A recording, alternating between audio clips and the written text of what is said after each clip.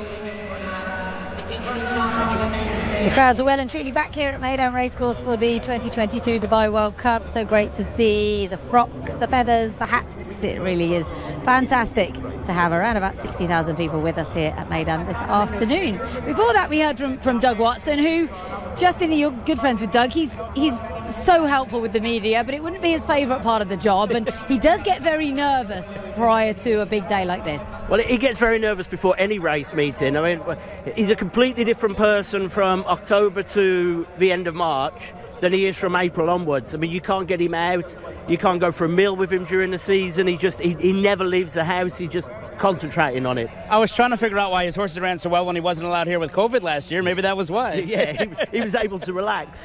No, I mean, he's very, very nervous before racing, and he is someone that I don't think he particularly likes the media side of things, but he is very, very good at it, and he's very helpful with people. He's incredibly honest as well. If the horse has had an issue or something like that, he's got any concerns, he will generally tell us, which is wonderful. And he's got some nice chances today. I agree with you about Mabaka, but no hot favourite, so no pressure on him, which might be on Bupat Seymour. Of course, there's Al Nafud, who is a pretty hot favourite. Yeah, I mean, I think he'll feel the pressure for Mubaka, because I think on Super Saturday, Mubaka was very unlucky not to win. You know, it was kept 6 wide the whole way. If you actually look at Trackers, I think he did something like 30 metres more than the winner. And the winner almost had the perfect race, was covered the whole way. The doors opened for him in the final furlong and a half, and he was like a fresh horse starting. So I think he'll feel the pressure with Mubaka. And if Mubaka had won on Super Saturday, I wonder whether it would be the favourite today. So he'll kind of feel that. Is it in a way, do you think, Chad, a blessing that he didn't win on Super Saturday? Because we've had in the past horses trained by Doug and other people run massive races on Super Saturday, a big number, as you Americans would say, and then they kind of bounce. They can't produce it 3 weeks later. We've seen it the last 3 years from Doug in the Godolphin Mile. He's won basically the race 3 weeks out, like a good thing, and he's become the kind of the post-line favorite, and they have disappointed. And you talk about Mubaka, but Golden Goal kind of comes in a little bit under the radar because his last race was so bad. But you know what?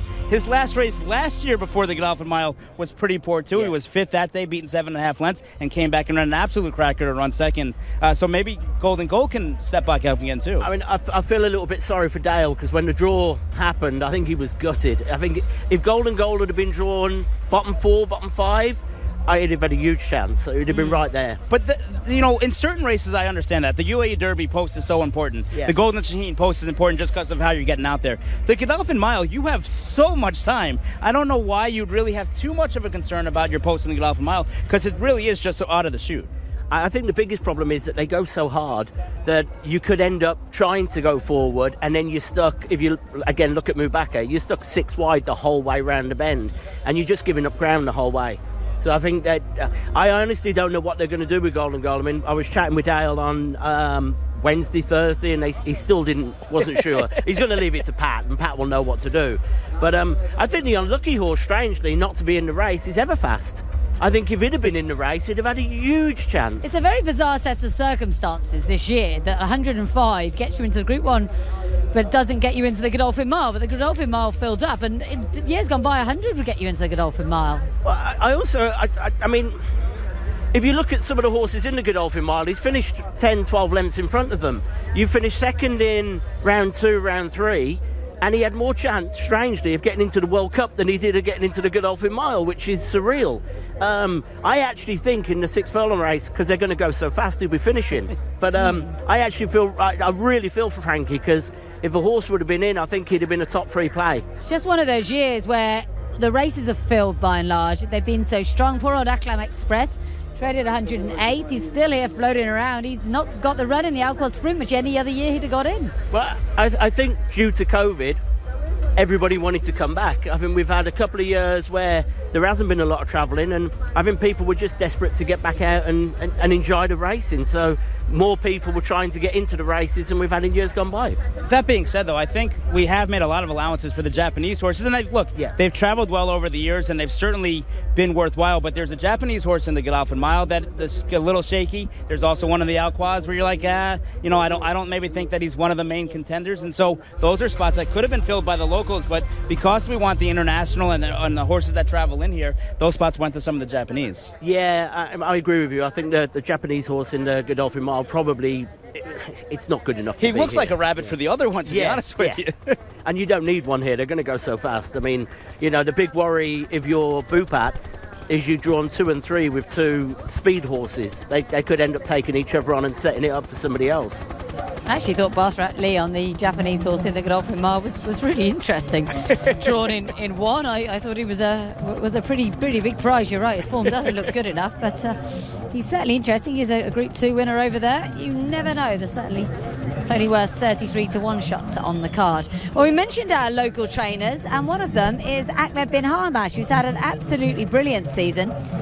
And he runs 2 this evening. One of them is Eastern World, and I caught up with him earlier on this week.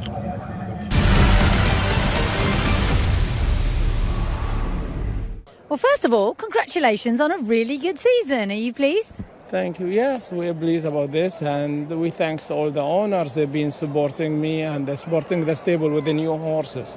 This year we have nice 65 new, 65 total with the. We get 40 new horses, and they was doing very well this year. And we hope the next year they will be much better. I think you will. And you've ended up with 2 runners on Dubai World Cup night, which is brilliant. Starting, of course, with Eastern World. Great decision to drop him back to sprinting. Was that your idea? I guess it was. No, it's we sit with the owner because the horse, he was showing a lot of speed. We've been running him in the mile, and he goes so fast from the gate. Then we decide, every time when we work in the stable, we want to keep him behind another horse. He can finish strong, and when we go to the race, when he jump in front, he cannot continue going. Then we decide with the owner to drop his distance. I think, is a very good choice when we drop his distance. Yeah, it was. And how's he been doing since the race? He's doing very well. We've been working today. Both horses, they work very well, and we are so happy with the 2 horses. Yeah, you should be. And would you be worried if he's drawn wide, Eastern World? Look, he's a type of a horse. He's a not front runner. If you are not a front runner, he will be fine because you can come from behind, will be okay. I think middle is the best. If you are out, your horse, he came from behind, I think it will be fine. And Ursa Minor, again, has done really, really well this season. He's such an improver. He's a nice horse. He's been training very well. We ran him first time out in the dirt, and the horse, he came back to the yard, he wasn't very well. His enzyme in the blood, he started to be tying up, and we get him very well, just in the end of the season. And when we ran him first time out, he wasn't fit. Just we give him a run when he finished 5th, and then he ran 3rd, then we ran him, he win the race. And we decide with Hamdan, we say, okay, if they give him, if they give him 90, we are going to the Super Saturday, and he ran very well, the horse. Yeah, he ran really, really well. And how do you think he'll get on? I mean, it's obviously a big step up in grade, really. He's a tough horse, I think, in this race. He will be fighting. He will not go lower than top 5. He will be there. And what do you think, Hamdan? Are you excited? Yeah, I am really excited. Yeah. And I am really excited about Ursa Minor getting to Dubai Turf.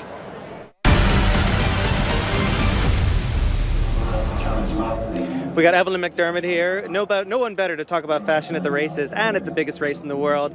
How is your World Cup going so far? I know you just got here. We've literally just got in the game. I was here a little bit earlier though. I seen all the pre-arrangements here and it was absolutely fantastic. The excitement building up to this week, I can't explain. It was just fantastic. Now you're a world-class milliner, and first of all, did you make what you have on right now? I did. This has been my 24-hour all night. so I have been dressing a lot of people here at Dubai World Cup. Lots of last-minute orders and lots of people getting dressed up and getting tickets last-minute choices. The hype has been amazing, and I think people only realise this week how the World Cup was back and Dubai was back and we're all here. You've been busy styling and making hats and making people beautiful. Have you looked at the beautiful horses? Who do you think is going to run well? I am with Hot Rod Charlie today. I am a big fan of him and I just really, really want to see him do well today. Also, local trainer Bupat Seymour has a few out here today and always supporting Bupat. So trying not to have favourites because I have a lot of friends around this parade ring today and I'm supporting them all, and I just want everyone to go out there, have a great day, and all the jockeys' horses come home safely, and that'll be the main thing. Thank you so much. You look beautiful. Have a great day. Thank you. We're heading over to the best dressed lady now for McGettigan's. We've done the finals. So yeah. She looks amazing, does Evelyn McDermott always does. She's responsible for my hat. She was organised this year. I had it 3 days early. Sometimes I get it the morning of the race. It's great fun. I never know what she's going to create, and I completely trust her because she is brilliant. You're looking very smart, Justin. You're a little bit warm over there, though. Just a tad, yeah. They put us right in the sun. I can't wait till that goes beyond the grandstand. We're going to be melting by the third race. We really will be. We really will be. But the fashion's all part of it, isn't it? And it is a fun part to it. Even my husband quite enjoys dressing up for this. Well, he looked smart last night as well. I bumped into him last night and he told me to go home early because of being on the telly.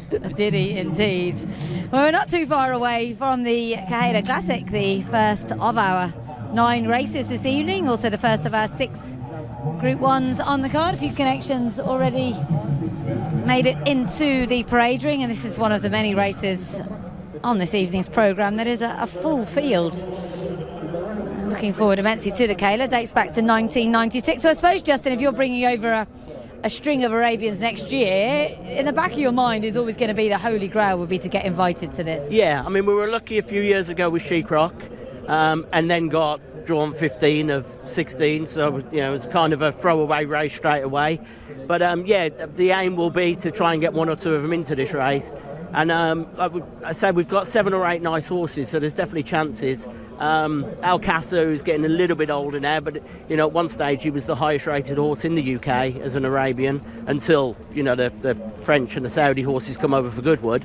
But we're looking forward to bringing a nice few horses over here. James is going to come over and train, hopefully, and if that goes well, it could lead to more possibilities of hopefully 1 or 2 of the owners here sending horses back to the UK and supporting the racing there, like Shadwell have over the years. It's a great idea, it really is. Well, our Arabians are up first. It's the Kahala Classic.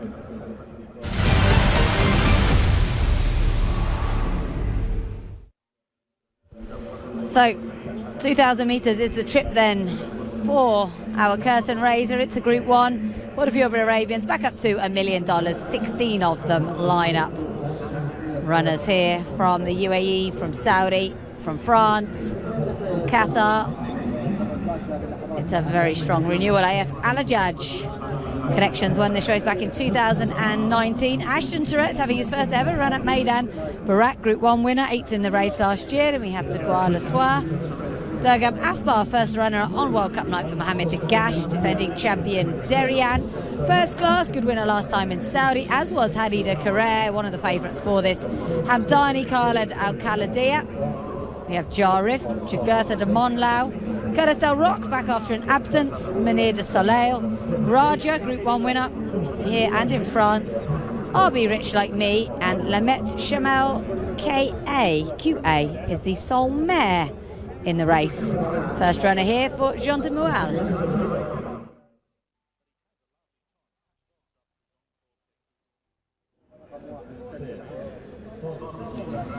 So here's a look at number 1. This is AF Alajaj. Would have a leading chance, Chad, but does have to tackle this distance for the first time. I think he needs to go a little bit further, but he's able to sit kind of in that first tier of the second pack. And there's going to be a lot of speed in here. We know how fast RB Rich Like Me is, but the fact that AF Alajaj can sit, and I mean, you watch that last race, Tig looked like a winner every step of the way. It was just a matter of if, not when. Yeah, no, he was travelling beautifully for the whole race, and I know there was queries whether it would stay the 10, but I don't think there's a problem at all. I think it would be travelling beautifully, and he will be.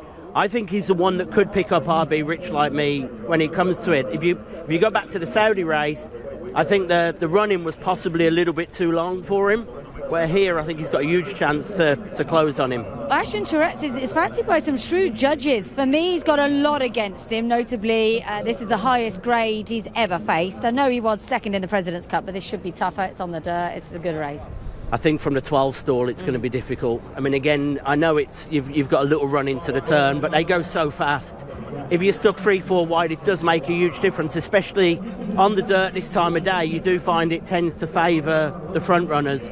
So I think he might struggle myself. I know a few judges like him, but not for me. He does have a tendency to miss the break as well, Ashton Tourette's. This is Deguara Latois, who's won really well in this sort of race before. He was third in Maximum Challenge Round 2 last year, but he's never really, to me, looked like winning a race of this magnitude. If he places, they'll be delighted. Yeah, I think they're targeting a place. He's one of those horses who's probably in the race, a bit like when we raced She-Croc, that you were hoping to pick up a check rather than hoping to win. Same applies to Durgam Athbar. We'll look at him in a moment. But this is Barak Chad. He's a Group 1 winner. He was 8th in this race last year. He hasn't looked the same horse this year. Pat Dobbs elects to stay with him, and rather than Ashton Tourette's, he's been riding kind of both of them. So interesting to note that. And the thing with Barak is he missed the jump last time. He kind of spotted the field 2 or 3 lengths, and Fernando Hora was able to kind of slow the pace down and kind of lost all chance. I mean, if Barak can get back to some of his earlier races, his second behind RB Rich Like Me puts him in the mix. Yeah, I think he has to break, though. That's the key for him. Durgam Athbar shouldn't be quite good enough, but he did run really well over in the New Manifa Cup in Saudi last time. That was on the turf, though. He has won on dirt, but at a much lower level than this. His trainer, Mohamed Dagash, is having a fantastic season. And with an exceptional run, this horse can maybe finish in the placings. He was second to Raja in Maximum Challenge Round 2 over 1,900 metres, which is what has earned him a spot in this one.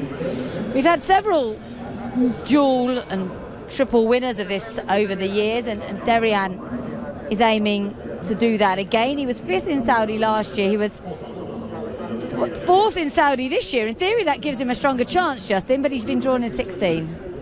Yeah, but the draw again. I mean, you look at this race and you think anything drawn above 10 is going to struggle to get into it early. And I do think with as I said a little bit earlier, with the dirt riding fast early, it's going to be difficult for all of those drawn from high numbers. The thing that's interesting about that horse, though, is they say in Saudi Arabia he gets really nervous in the paddock. It's a little bit of a different setup in all the different tracks that you go to, and for whatever reason, maybe Derian just can't handle the lead up to the race, and that causes him to run not as well. Where here he looked a picture last year, and right now he's really, really looking good in the post parade in the paddock. It's great. We're looking at his first class. He's won 5 of his 16 starts. He's a Group 3 winner in the US over 1,200 metres, but he won that New Manifa Cup over in Saudi. He's also won on dirt in Doha and at Lone Star and at Delaware. But this is horse they've all got to beat, I think, as much so like Rich Like Me. Hadi de Carrere is a gorgeous little horse. He comes here with a 4 from 7 record, and Thomas Forsey trains him. He's never won this race, but he's the man when it comes to Arabians. Yeah, I mean, I'm quite biased. I mean, obviously, I'm a huge fan of RB Rich Like Me. You've got to look at Hadi de Carrere, and look, there's no better jockey on the Arabians than Olivier Pellier. He's absolutely world class on them. But I think outside of those two, you probably look at Tigers. But I keep, every time I've looked at this race, I just keep going back to RB Rich Like Me. Oh, I do as well, but I'm worried that's because I'm biased. I think Hadi de Carrere has an absolutely huge chance. He's 1 from 1 on dirt. That did come on a slightly different dirt surface. So this is Jarif, trained by Elizabeth Bernard, who is a superb trainer of Arabians. She's actually never had a winner here in the UAE, but she's tried them in pretty tough companies, such as the Jewel Crown and races like that. This horse was 7th in the Obey Arabian Classic last year. That was his only run on dirt. last time out. He was quite well held behind first class in that new Manifa Cup, so he's probably going to struggle. Together de Monla, though, is interesting. He won the main prep for this. He's quite unexposed on dirt. I think he can pick something up here, Chad. The question with him is, does he need the lead? And if he needs the lead, is he faster than RB Rich Like Me? I don't think he can make the lead over RB Rich Like Me, and if he can't make the lead, Fernando Jara is going to have to put himself in a spot. But we've seen this before. He won on that Doug O'Neill horse earlier in the Carnival that was supposed to lead and dropped all the way back and ended up winning. Fernando's been here for a while, and you talk about Dubai World Cups. How fitting would it be if Fernando Jara can get a win on Dubai World Cup night? Yeah, it would be amazing, wouldn't it? He's not particularly busy this evening, Fernando. This is Raja, and I spoke to Masabra Maheri's assistant the other day, Azam Ali, and I said, who's your best on the card? This was before Miras came out, and he said Raja. But Justin, Raja was very disappointing on Super Saturday, only managed a lacklustre third. I think he was like everybody's pick. I mean, I think all the lads were on him on Super Saturday, and he just didn't turn up at all. And without being rude about the Super Saturday race, because of Saudi, it was a lot weaker than this. And if you couldn't win now, I think you're going to struggle here.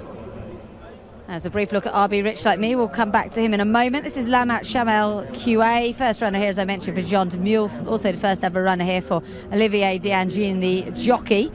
And this one comes in with kind of interesting form, really. Was quite well beaten over 21,000 metres, then won over 1,400.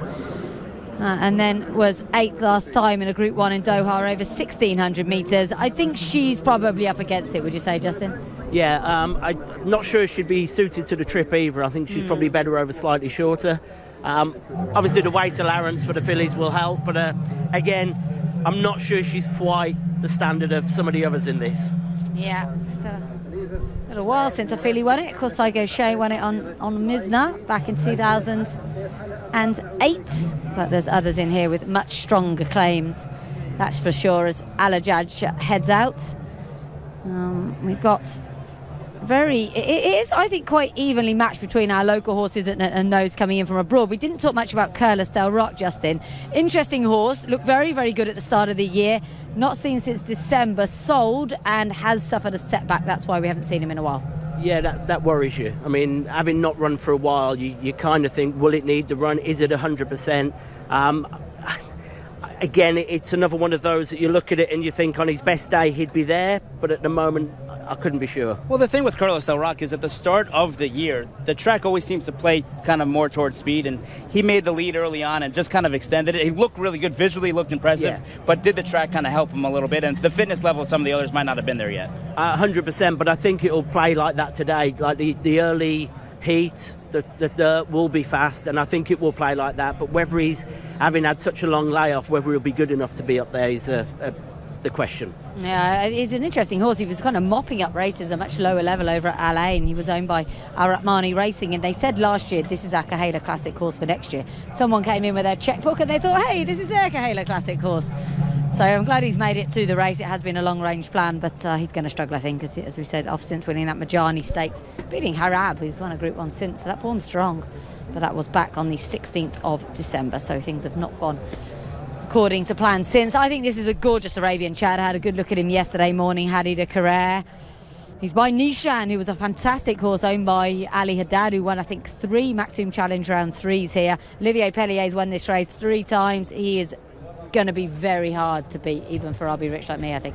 He sat the perfect trip, though. Everything went his way. And in the Arabian races, that's not something that always happens. So sometimes trip is dependent, and that's why they make such a big deal about the draw early on and stuff like that. He's certainly the class of the race, but, I mean, he didn't beat RB Rich Like Me by much, and RB Rich Like Me is coming back home.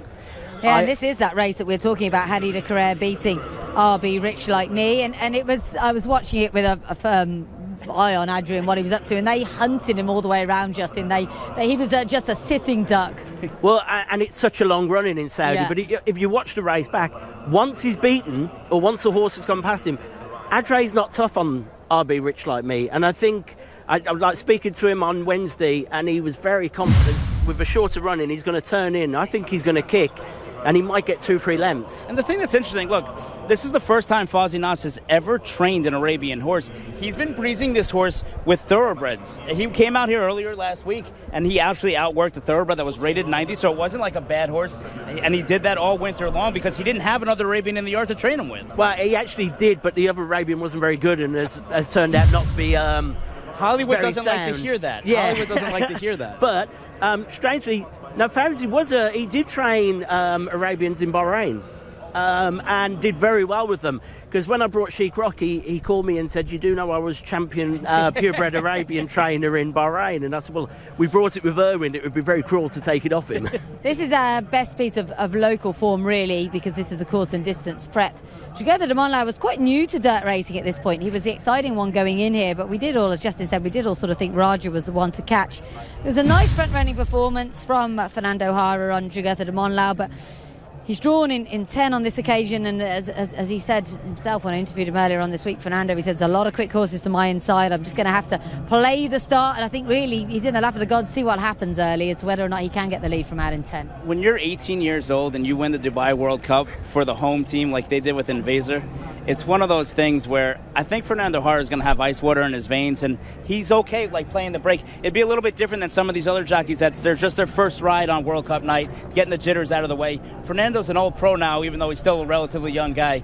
He's not going to have any concerns, and he can play the break and kind of like the American jockey that he used to be, see what develops to his inside and then decide to make a move. Yeah, I don't think he'll be worried, and he's one of those, he'll get out quickly. If he gets across and he's sitting maybe too wide up there with the horses, I think he's got a hell of a chance. So it's definitely one of the horses that you'd put in as the outside pick to run a big race. Yeah, I think so as well, just because he's so unexposed. And he's trained by Jean-Claude Picou, who also has Barak in here. Jean-Claude has had 16 runners in the UAE. 5 of them have winners, and I'm pretty sure 3 of those wins have come in Group 1s. That is some record. Yeah, he certainly knows how to train the horses to win. I think last year he had something like 4 runs that all won. It was just a phenomenal achievement out here. Yeah, did very well. Barak, who was a very tricky horse, previously trained by Jean de Roual, and done well with his Jugurtha de Montlau as well. As I said, he's unexposed. It's only his 3rd start on dirt this evening, and he won one of them, as we mentioned. What circumstances would Raja need to bounce back here, do you think, Justin? It's quick enough back. He was so poor on Super Saturday that either something was wrong or it just everything went wrong. But I don't think everything went wrong. I just don't think he was good enough. That's my personal opinion. I hope I'm wrong for the owners and the horse and jockey, but I really don't fancy his chances from there. But Raja's done this his whole career. It's not like Raja is the consistency that we've seen from the RB Rich like me's of the world, that every time they lay it on the line, Raja runs his race and then he doesn't run his race. So if he's on an on-again, off-again kind of angle, today is on again, and it's the right day to be on again. Oh, well, you'd prefer to be on today, yeah. I mean, this is the race you target and you want to win.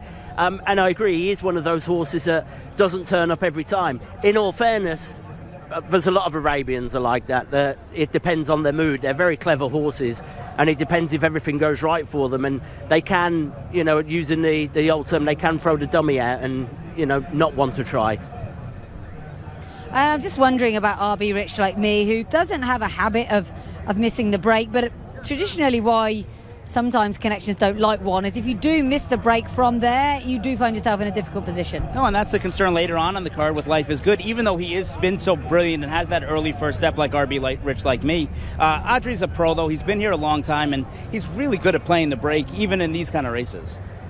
Yeah, hopefully it will be a nice fair start and we don't have anyone miss it and get shuffled back. Yeah, I think it's always a worry if you're drawn one and you miss the break, but he's proven to be able to get out every time this year. And the one thing that's really impressed me since he's been with Fawzi, if you actually look at his form and look at his races before he came here, the one thing that worried me was whenever he got threatened or horses came round him, he definitely came in on himself, where he hasn't done that out here. Yeah, just around about halfway through the loading process for this. The highest rated in the race is 126. That's Hadi de Carrere. That puts him £3 clear of RB Rich Like Me. Justin, I think we're in the same camp here. We're red and white. We're very much with Rich Like Me. Chad? I'm going with the other side of the locals with AF College. I mean, a half length away from 3 straight wins maybe for Ernst Hartel. Yeah. Awajal, of course, a very good second for them last year behind Derriam, but looks as though we've only got 4 or 5 more to load for our opening race this evening. It is the Group 1 Dubai Kahala Classic, sponsored by Ifra Dubai. So let's say a very good afternoon once again to Alistair Cohen. Taking hold of Alajaj.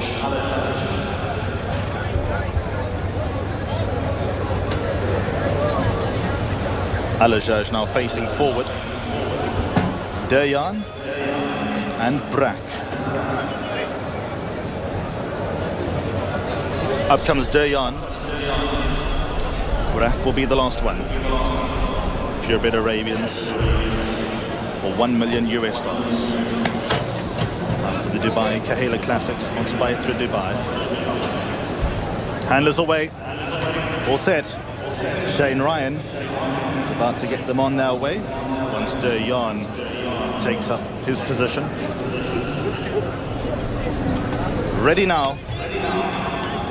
And rearing in stall gate number 6 is Hamdani Khalid Al-Khaladia, who quietens down. Gates are back and they're racing.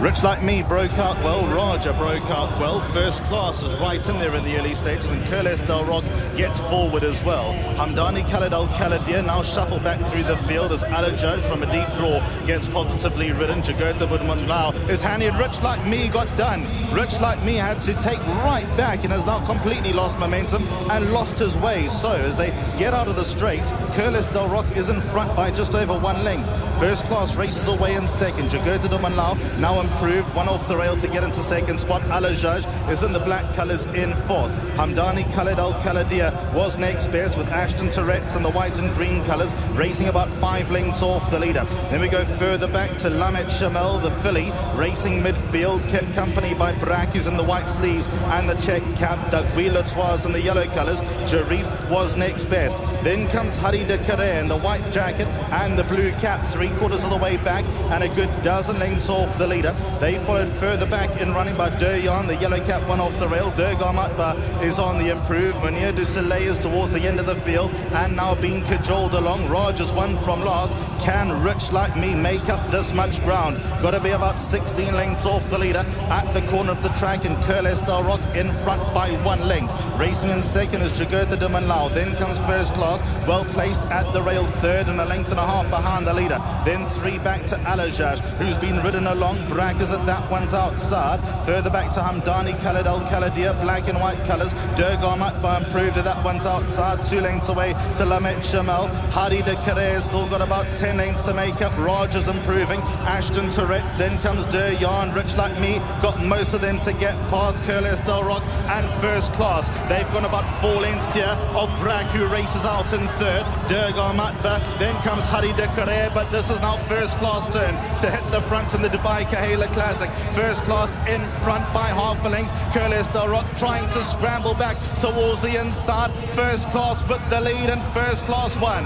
Second goes to Curles Del Rock. Hadi de Carré ran third. Fourth goes to Brack. Hamdani Khalid Al-Khaladia. They were ahead of Dergamatba, Raja. Next best was Dejan. Then came Lamet Shamel, Jagota de Manlao. Rich Like Me, really stiff, lost his race before the first turn. Alajaj, Dagwila Twa. Then further back to Ashton Tourette's, Munir du Soleil and Jarif.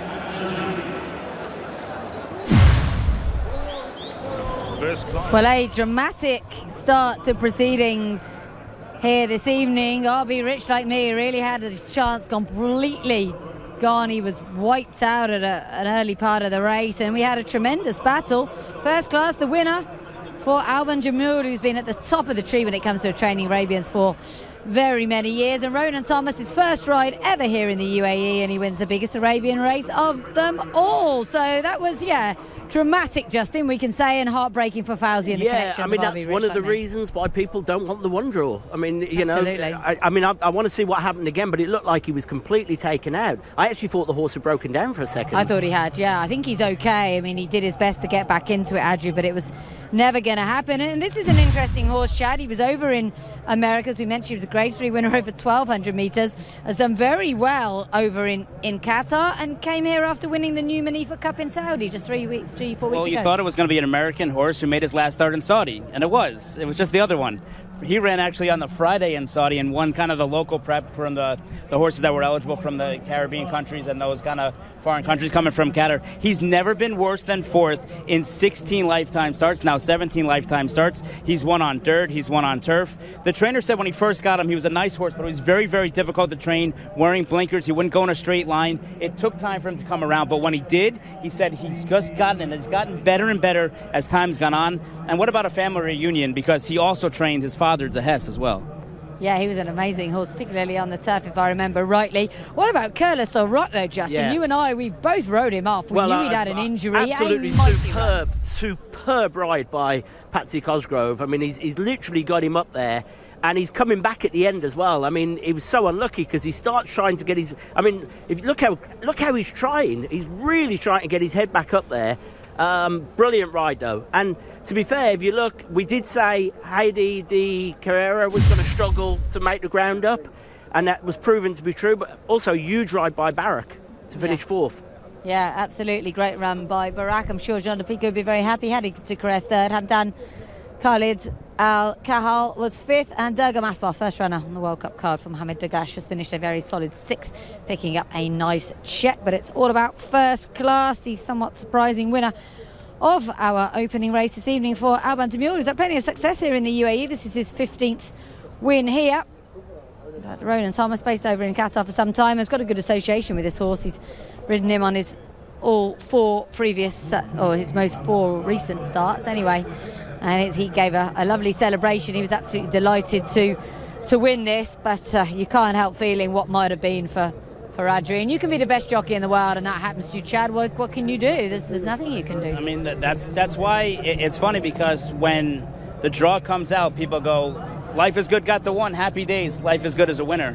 But you see, anything can happen in horse racing. And even though you have 2,000 meters, you say, oh, you can come back. I mean, I think Alistair got a little excited because he put himself back in the race a little bit towards the end, but it's just so much difficult to pick up as much ground as he lost, and the energy you have to exert to get up there. And then finally, kind of towards the end, Audrey does the right thing and takes care of him. But he's a horse that I think he'll be back hopefully again next year and take another crack at it. Well, I mean, to be fair, he almost stopped. Like, literally before the post the first time, the horse is almost standing still. So to actually get back in the race was some achievement.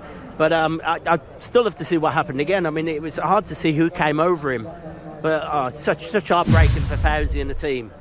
It really is heartbreaking. That's the word for it. We'll take a look back at the race in a moment and see if we can pick up exactly what happened. But the win has gone to First Class. 3 S's on his name. His 6th career victory from 17 starts. I've actually been to Alban de Mule's stables in Qatar, and it's like going to a palace. It's absolutely stunning. They really are beautiful. This horse owned by Nayef Saad Al-Kabi, his first runner here in the UAE. So he's going to be thinking this game is easy. And a no-show from last year's winner, Derian. I don't know if he was involved in the incident. Yeah, I mean, the race kind of changed dramatically there, but you've got to say that First Class has got the back form. As you said, in America he's got form as well. I think every horse has ended up running in the top 6 has run a big race. But I'm kind of speechless, which doesn't happen very often with me. Well, I have to hope that your big fancy in the next race, Mubashir, comes in, or you really will lose all power of speech for the rest of the day. If Mubashir wins, I will be speechless because I've been a huge fan of it. When you interviewed me earlier in the season after he won over 6, I said straight away Godolphin Mile horse. I thought you were I'll be rich like me. I've been saying he's a Kahala winner all season. I should never make statements such as that again. You talk about a key race, by the way. 3 of the top 6 all came out of that same race with First Class. So the race at Saudi on Friday, which was the last race following the Jockey Challenge, when everybody they were celebrating the Jockey Challenge. There was one last important Arabian race apparently. So next year we have to pay attention to both days at Saudi, not just the Saturday. I mean, it's still worth $500,000, that race. It's not like it's a poor race. So you're going to get some good horses in it. And as it's mostly for GCC countries, that's pretty much what the Arabian racing is here today anyway. It's mostly GCC countries with a couple of French horses thrown in. We should all probably avoid Halal Al-Alawi for a while because he had the 2nd in the Manifa Cup Soko, and the owners decided to run him over in Oman, which is their prerogative.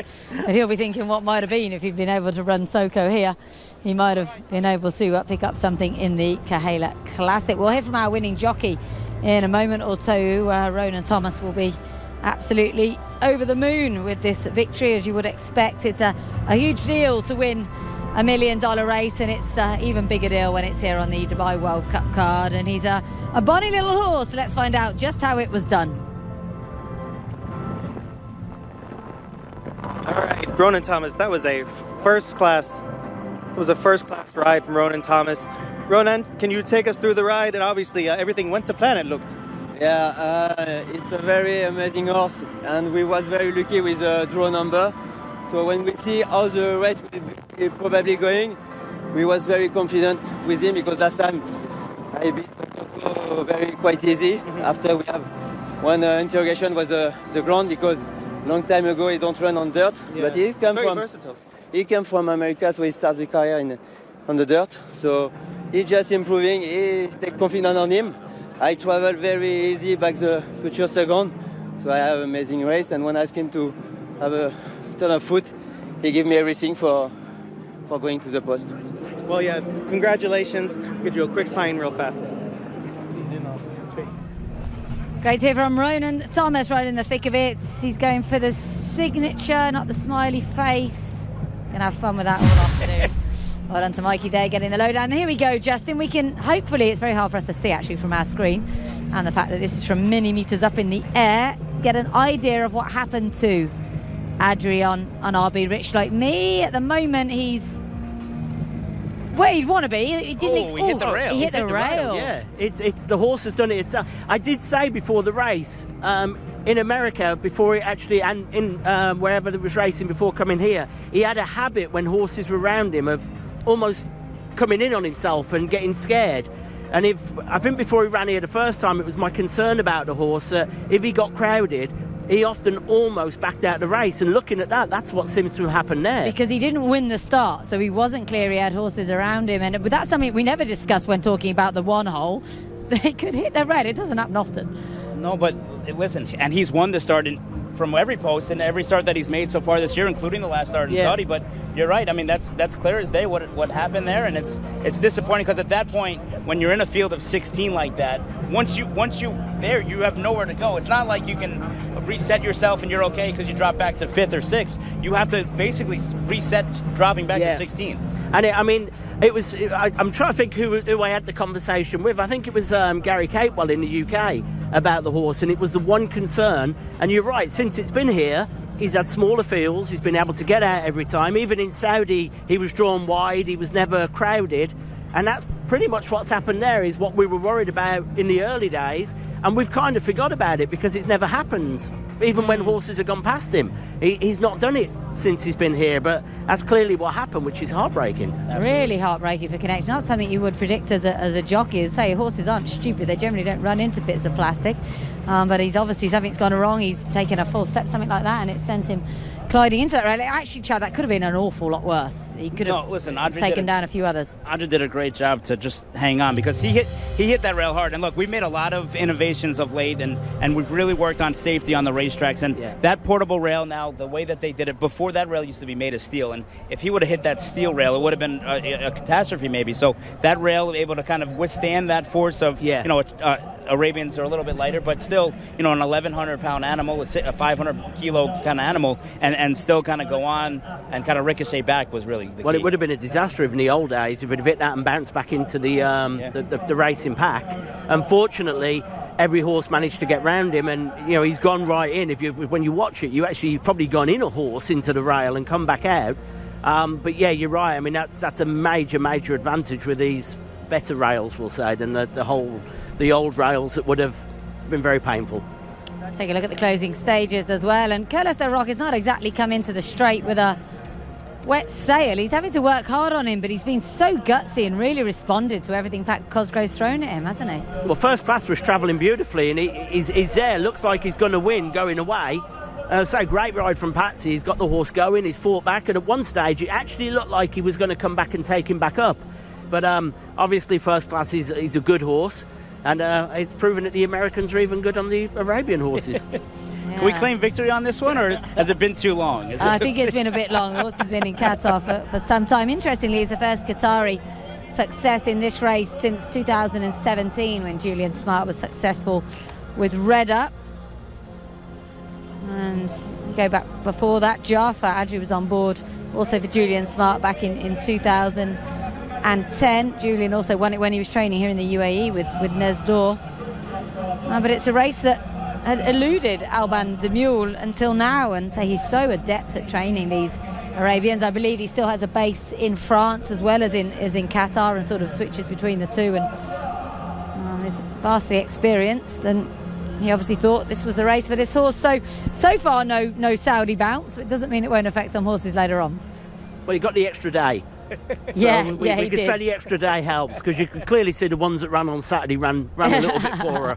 So that whole day made a big difference. But is there also something to say that running on turf is slightly less tiring than running on dirt, particularly that Saudi dirt? I would imagine so, yeah. And if you look back at that Saudi race, the first three in that did run hard. So, you know, I mean, if, as I said, Heidi de Carrera was never going to make up that ground that he was able to do in Saudi with the longer running.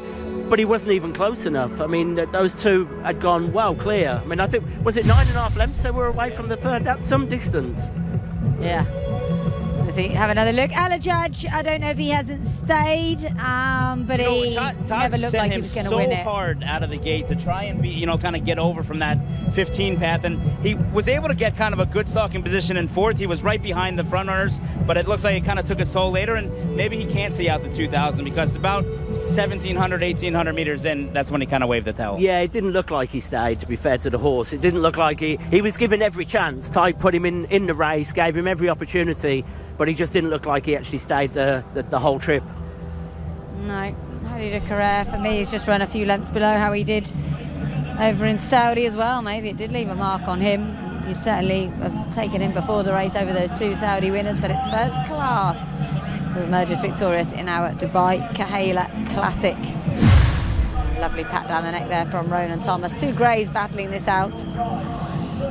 Really superb performance from Curlis Del Roc.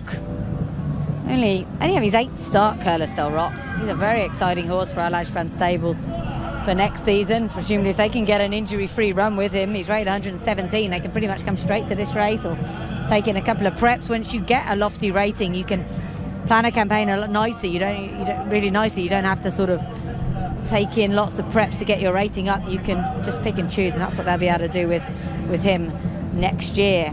So that's one race that we thought might go to the locals, so let's hope the Godolphin Mile does, otherwise it's going to be tough from here on in. Yeah, if the locals don't win this one, we are struggling. UAE Derby looks strong.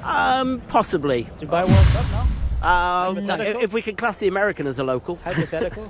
No. I'd be very surprised if we were to... If he gets out and gets that rail, you never know. I think a few things would have to go wrong. But we've seen just how things can go wrong in that, haven't we? Durgam Akbar's a talented horse. He's finished 6th, 7th and 8th. Great training performance by Mohamed Dagash. I knew Jim was a good jockey, but I didn't realise he could ride three in one race. Ride the same horse 3 times, He only got paid for 6, though. Yeah. It's just a reminder of the results, sort of, for our opening race. It's cooled down a little bit. The thoroughbreds will be glad of that. So will I. Now the sun's gone behind the sky bubble, we can breathe a little bit easier. Have you been up to the sky bubble yet? You mentioned you've got some guests up there. No, I'm going to try and pop up a little bit later. We've got some clients up there. We've got everybody mixed all over the place tonight, but which is good. I mean, it's good for. We've got the cigar lounge, 401, which they're calling the paddock view. The cigar lounge is a lounge named after the horse Cigar, not a smoking lounge. No, it's named after the horse. Yeah. This is our trophy presentation for the Dubai Kahala Classic, sponsored by Ithra Dubai. Mr. Lachlan Guy, the Executive Director of Asset Management for new sponsors, Ithra Dubai, doing the honours there. Big congratulations to all involved with first class, originally American, now Qatari winning for a Frenchman, Alban de Mule, one of the best trainers of Arabians in the world, finally takes this huge race here in Dubai.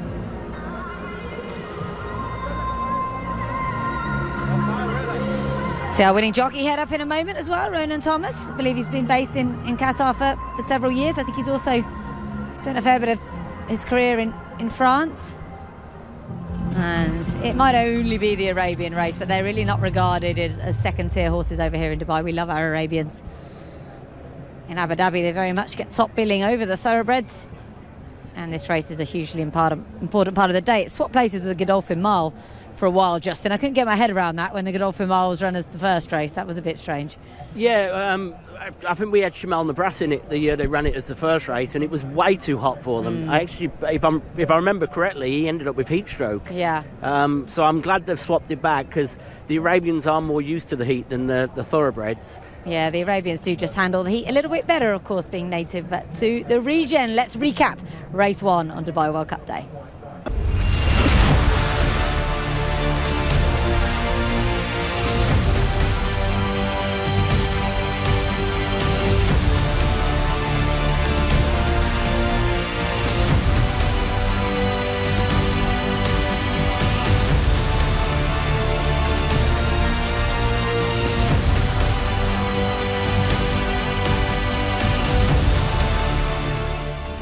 Wonderful scenes there. First race is in the books, meaning we've got 8 more to go, and one of the more intriguing contests on the card comes up next, our Group 2 Godolphin Mile. It's probably one of the strongest renewals we've had. We mentioned earlier, Justin, horses rated 105 can't get in here. Yeah.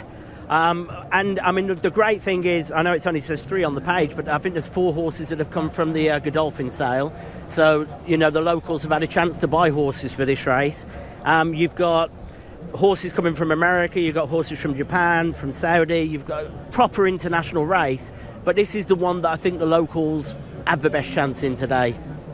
Wonderful to have His Highness the Crown Prince Sheikh Hamdan bin Mohammed Al Maktoum with us this evening, as indeed he always is for the Dubai World Cup fixture. He was also front and centre at the Dubai World Cup welcome reception the other day. It was marvellous. People were kind of falling over themselves to try and take photos of him and things like that. He's so popular here, and he's making his way into the Royal Majlis in time to see the action unfold in the Godolphin Mile, in which Godolphin have outside chances, I think it's fair to say. Storm Damage is a hugely exciting horse, but takes on the dirt for the first time, and we have Dubai Icon as well in there for Godolphin. But wonderful to have His Highness Sheikh Hamdan with us as we take a look from the skies once again at Meydan Racecourse, which is shaped like a falcon, as you can see from certain angles from the sky.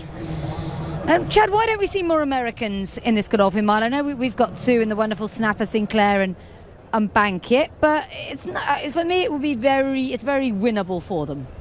A lot of times we come here for a few different reasons, but you know, the fact that it's a Group 2 and not a Group 1 is something that kind of affects it, and the fact that the purse is $1 million when some of the other races later on in the card are worth more money. You know, we have the Met Mile, which is kind of the more prestigious race compared to the Godolphin Mile, coming up on Belmont Stakes Day, so it just doesn't have that same prestige that the other races on the card, almost every other race on the card, has. Take a look at the conditions then for our Group 2 Godolphin Mile, the first of our thoroughbred contests this evening.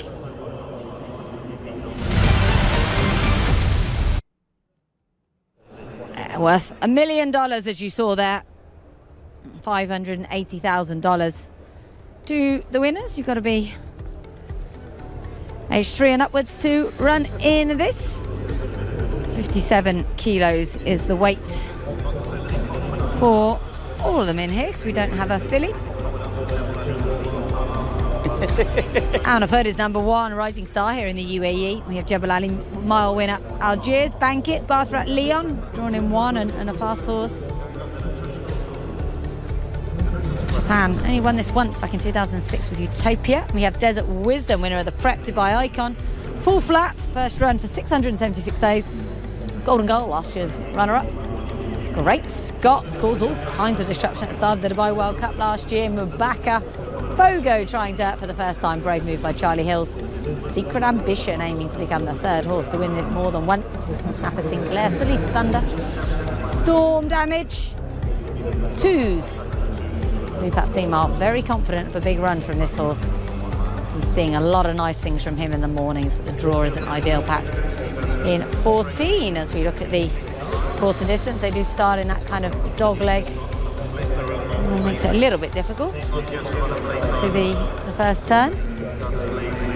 We'll see if we can take a look at the horses going around the parade ring then. They've been in there for some time. His Highness Sheikh Hamdan taking a keen eye on proceedings, of course. And this is Anaferd, Justin. He's so exciting, isn't he? 2 from 2 over course and distance. Yeah, I actually thought for a while, I actually thought they'd target the World Cup with him. They did originally. Yeah, so I was surprised when he came into this race, but I was speaking to the racing manager of the group, and he said they just thought he was a little bit young, give him 1 more year before going for the World Cup. But I saw Maria from the Godolphin Sales in Newmarket a couple of weeks back, and they were very excited that he was coming here. She was hoping he was going to run in the World Cup as well for them, because it would be such a good advertisement for the Godolphin Sale. And this race has been won now. Is it once or twice with horses from the Godolphin Sale? I know Secret Ambition, of course. Golden Goal was second. Both of them came from the Godolphin Sale. So did indeed. Anna was actually one of the pricier horses from that Racing in Dubai sales. Graduate from it just in September, cost $425,000, but he's a really gorgeous horse, and they just felt, Bupasima felt mentally maybe it'd be a bit too much for him in the World Cup at this stage. This is Algiers, Chad. Miss Super Saturday, as we mentioned, has his first run on the Maidander this evening. And he ran well at Jebel last time. Obviously was able to beat Remorse, who we're going to see later on in the Dubai World Cup. And he certainly looks well for a horse who missed Super Saturday. Maybe not the fittest of the group, but he looks pretty solid. It's a little bit warm to me, Algiers. Simon Crisford had a bit of bad luck with a non-runner on the card later on. This is Bankit. Third in the Monmouth Cup 2 starts ago. Only fifth at Oaklawn last time, though. It's a millionaire for Steve Asmussen, but he's really going to have to refine his form in order to get here. You know, Asmussen's barn has 2 horses, and I think Snapper Sinclair might be the better one of the 2, but Bankit, Steve Asmussen says better 1 turn than 2. Yeah, absolutely. This is Barthrat Leon, who's got career stats of 3 from 13. So he's a Group 2 winner. That came in a race called the New Zealand Trophy at Nakayama. It'll be interesting to see what kind of impact he has on the race regarding how it plays out early. I think this horse has only run on the dirt once before as well, so it'll be interesting to see how he handles it. The last race, the pace did hold up. The 2 going forward did hold up, so I think it will be important who gets out in front as well here. Certainly will. Christophe Soumillon, go-to man this evening for Saïd bin Surur. Of course, they've teamed up to win 2 World Cups.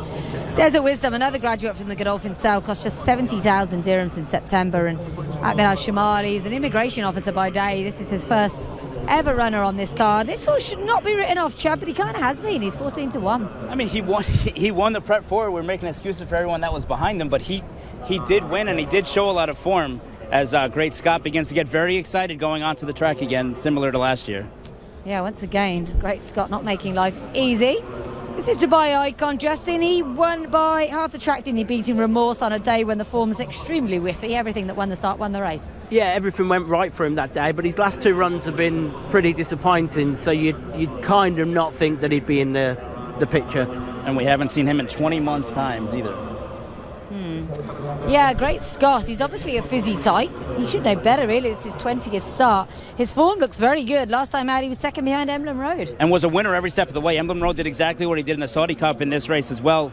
This was the King Faisal Invitational. He ran a great race, and I think it's smart to let the normal jock ride him instead of Frankie Dettori. I don't think Frankie really wanted a flying disappointment before the race like last year. Yeah, I bet he wasn't too upset not to ride him. Would have an outside jock. Actually, he was about 18-1 this horse yesterday. Now he's 9s. Secret Ambition, Justin. I'd love to see him win this again, and I really think he can. Oh, he definitely can. I always remind people I was the underbidder on him because his breeding was exactly the same as Belgian Bill, Exceed and Excel out of a Singspiel mare. He's such a tough horse, and if he does get out from his draw, which I think he can, I think he's got the early speed of the ones drawn 1, 2 and 3, and if he can get out and get there and he gets the rail, he's got every chance. We had a brief look at Snapper Sinclair, their 4th in the race last year. This is Solis Thunder, who's a hold-up horse. He'll be coming late. His most recent win came 3 starts ago back in November in a race called the Musashino Stakes. That was a Grade 3 over 1,600 metres at Tokyo. But he's got a strong piece of form recently. He was 4th in the February Stakes behind Cafe Pharaoh. This is Pogo. I had a good chat with Jamie Insole the other night, who's the assistant to Charlie Hills, and they know they're punting here, but he did say he's very quick away. They're pinning their hopes on that.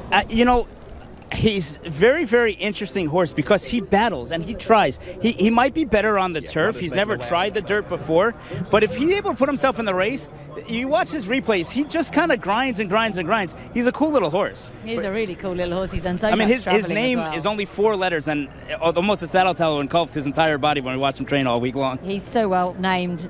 Pogo by Zebedee. Storm Damage. How impressed have you been with him so far this season, Justin? Again, it's another one who's got no dirt form on him, so that's the worry. Sorry, hold that thought a second. We can hear from Mikey.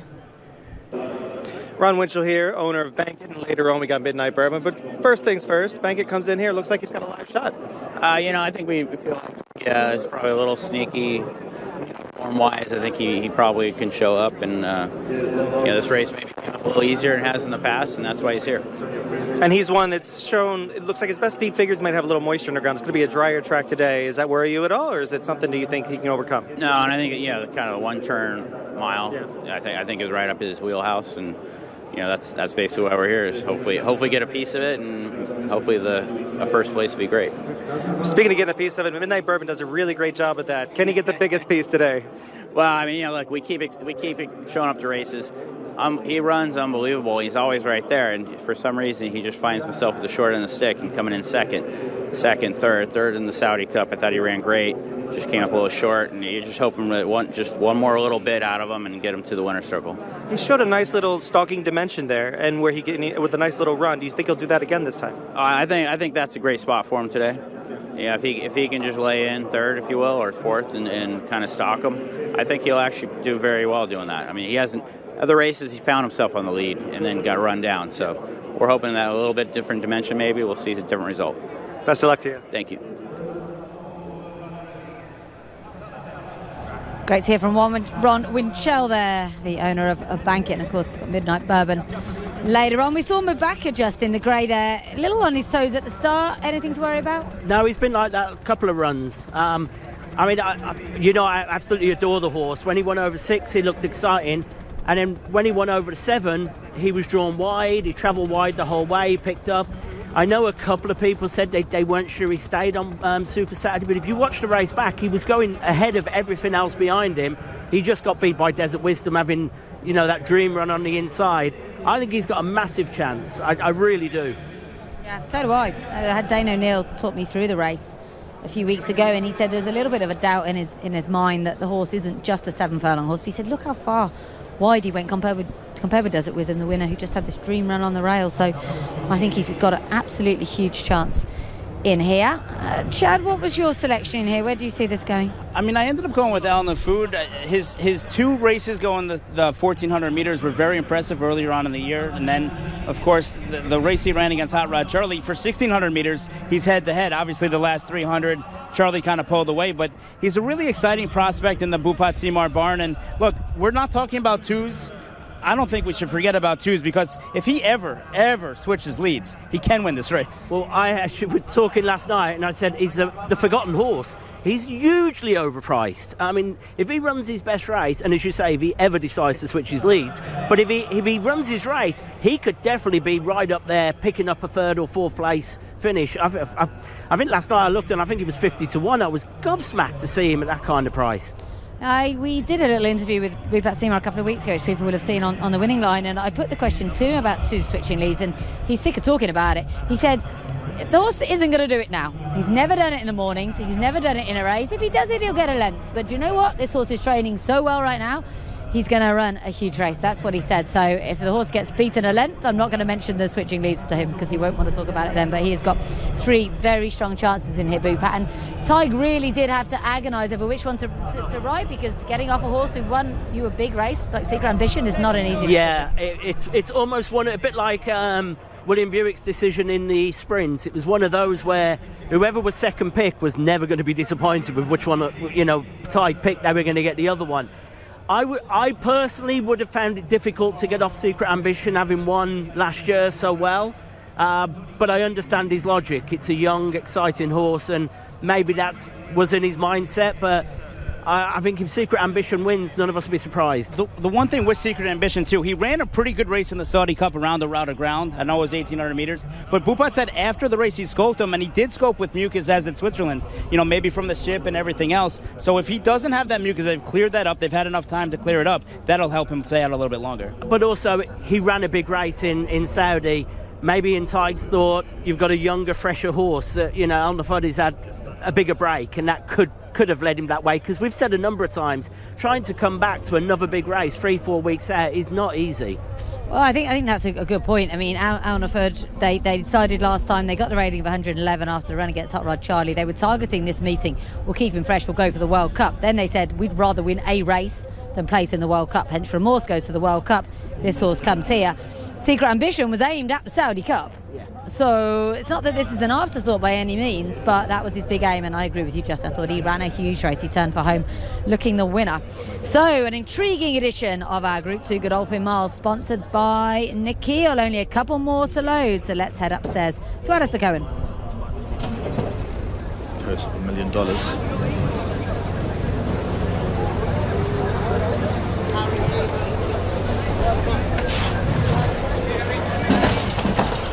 Dubai Icon joins the lineup. Great Scott. Secret Ambition.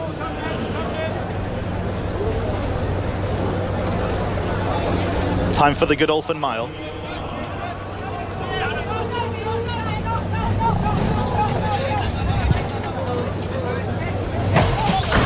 Gates fly, and they're racing in full flat. Missed the start, 2 lanes slow. It's a mad scramble in the early stages. Bathrat Leon broke out well. Storm Damage, though, goes off to the head of affairs. Bathrat Leon needed a bit of riding, though, to go into the lead.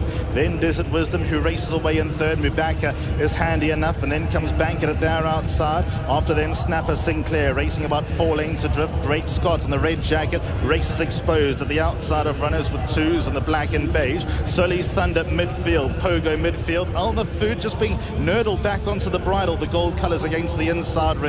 Golden Goal keeps him company. Algiers is on the improve. A couple of lengths away to Secret Ambition, who's totally out of his zone. He's 3/4 of the way back. He's about 9 lengths adrift. Then comes the slow starting full flat, and Dubai Icon is at the end of the field, and it's Bathrat Leon in the lead by 1 length. Shows the way of a Storm Damage, who goes well enough in second. Then comes Desert Wisdom sharing third with Bankit. Bankit at the outside is about 2 lengths off the leader. Sully's Thunder in the yellow and blue colours. Mubaka's next best. Great Scott 2s at the outside. Algiers been asked for everything. Golden Goal still got about 8 lengths to make up. 3 away to Secret Ambition. Then comes Dubai Icon, but they straighten up, and in front is Bathrat Leon. Gave a lovely kick at the top of the straight. Storm Damage. Then comes Desert Wisdom in the 2 shades of green. Bathrat Leon a 2-length leader. Desert Wisdom wearing down Bathrat Leon. Bathrat Leon still the leader. Holds sway, holds the advantage, and a front-running demolition from Bathrat Leon. Second goes to Desert Wisdom. Third to Storm Damage. Sully's Thunder, Mubaka, they were ahead of Bankers. Further back, Great Scott, Algiers, some didn't get into the race. Dubai Icon, Snapper Sinclair, 2s and Secret Ambition, they were ahead of Golden Goal. After them, we had the likes of Full Flat, Pogo, and Alma Food was simply off colour. Wow. Japan win the Godolphin Mile for just the 2nd time, following on from Utopia in 2006. His Highness Sheikh Mohammed bin Rashid Al Maktoum, of course the ruler of Dubai, Vice President, Prime Minister of the UAE, has arrived here at Meydan Racecourse. Fantastic to have him with us, and no doubt we will see him come all the way through the Royal Majlis, the Royal entrance into the Royal Box. He's just crossing the bridge at the moment. Bathrat Leon, I think we all underrated him a little bit. Well, I mean, the Japanese horses, wherever they've gone this year, be it the Breeders' Cup, Saudi, they've run huge races, but the horse had only ever run on dirt once, and I don't think it even placed in that race. So that's a massive run. They went the first half in 45-3, the first 3 quarters in 109-3. The only time they ever went faster than that in the Godolphin Mile was North America Heavy Metal Sharp Azteca. When they killed each other. This horse made the lead and nobody came and got him, but he ran fast fractions. It's his absolutely remarkable performance, because nobody can get to him, and they were trying. And you've got to give credit to Desert Wisdom. I mean, we kind of almost said, oh, that was a big run because he got lucky on Super Saturday, but he's backed it up, and that's a huge run. But I'm shocked. I wouldn't have tipped that horse. I'm not as shocked, because I've been looking at the horse all week. He goes around in the mornings with Panther Lassa, and one of them is super popular, because if you tweet a picture or a video, it goes crazy, and I can't work out which one it is. I assumed it was Panther Lassa. They've been training together. That moves that horse up in estimations later on in the Dubai Turf. But I suppose the surprising thing, only his 2nd run on dirt, and his form figures coming into this: 15th of 17, 15th of 16, 12th of 17, 13th of 16, and 9th of 16. I didn't think he'd belong. I really didn't, but he makes me eat my words here. I mean, not only was he a winner, he was the easiest of winners. And the other Japanese horse, Saltus Thunder, runs fourth. So, I mean, Japan just continues its world dominance in horse racing. And this was one of the races we thought they wouldn't win, Justin. Yeah, I mean, I've said the Japan horses are running superb, but there's no way I didn't even think this horse on its recent form should have been in the race. So, you know, Japan obviously know what they're doing. Well, he was rated 108, which is, you know, this horse is in the World Cup. Rated that. I say he was a Group 2 winner at Nakayama of the New Zealand Trophy. I think the one thing you can say, though, from the local perspective is horses like, I mean, that's maybe the first time Alna Fudd's had real kickback. He was eased in the end. Yeah, he never went a yard. He didn't get into it. I think he resented the kickback quite early because he didn't get out. Secret Ambition, you were mentioning what a hard race he had in Saudi. I think he was shuffled back early. Yeah, he just didn't get into it. Mubaka looked like he was and then didn't really get into it. But the front two have huge races, and in all fairness, you've got, you know, two horses in the top three really don't have any dirt form whatsoever. So when we're sitting here saying you've got turf horses running in the race, it's proven it can happen. Yeah, thrilled for the connections of Desert Wisdom. Ahmed Al-Shamali has proven this season and last season he really can train racehorses, and that's a huge achievement for him to finish second. And Storm Damage, well, you know, maybe it's an omen for later on in real world. That was a good run. I mean, they're certainly hoping so, right? I mean, this is a horse with a promising future, and it's going to be interesting to see what Saeed bin Suroor elects to do with Storm Damage as things go on. Does he try and stretch him out maybe next year and look like races like the World Cup, or maybe take him back to England and have an English campaign with him? Well, Pat Cosgrove rode him when he won a couple of starts ago, the listed race. He got off and said, you won't want any further than a mile. Storm Damage, but maybe he's a horse that Saeed really targets the Godolphin Mile with next year.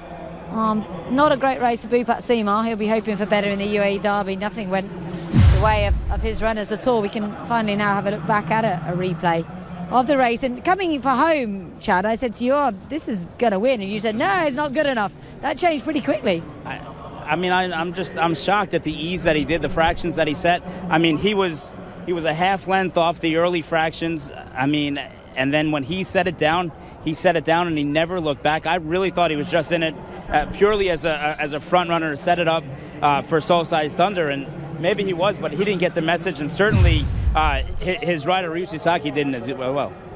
Yoshito Yagi has proven so many times how good he is at travelling these horses. His second win in Dubai, and I couldn't be more happy for Ryusei Sakai, the jockey, because he's a young man who came over here last year. He was in Saudi. He rode a horse called Justin in Saudi, and then he was here to ride that horse. And while he was here, he thought, I'm going to embrace it.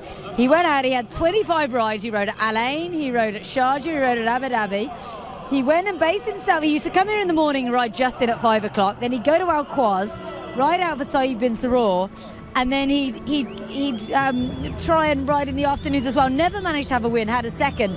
Finally gets a win on the biggest night of all. It's brilliant. And not just him, but the rest of the connections as well. I mean, trainer Yoshida Yahagi, of course, famously trained Contrail, that won the Japanese Triple Crown. He trained Rail Steel, who won the 2016 Dubai Turf. And he shocked America when he won 2 Breeders' Cup races last year with Love's Only You and Mach Lorraine. So he knows how to prepare his horses for the big day. And that's so important. He's won in Dubai before, and he thought this horse deserved the shot, and he was rewarded today. Yeah, getting a fairly big cheer from a section of the crowd, probably the Japanese section of the crowd. A bit of a stunned silence when he crossed the line in front. This son of Kizuna. And yeah, Mr. Yahagi really is the man. He's very cool as well. He loves his travelling. This horse has earned himself a little stud career. Well, he already had a stud career, didn't he, as a Group 2 winner. And what does this tell us about the track, do we think, Justin, bearing in mind he's won from 1 and he dominated? Well, we thought he'd go forward, but it does look, I mean, the 2 dirt races so far have been the horses that have gone forward. They haven't been caught. But we do think that when the heat's on it, so as it cools down, we've got a couple of turf races coming up now. The sprints, I think, will be completely different. I think they're just going to go hell for leather. But I think early doors, we've called it right, that if you get towards the front, you've got a huge chance. Well, I think we've also seen today how difficult it is to get to the front. Yeah, I mean, we were all sitting there going, well, Alna Fudd, Secret Ambition, they're going to go forward. You know, RB Rich Like Me, they're going to go forward. It's not proven to be the case. You know, it's one of those things where you always used to joke, you don't know speed until you've seen American speed. We always talk about that for the Golden Shaheen. Well, with Matera Sky in years past. Well, just hold that thought. We're going to hear from our winning jockey.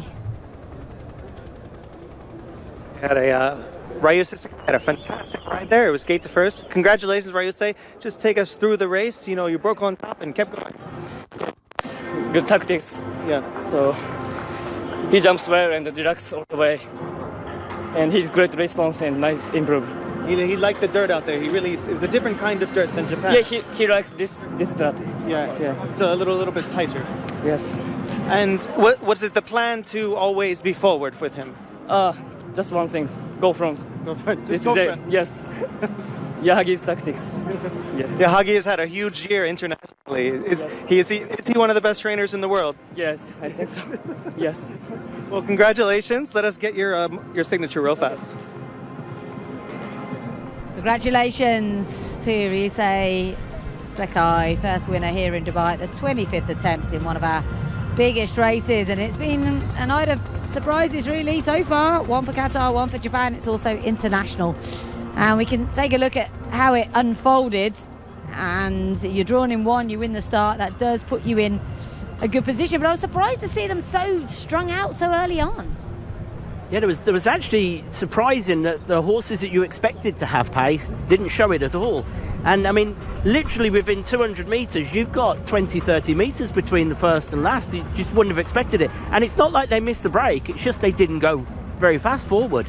It's a very strange race in that sense. And the one horse who did miss the break, I mean, he was up against it anyway. Full Flat did break a few strides back. You see him there in last, already kind of being scrubbed upon a little bit there. Yeah, Full Flat was returning after a monster layoff to run in this race, 626 days. It was slightly strange campaigning, however you look at it. But right here, even, I mean, Bankett's got himself in the race, but it doesn't never really move forward. I think Doug's horses are all right there. Two's starting to kind of rind up a little bit, but nothing really is able to quicken. And maybe the rail itself is good too, because the first race we saw first class on the rail, and now we see this one as well, or right off the rail. Well, we've said that for years here. The rail and the front running gives you a huge advantage sometimes, and it does seem to be playing that way. So it is a case of getting out and getting across. You're going to have a big chance. Provided you don't collide with the rail, as we learned in our first race. But some notable disappointments in here, and luckily Tiger Shade did look after the favourite Aun Ofud, who you could see earlier on he was really having to ride him. For whatever reason, that horse just hasn't performed today. Just not turned up. Yeah. I mean, you never know with horses. We always say they're not machines, and they'll scope him. He might scope dirty. There might be an issue with him. He might just not have liked the kickback straight away. But it was a surprisingly poor run from most of the locals, to be fair. The one we kind of written off, Desert Wisdom, rode probably the best, well, it did ride the best race of all of them. But I think the local horses there will be a little bit disappointed with their performances. Yeah, some consolation, I suppose, for Adjudary following the disaster in the first, that Desert Wisdom ran such a great race here. And I did say to him in that interview you saw earlier on in the show, is it just because he got the rail last time? And he said, no, he's a good horse. He's a strong travelling horse. He responds when you ask him. But he's got a nice attitude, the winner. He really stretches his neck out nicely. The Japanese horses we keep going back to, they're really top of the game at the moment, aren't they? And just wait till the speed they see when Mind Your Biscuit's 2-year-olds start running later on this year. First upset on Dubai World Cup nights 2022. I mean, last year the Japanese were second in 4 races. They brought their strongest ever contingent numerically this year. It would have been very disappointing for them if they emerged winnerless, and they've got much better fancied horses than these to come later on. No, I think they have to be very, very excited about how the day started for them, and as you move on, as the rest of the night, as Christophe Lemaire gets some of his better mounts as well, I mean, it's just the sky is the limit for the Japanese horses on tonight. It might be a Japanese dominated night, I hate to say. It could well be a Japanese-dominated night. I think if the Japanese win race 3, which could happen, I mean, he won superbly over in Saudi, and if that was to happen, then you're pretty much going to just go to the bookies and back Japanese horses for the rest of the night. Yeah, absolutely. I think they were. It's an interesting pedigree, Batra Leon. He is the first foal of a mare called Batra Amal, who was actually rated 62. So she wasn't any great shakes, but she's a half-sister to the Canadian Group 1 winner Serious Attitude, who was trained in the UK by Ray Guest, if memory serves. So quite a nice pedigree, but nothing that really jumps out at you. And certainly not really a dirt pedigree. Kazuna, the sire had his first 2 year-olds in 2019, was the winner of the Japanese Derby and the Prix Niel, one of the Arc Prets. At this point, this is where we knew, well, I think we knew already, Alneford not going to be winning this year, and I thought Storm Damage was the only real danger to Bartrat Leon at this point. I mean, you see Muthaker a little bit, making a little bit of a run, but they're all just kind of running in place. I mean, Two's out there on the outside, but nobody's gaining any bit of ground at all on the winner. The winner's just digging in, and like you said, stretching his little neck out and just keep finding more and more as every stride goes on. Nobody gained on him the entire length of the stretch. He started in front by a length and a half. He ended in front by a length and a half. Pretty much every horse stayed where they were turning in. Like, I was watching Mubasher, obviously, but he seemed to go forward, then just stayed where he was. Probably the only one that finished with any better than his position was Desert Wisdom. Yeah, absolutely. So much credit goes to Desert Wisdom. They could have been tempted as well with him once he got the 111 rating. They could easily have gone, heck, we'll go for the Dubai World Cup, because plenty of people have been tempted by $12 million in the past, but they said, no, he's a miler, we're sticking in this, and it's worked out really nicely for them with that wonderful check. So congratulations to the connections of that horse, faring the best of our strong local contingent in second. I think the interesting thing, too, is we talk about how this contingency is not afraid to travel. We talk about how the Japanese, if they're 1-2 in the UAE Derby later, are going to try and move forward to the Kentucky Derby. Is this a horse that maybe we see joins one of those horses in America and looks at a race like the Met Mile on Belmont Stakes undercard? Could happen. Yeah, there's not too many top-tier dirt races in Japan. They've got the February Stakes, they've got the Japan Cup Dirt, now called the Champions Cup. They're both over further than this, so it'll be interesting to see exactly what path they do target for our Godolphin Mile winner, Bartrat Leon. This is Mr. Omar Khoury, the Chief Assets and Hospitality Officer for Nakil, doing the honours for our Godolphin Mile presentation, and the winning owners are Hiru Raceco Limited. It's their first ever runner here in the UAE, so congratulations to them. Nakil been big supporters of racing here at Meydan this season, sponsoring a couple of carnival and local meetings as well, so we thank them.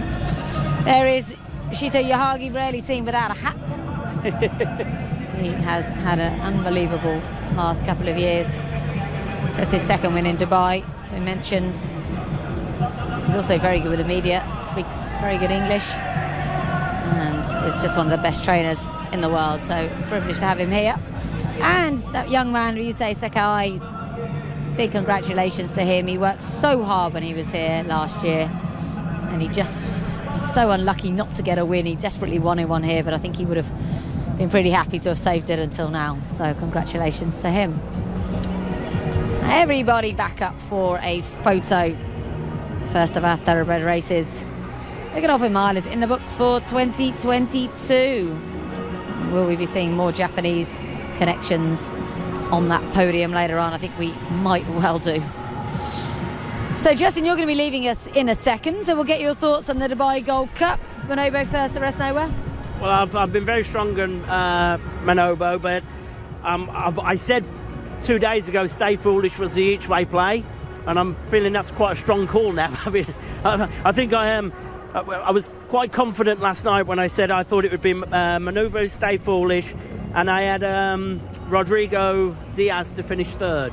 But that was just confidence late last night. That was my call then, and I'm going to stick with it now. A lot of people like Rodrigo Diaz, I think mainly on sort of the David Simcock training methods. We know he always has a lot to work on, and the horse should improve. It's a horse owned by Australian connections, and are likely going to be targeting big races over there later in the season. Charlie Appleby, of course, trains Manobo, and he's got 5 strong chances on the card, Chad. This is the one, though, that if he doesn't go in, they're going to be nervous.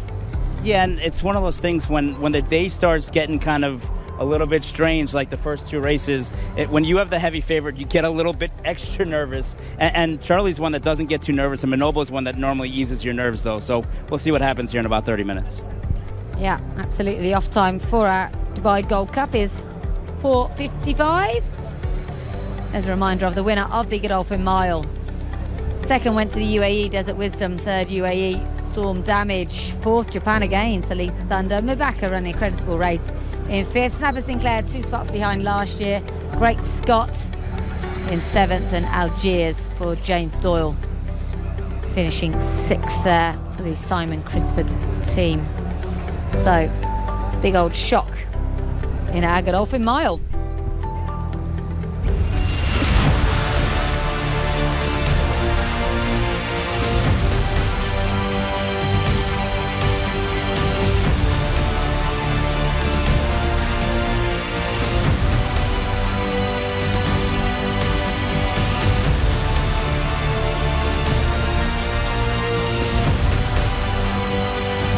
Yeah, sure. Yeah. Yeah, many thanks to our team working hard behind the scenes putting together that highlights package for you. Well, as we mentioned, Manobo is the hot favourite in the Godolphin Mile. Let's hear from his trainer, Charlie Appleby, who, as you'd expect, is pretty confident.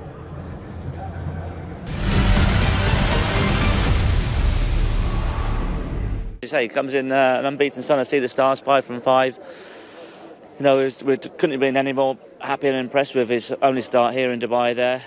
He's come out of the race well. We're stepping up into a bit further there on World Cup night, which I think is well within his compass. I don't think he's a dour stayer. I don't think he's going to be one of these 2.5 mile horses. Because I had toyed with, like I say, dropping him back to the 1.5 mile. But he's in great shape and he's a worthy favourite. I think he's the horse they've got to beat. But again, he's the horse they've got to beat. You know, he's stepping up in class and he's taking on some proper stayers there on Saturday. And so he has got to improve again. But I think it's there for him to be able to do that. Thank you to Charlie Appleby giving us the lowdown on Manobo. I mean, no surprise that he's nominated him as his main chance on the card. And, as we heard there, the horse is so talented. He thought about running him in the Shima, and indeed, had something happen to Yabir with his preparations, that's probably what they would have done. Yeah, and I think it's such a luxury to have the stock that Charlie has, and not only training here in Dubai, but also training in the stables over in Newmarket. So while Manobo's been doing his thing here and Man of Promise has been doing his thing here, he's got Yabir, he's got Creative Plan back in Newmarket. The difficult ones kind of stay in the yard most of the year over there, but they've apparently have been looking really good here the last 10 days they've been here. Yeah, they've been here too long. He did things a bit differently with Yabir, but more on him later because our Gold Cup is up next. Group 2 Gold Cup, one of the newer additions to the Dubai World Cup card. It's a race that's established back in 2012 and it's been a Group 2 since 2014. It's over the 3,200 metres, as you can see there. $1 million, 13 of them line up. Number 1 is Al Marha, 2 is Alignac, Baron Samedi, Group 2 winner. Good horse. East Asia, quite the fairy tale. He was so sick when he arrived. Bounced back, finished second to Manobo last time out. Emperor of the Sun, Miranaki, Grade 1 winner in Argentina. Passion and Glory, Rodrigo Diaz. And we have Stay Foolish, Volcanic Sky, Saeed bin Saror, 11th in this race last year. Castle Bar, Manobo, Veloce Oro is the final one, number 13 in here. A very striking chestnut. Won the Ikukuka show. Sorry, was 6th in the Ikukuka show, the Japanese St. Leger back in October. Horses coming out already for this event. It's a really popular race, the Gold Cup. Charlie Appleby, of course, won it with Cross Counter a couple of years ago. But this is Al Madha, who's been a real improver and deserves his shot in here, but it's his first run at 2 miles. He just kind of stays. He stays one pace. He's a grinder, but I think in a 2-mile race, that's kind of what you need. You don't need a horse that's going to just blitz off and run really fast. You're just going to go and go and go. But at the end of the day, he couldn't quicken with Hokum. I don't think he's going to be able to quicken with Manobo. No, he's up against it, it's fair to say. Won here over 2,000 metres. Also, he's won twice here over 2,000 metres, just in domestic races.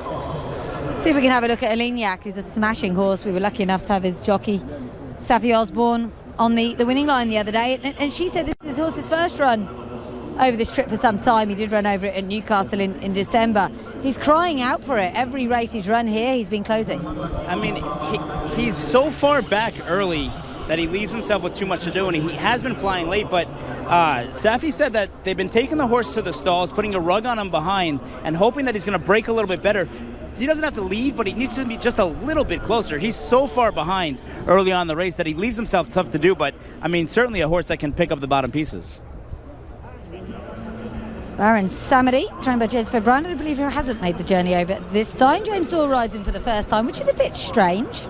Why not bring over Dylan Brown McMonagle or someone like that? He's ridden the horse before, but James obviously world class, but I thought it was a little bit strange they weren't going to one of his normal jockeys. Anyway, it's a Grade 3 winner, won the Vintage Crop and went over to see you in New York and won the Belmont Gold And was Cup. much best. I mean, he was better than any American horse that he faced on that day. The thing that's shocking to me, Joseph O'Brien said 4 Dubai starters, none of them have hit the board yet. That's going to change soon. Yeah, that's very true. It was a real shame they did have State of Rest sort of in the likely runners for the Dubai Turf for some time. I don't think he was ever actually going to come, but we got excited thinking he might. Let's spin on to East Asia. It's probably the smallest horse in the field. This is a real fairy tale. He was picked up by Sayed Ashish for just 30,000 dirhams. What's that, about $5,000, $6,000? The April 19 horses in training sale, having done diddly squat. He kept running well here. He thought, you know what, I'm going to send him home with some of my daughter's show jumpers and retired horses to the UK. We'll send him to Ian Williams, see what happens. Horse wins 3 in a row, rockets up the handicap, wins another race after that, and comes back here, runs a super race after being sick, and ends up on World Cup Day. A fairy tale. Can it continue this evening? And this is Miriam Aki, and now I can't wait to see what his trainer Maria Munoz is wearing, because she's a style queen. This horse is up against it, though. He's up against it. The interesting thing with him is in the morning trainings, he's been training on the turf, and he's been training very, very fast piece of track work. I wonder if they're going to try and send him and try and get him involved early on in the pace, which could affect the chance to stay foolish. Ricardo Corona there, keeping a close eye on fashion and glory for Saeed bin Saror. Japanese collections, Veloce Oro, same silks as we saw in the last race with full flat. It's just Rodrigo Diaz. A lot of people quite fancy this horse, but if you do, you really are hoping he's going to progress a lot from that last start. Yeah, and he's a syndicate-owned horse, and I think most of the syndicates here to support them. It's very difficult for syndicate horses to make it to this level. They don't spend a lot of money for them at the sale. So just being here is a prize as it is, but he needs to really improve to make up the 7 lengths that Manoba beat him by, because Manoba probably could have beat him by double digits. Yeah, Manoba did win so impressively. Stay Foolish, good winner last time. Resi Tough handicap, that's a kind of a crucial point, but he did carry 60 kilos. That was in Saudi. That was over 3,000 metres, it's over 3,200. That won't make much difference. He kind of dominated from the front. Beat a Group 1 winner in Sunny Boy Liston. He's probably second best here, Stay Foolish. Volcanic Sky, not good enough. 11th last year. May improve on that, but won't win, I would say. Don't like to be too dismissive of Saeed bin Saror's horses, but Castle Bar for Halal Al-Alawi has been a real nice improver this year. Won over 1,900 metres here and was an excellent third in the Dubai Millennium behind Royal Fleet last time, but this is a big step up in trip and class and everything else. But he does put himself in these races. I know obviously this is the toughest face he's ever faced, but he does put himself in these races early. Rodrigo Diaz, incidentally, just going around behind us, has got incredibly warm. This is Manobo. He's a gorgeous horse. He's 5 from 5. This is the best field he's ever faced, though.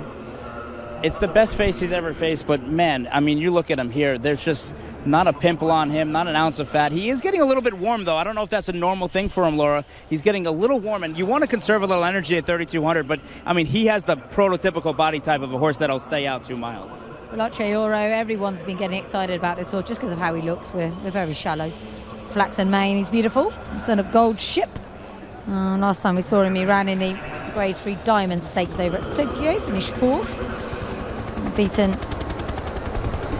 that far, beaten 4 lengths. Said he was 6 in the Japanese St. Ledger.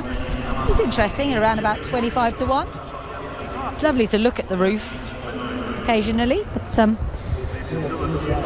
show you some of the runners as well. We've covered most of them, that said. Emperor of the Sun is very interesting. I feel like he could run a big race for Fauzi Nas. His border's a bit of a project horse, I think. But he actually gets the trip he needs. Bahrain Trophy that he ran in last time was over an inadequate 2,000 metres. He's number 5 here, Emperor of the Sun, as Stay Foolish goes out. Stay Foolish has been fun to watch in the mornings, hasn't he? Big personality. He comes up right close to the rail, has a good look at everybody. No, and I mean, for a turf horse, he handles the dirt really just fine. Some of those Japanese horses, you see him kind of get on the turf course in the morning time, but Stay Foolish just had no problem at all handling the sand in the morning times. Miranaki, wouldn't it be great? Because Maria is the most sporting trainer. She will go anywhere and run anything on anything. She loves to travel. He does have the back class, but it's been a while since he's got that win. It's such a big ask. And he didn't run bad against Stay Foolish, but he was never traveling like a winner. And over here, when you got to face Stay Foolish and then add in Manobo and even Baron Samedi, it makes it really, really big ask. Yeah, it's going to be up against it. She has had this as the plan for a long time, though. She said, we're going to go over to Saudi, run there, we're going to come back to Dubai and run in the Gold Cup. The horse has a lofty rating, which means you can plan such things a long way out, as I mentioned earlier on. Manobo, yeah, he said he has got a little bit warm, but there was nothing, and he wears the hood, as a lot of Charlies do, but there was nothing else to concern you. Look, this is the first time I'm seeing him warm up as he kind of canters by us now. He is one of the best moving horses I've ever seen in my life. He does things so effortlessly. He's got this huge, giant stride, and he's just a lovely horse to watch gallop. I mean, he does it effortlessly. Veloce Oro was moving backwards a moment ago, which isn't perhaps what Mirko Di Moro would have wanted. There's quite a few horses in this that like to go forward. Stay Foolish is likely to do that, as we said. That's what he did in Saudi. We could also see Volcanic Sky in the past as one from the front, though not for some time. I imagine Williams just going to want to sit in sort of second or third position. Yeah, I think the thing is, when you have a horse like Manobo and you feel like you're on the best horse in what's a 3,200-meter race, it's just ride him like he's the best horse. Don't worry about what's going on in front of you or behind. Just hold that thought a second. Let's hear from Mikey. Ian Williams with East Asia. He's obviously coming out of a big run in the local prep here in the Natal Sheba turf. Now, the trophy, rather. How does he translate that into a big run today? He has to run of a similar fashion, but it was a huge run for him that night. I think it was far above what we expected, but the hold-up tactics really prevailed that evening, and I hope they go hard today. And one or two of these horses maybe just don't quite stay as well as they could do. And Richie Mullen said he'll count them down from the turn and see how we get on. Listen, we've had a wonderful experience getting him here. He joined us last year, and to think that we'll be back here for tonight is quite amazing. So we've had a great experience, and this is just the icing on the cake, just to be back. How sort of rewarding is it to get him work through whatever kinks he had and to get him to this level and get an invite to one of the top staying races in the world? Well, he's owned by Said, who's a local, and when he arrived in England, he was rated 70 as a 6-year-old, never won a maiden, or still a maiden. So he surprised me in the UK, and his one run out here was above, as I say, what we were expecting. So he's only a little horse. He's achieved far more than I would have expected him to so far, and I hope he continues to do that. Well, hopefully you'll hear Laura cheering in the background for him. Best of luck to you. Thank you very much. Thank you.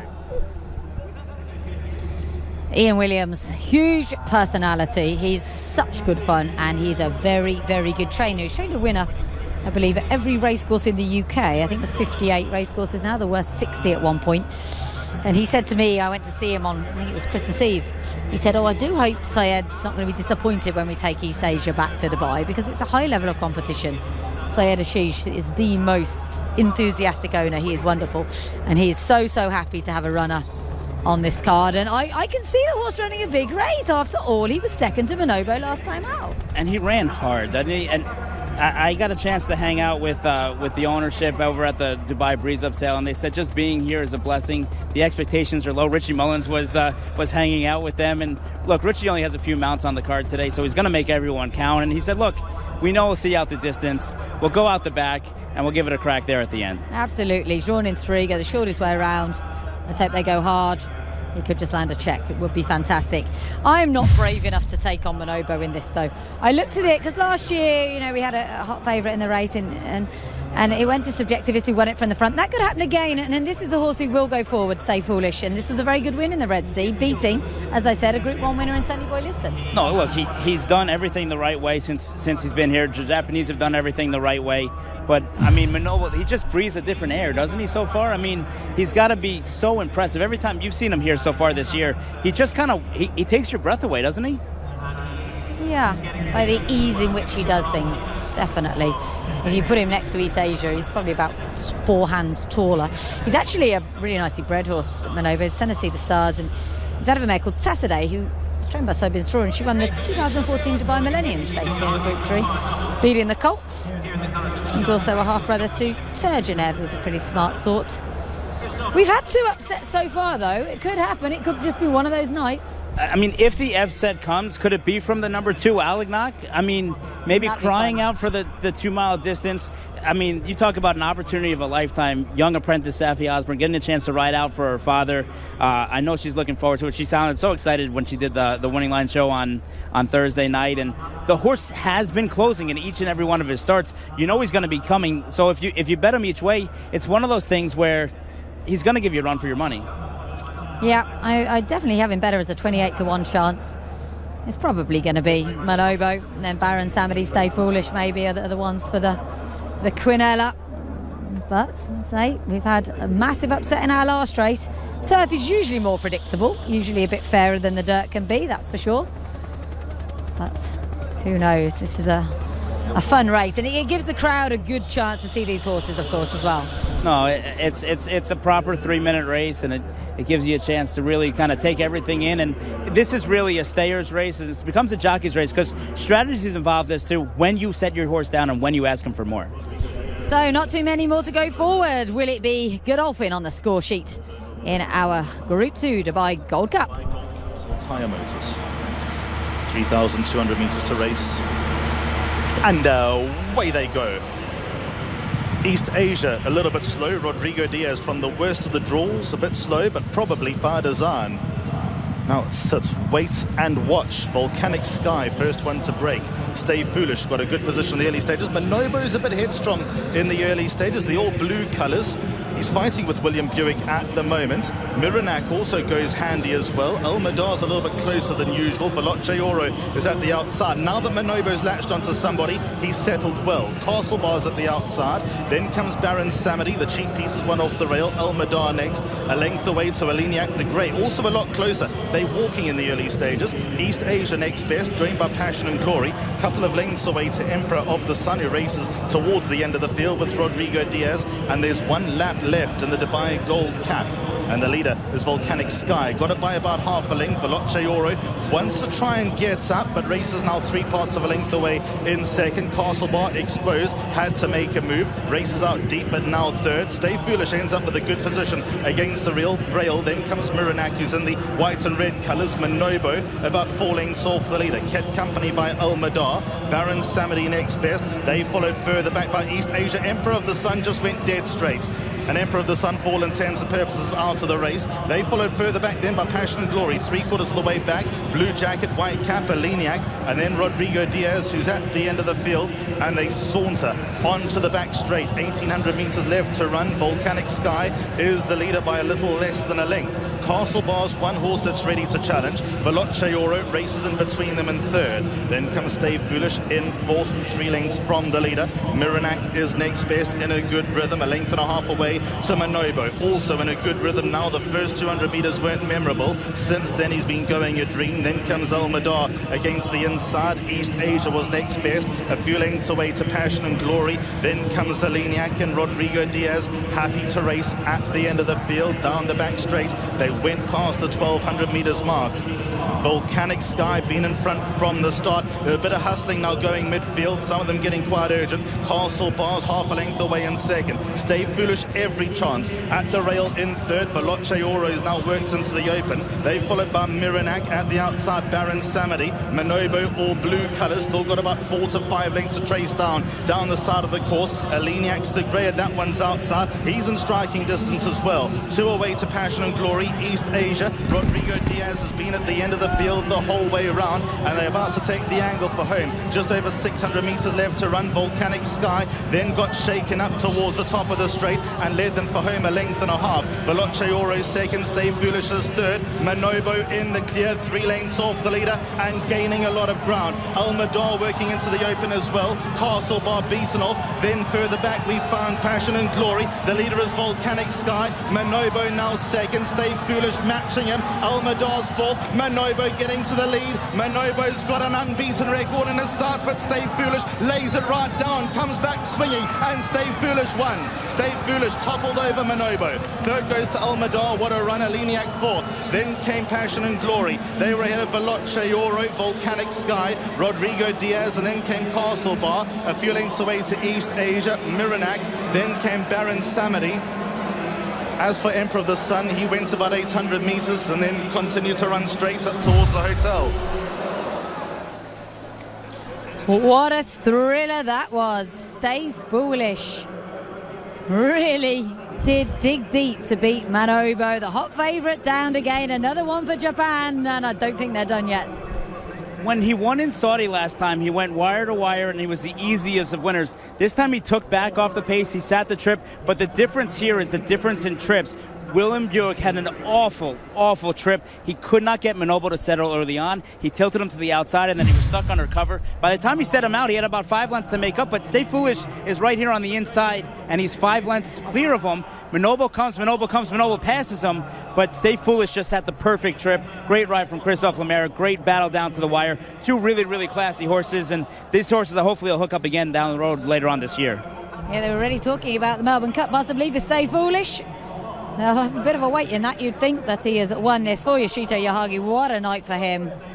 Christophe Lemaire riding here for the first time since Almond Eye in 2019. One on the board for him early on. This horse, first time over the 3,200 metres, as we mentioned, went over the 3,000 last time. Not a problem at all. And he's the first ever winner in this race for Japan. It's really just a remarkable performance from both horses. I mean, battling all the way to the line.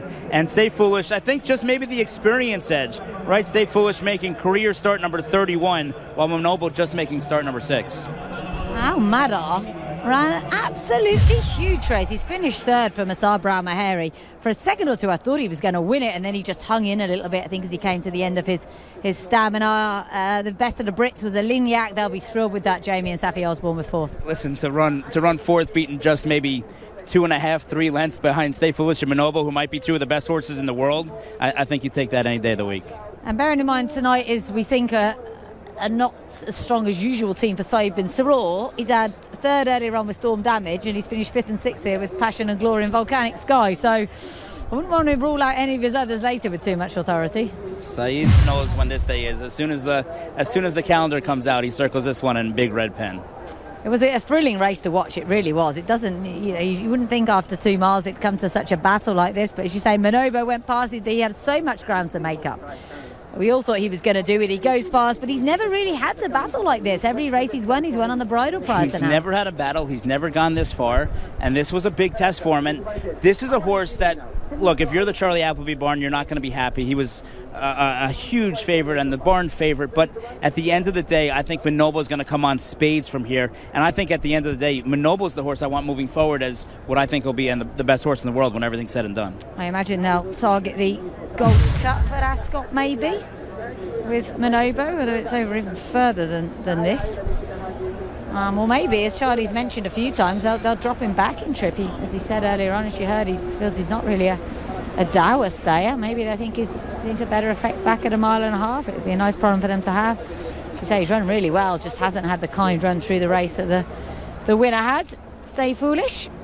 I mean, he is a classy horse. He was 5th behind Glory Vase and Pile Driver and the like in the Hong Kong Vase in December, so that gives a bit of a boost for their form for later on.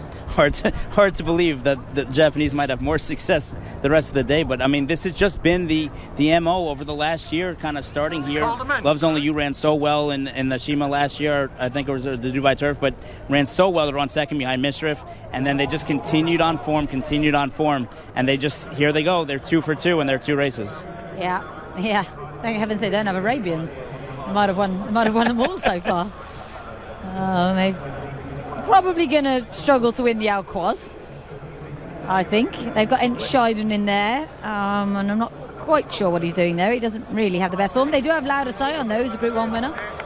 It's one of these things where when things are just clicking in the barn, they're just clicking. And that Japanese group is so tight. Most of them came directly from Saudi Arabia over here to Dubai. They've been together now for 6 weeks, and it really just is a family event. They start at the barn about 2 o'clock in the morning time, and by 3 o'clock, they're all out riding out the first set that for an hour. They're under tack, walking these horses around before they go out to the track. They love their horses, and it shows in the results here. The Godolphin team and sadly Manobo right behind us, and crestfallen would be the word. They're not happy faces. No, Appleby camp. It must be tough when you think you've prepared, obviously, anyone who gets beaten when they've got a hot favourite.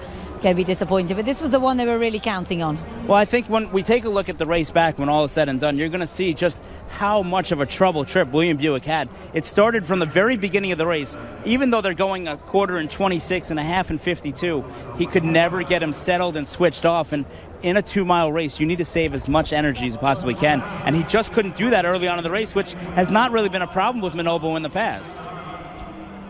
Yeah, first time he'd had a tough race. We said that before. First time he's had a battle. He's probably going to emerge from this a better horse, maybe, Manobo. But that won't be much consolation for Connections now. And it's gone to this much more experienced Stay Foolish for that man, Christophe Lemaire. And it was interesting. I heard him interviewed a few times this week, and he said, yep, I had a great time in Saudi. It was wonderful to have those wins, but I put that behind me and I focus now on Dubai World Cup. And today has started out very nicely for him. Thank you very much. Will we see more Japanese success later on today? Bearing in mind they've got Shahryar. Chanel Meister was one of the warmest favourites on the card at around about 6-4, I think he is, in that Dubai turf. So could just be a huge day for them. It's not often really outside of Godolphin that we see trainers with doubles on this card. I suppose John Gosden managed it last year with Mishrif and Lord North, but it's a tough thing to achieve, isn't it? No, these are the best horses in the world, and they bring their best efforts, and normally trainers won't have those kind of top-notch contenders in every one of these divisions, but the Japanese have come well-stocked, and look, Todd Pletcher's got chances later on, Doug O'Neill has 3 chances later on, so there could be another double on the card as we go on. Fairly confident the Japanese won't win the World Cup itself. I don't know anymore. But who knows? We can get a debrief now from our winner, because Christophe Lemaire is with Mikey. Lemaire has once again won one of the big races on the world stage as he weighs out here. Christophe, if you can, take us through it. It looks like, this horse had a dream trip out there. Yes, definitely. Lucky to be on the inside. Very relaxed. Was slow pace early on, but then we quickened from last turn. My horse was responded very well. As I said before, he doesn't have a big turn of foot, but he's got stamina, and today he had to fight very well. He had to fight, and he did it very well. Before Saudi, he hadn't. Before Saudi, he hadn't won in about 3 years. Now he wins 2 big races in a row. What do you think is the difference? Yeah, but I think the trip. Now he can run on longer trip. He get tough, and to be honest, when he came to Middle East last time, the horse get really stronger, and he likes it here. he likes the heat, and more than me. But yeah, over distance, I think he's going to become one of the best in the world. Well, let's hope so. Hopefully we'll see you. Thank you. Thank you. Christophe Lemaire, such a nice guy. I remember thinking many years ago, this is the best jockey in France. And then he went over to Japan, which is an attractive thing to do because there's so much money. But they don't make it easy for you. I think they give you a translator for a bit, and then you have to learn Japanese and pass a test in order to stay there and become part of their jockey colony.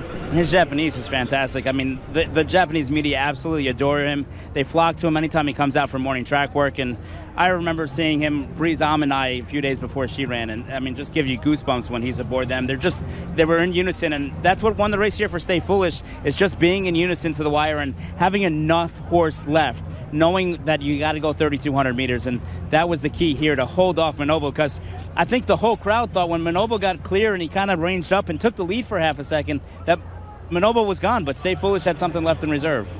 So far, this Saudi form is working out extremely well.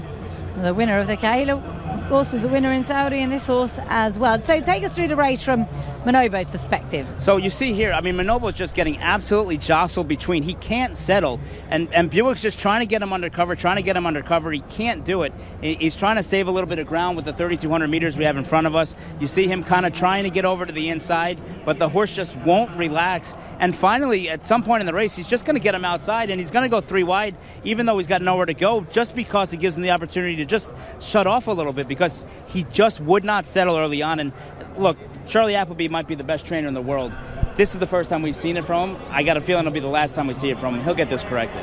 This is a concern later for Yabir, though. A horse that we know can over-race. He did it in the Breeders' Cup Turf, and he's coming here off a layoff. This horse had the prep, which should have taken the fizziness out of him.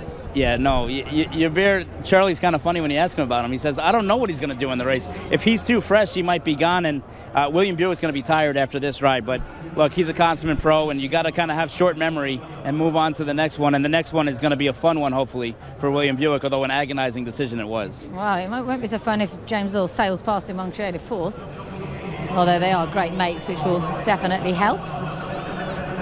I quite like our helicopter, but I'm not sure that it necessarily shows us quite what's happening, sort of, you know, in terms of... You see Sophie out the back here. She's still second to last, and she's going to end up passing a bunch to run fourth, though. That's, you know, just a never give up attitude. You're riding for your family, and they have to be proud with the fourth place finish. Yeah, Safi Osborne. It was fantastic. At one point, I was like, "Come on, Safi, you're going to get there." Around about now, she's coming with a little bit of a run, and here again, still Noble's just crying out for room. He's completely boxed in with nowhere to go. If he's able to tilt out and get out any bit earlier in the race, I think he can win. But he just has nowhere to go. And finally, when the hole opens up, William's going to let him go, and he does kind of just smash on through it. But it took so long, and that's so much energy that you have to use.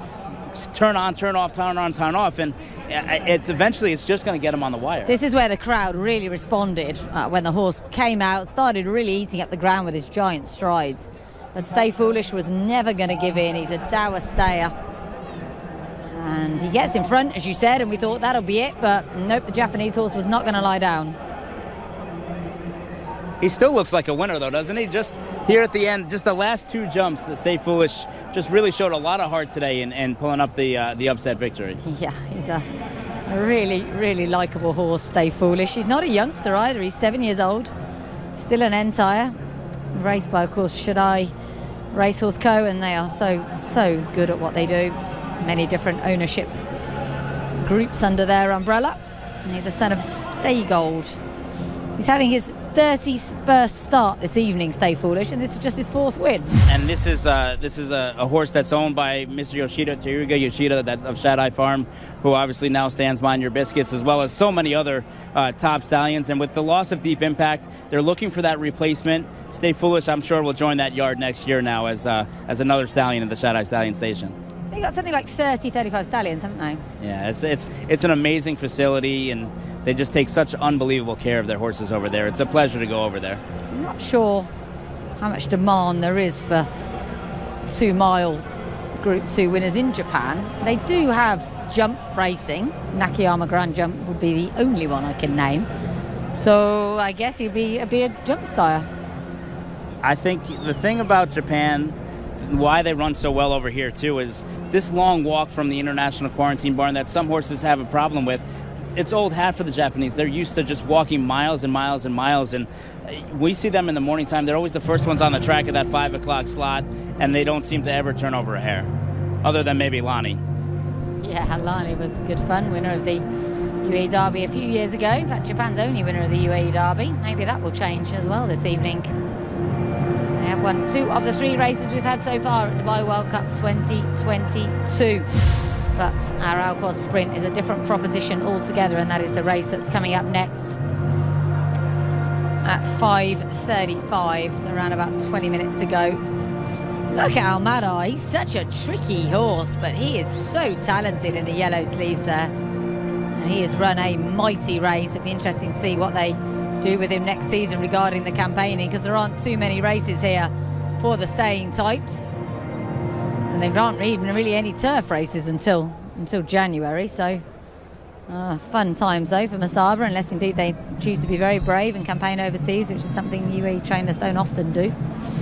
But a pat down the neck for Stay Foolish, winner of our Dubai Gold Cup, for Christophe Lemaire. It's cooled down quite a lot, hasn't it? And the crowd seem to have kind of come closer to us, more up to the fence, or maybe it's just that they've taken their time to arrive and get in. It feels a lot busier now than it did before the Kahala. Perhaps they were just hiding in the shade. I think it's just one of those things, and we see it year in and year out here on World Cup night. The masses just continue to pour in. Even though the Kahala is such a great race, and every race on the card is such a great race, this place will be jam-packed by the time Dubai World Cup goes off tonight. So our trophy presentation for the Dubai Gold Cup, sponsored by Altair Motors, and this is Mr. Humaid Tariq Altair himself presenting the prize to the owners of Stay Foolish Shaddai Racehorse Co Limited. And Yoshito Yahagi, the trainer, came into tonight just 1 win from 8 runners here in Dubai. Now improved that to 3 from 10. That is pretty good going. He's a real character, as we mentioned. Very, very popular over there. That looked like that might have been Mr. Yoshida here too as well. I believe he was planning a trip over. He always brings a camera with him, so he's standing taking the picture of the trophy there in the winner's picture. If that's him, I'm 99% sure that was Mr. Yoshida. He won a Lifetime Achievement Award, rather the Yoshida family won a Lifetime Achievement Award. Recent His Highness Sheikh Mohammed Racing Awards that we had here on Super Saturday, and they sadly weren't able to attend on that occasion, but they did say we'll be here for Dubai World Cup, probably because they knew they were going to have a winner or two. Christophe Lemaire, his 7th win in Dubai from 107 rides. Yeah, there he is. And of course, they are such a powerful family. And in addition to the Shaddai Stallion Station that we mentioned, they've got all these different kind of syndicates, isn't it, that they have over there, and it's a fabulous way of running racing. And the Japanese absolutely love their racing. They sleep outside for 3 days before the Japan Cup. They're going to start traveling here and forces the fans as well. I think aside from all the connections and the media that comes, it seems like more and more every year are making these trips. So full rundown, first 8th in our Dubai Gold Cup. Good performance indeed from Ahmad Haran and Lignac. Saibin Soror pair, Passion and Glory, Volcanic Sky, the popular Veloce, Ore and Castle Bar. Real improve this year for Halal Al-Alawi, finishing 8th for our locals, so a good performance from that horse as well. But a lot of people who may be having a bit of a wager on this card from overseas will have been relying on Manobo to get the job done, and he didn't quite manage to do so. Here are the highlights of our Dubai Gold Cup.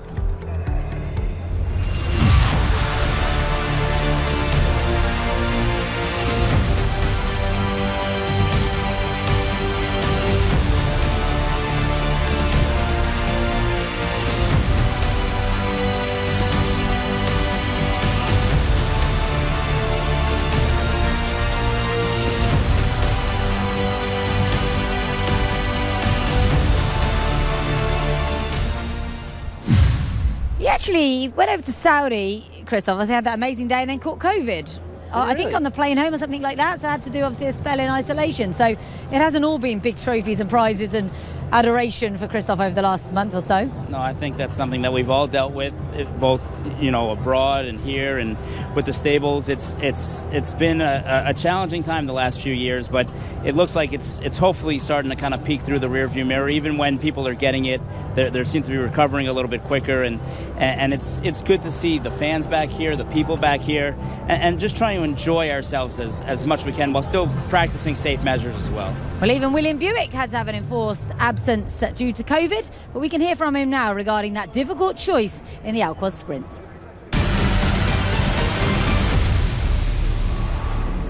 It wasn't an easy choice, and these choices are, they're a privilege to have, for sure, but they're also take a bit of thinking through. Look, obviously we also ran a promise on Super Saturday, and he was very impressive, and he backed that up. He's done that twice this season now, so everyone's very happy with him at home. So Creative Force, he's a Group 1 winner. So, but look, I sort of went with the horse who's got the track experience and race fitness. I mean, I wouldn't necessarily be saying there's too much between them. I wouldn't let, if you like Creative Force, I wouldn't let my choice sway you, because it's not an easy choice. They're two great horses. And Naval Crown's also in there. You had the option for him, obviously, but you have ridden him enough, and you know him well enough. You think he'll take to the 6 furlongs, and he's also drawn inside? Yeah, for sure. Again, I wouldn't discount him either. He's got a lot of pace. Obviously, he won the Al Fahidi over 7, and then in Saudi he was drawn 2 wide. So just put a line through that. but no, he's a good, solid horse. And again, you know, he's a proper group horse. He's been unlucky not to win a jersey at Royal Ascot, you know, where he was just pipped by Creative Force. So now he's a good horse as well. It was funny, before we did that interview with William, he was chatting to another journalist. I didn't think much of it, and I realised she'd come over from Scandinavia, and he was speaking to her in Norwegian, I believe. He speaks 3 or 4 languages. Very, very clever guy and a superb jockey. Let's hope things go a bit more smoothly for him in this race than they did in the last.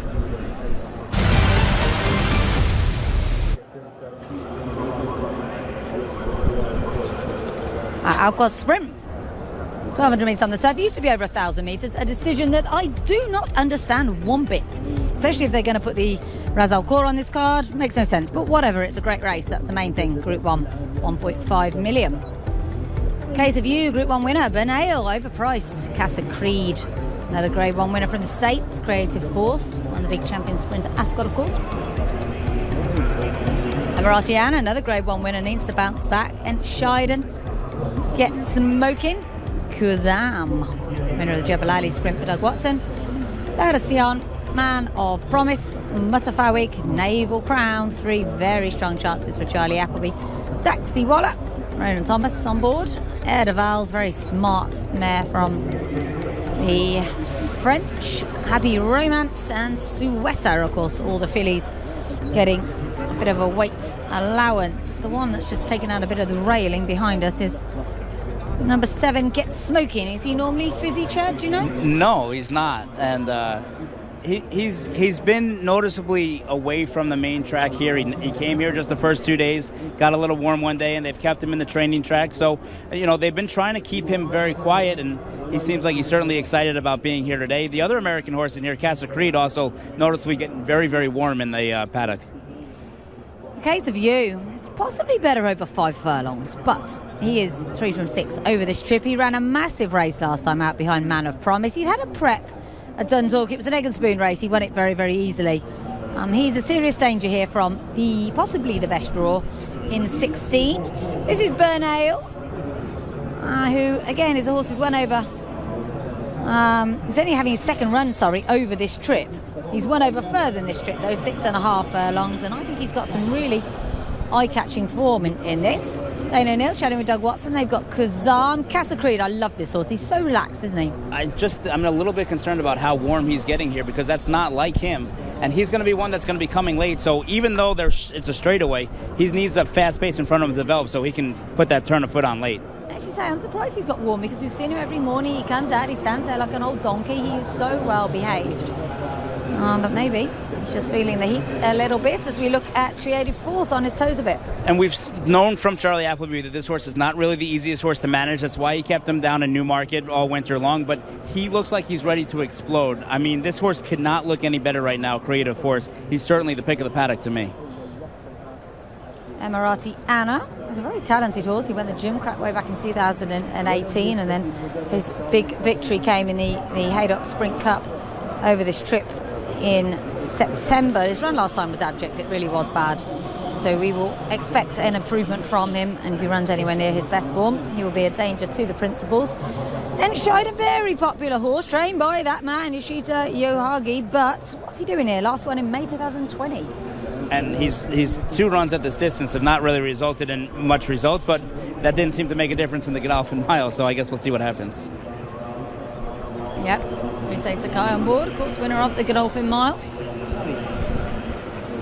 Very busy parade ring, thanks to the presence of our royal family. I've actually been super strict with parade ring passes in there. I can't go in there even if I want to, which is lucky because I don't. Mike, we thankfully allowed in there to bring you those post-race interviews, but they've, I think, bearing in mind the safety of everybody, humans and horses, it makes sense to limit the Parade ring access today. These guys are great fun. Iron Horse Racing had Harlan Moulter on with Breakfast with the Stars the other day. They like a turf sprinter, and I think this guy could pick up a check for them. Well, they saw what happened with Long on Value a few years ago for Bill Mott, who just got beat a neck in this very race. And they said, why can't we cut back in distance? The question with Get Smoking is going to be, is he fast enough to lead? Because he's been in front the first call of every one of his races, but that's been going over a distance of ground like a mile. Kazam's probably a little bit under the radar in here. He's a very good horse. He was smart in the UK for Roger Varian. And then he came over here and ran very, very well first up at Jebel Ali behind Al Tariq, then bled, then won the Jebel Ali Mile. It was a fairly, Jebel Ali Sprint, sorry, it's fairly strong form. Back on the turf won't be a problem. Just going to be a little bit concerned with the weather being so warm and knowing that he did have that history of bleeding last time here at Meydan 2 starts back. Yeah, that's a good point. Laura Sion won the 2020 Group 1 NHK Mile Cup. Over a mile, obviously. It's probably better over 7 furlongs or a mile. The way Saeed's horses have been running so far, I wouldn't rule out this fellow Mutafawig at all. And Pat Cosgrave certainly riding well as well. He is indeed. Very rarely rides badly, in my opinion. This horse won a maiden at Doncaster on his debut over 6 furlongs. That's his only victory over that, but was fourth, but took back one here over this trip. This is Naval Crown. I love this horse. I was a bit surprised to see him in this. Indeed, it's his first run over 1,200 metres. I think they were disappointed at what's happened in Saudi. He looked like he needed the race first time back and was still a winner over Story of Light. And this is kind of a fact-finding mission for them. And, you know, you have the services of Frankie Dettori available. You grab him on Naval Crown, and we're going to learn a lot about him today. Yeah, Charlie used Frankie with good effect over in Canada last year. So not afraid to team up with him when Frankie is available. This is Suessa, a repeat of her career best, which I'd say was her win in the King George Stakes at Goodwood. And she's a real danger here. She was only beaten 6 cents behind A Case of You in the Abbey last time. She's 2 from 3 over 6 furlongs. She gets a weight allowance, and she's actually the co-highest rated horse in the race with Man of Promise at 119. There's a look at Man of Promise. I love this horse. I think he's a smashing little horse, but there's a concern. Big run on Super Saturday. As we mentioned at the top of the show, that can leave its mark. It was the performance of the entire carnival meeting, and it happened just 3 weeks ago. Now, look, he was brilliant the first race he ran in Meydan as well. So this is 2 from 2, but he was in this race last year. Joked with Richie Mullen, who rode him last year in the Al-Quads. He said, how come I don't get the ride back again this year? Well, yeah, let's not go into that, but he's based with Charlie all season, Richie, and there are 3 in here for Charlie. Anyway, I just think he's a proper horse, Man of Promise, this year. Let's hear from Mikey. All right, we got Harlan Moulter here. Get Smoking comes in here as one of the bit of the outsiders there, but an outsider won this race last year. Do you think he can emulate Extravagant Kid? Well, I think that the cutback milers coming from the States have had quite a bit of success, and that was really the thought we had bringing him over here. He has a ton of speed, going 2 turns, and it's going to be a real mystery to see how he reacts to the cutback. It's the last time he ran this distance was in his debut. So we're experimenting, but we feel like he has the quality to be there today. To give you a little confidence having Mark Cassidy in your corner, considering he does have international success at the top level. Absolutely. Obviously, Tepin was a super horse. Hopefully we can keep up to that standard today, but Mark has a ton of confidence. He didn't even bat an eye. We had some great partners who all wanted to be part of this type of international experience, and we wanted to get him over here and give him a shot. All right, well, best of luck to you. Great. I can tell you the Abbasi Equa World best turned out has gone to horse number 12, Naval Crown. So congratulations to the groom of that one. As we look at Emirati Anna, who's a sweet little horse heading down to the start. And I spoke to Andrea Zini about him a while ago, and I said, is this what he wants? Fast ground, 6 furlongs? He was like, absolutely. I said, can't have the ground fast enough. He's going to love it. So we'll just put a line through that last run behind Man of Promise. He's a good deal better than that. Maybe he just really needed it. Kevin Ryan is here. Yet to have a winner in Dubai, Kevin, but a very, very good trainer. This is Creative Force. Now, I thought the reason he stayed in Newmarket was just that Yabir had someone to talk to on the plane, frankly. But this form, Group 1, yes, dodgy. Soft ground, Ascot, Glen Shield won the race the year before. There's a lot of horses in here who had a hard season. It's not a strong Group 1 for me. I just like the way that he finishes up. And I know it's on soft ground, and most of his races have come on good to soft ground, but he just finishes really, really well. And I just have all the belief in Charlie. Look, if you would have asked the beginning of the year, Creative Force was his best chance.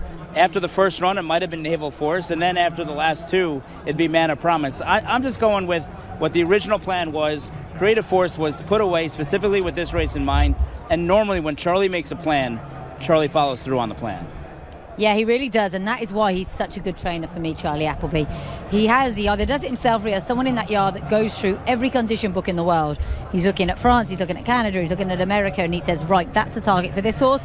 He hits the target, the horse more often than not wins. If you chuck a horse into a race at the last minute, it just doesn't work out for you. By and large, it can obviously, but it's rare.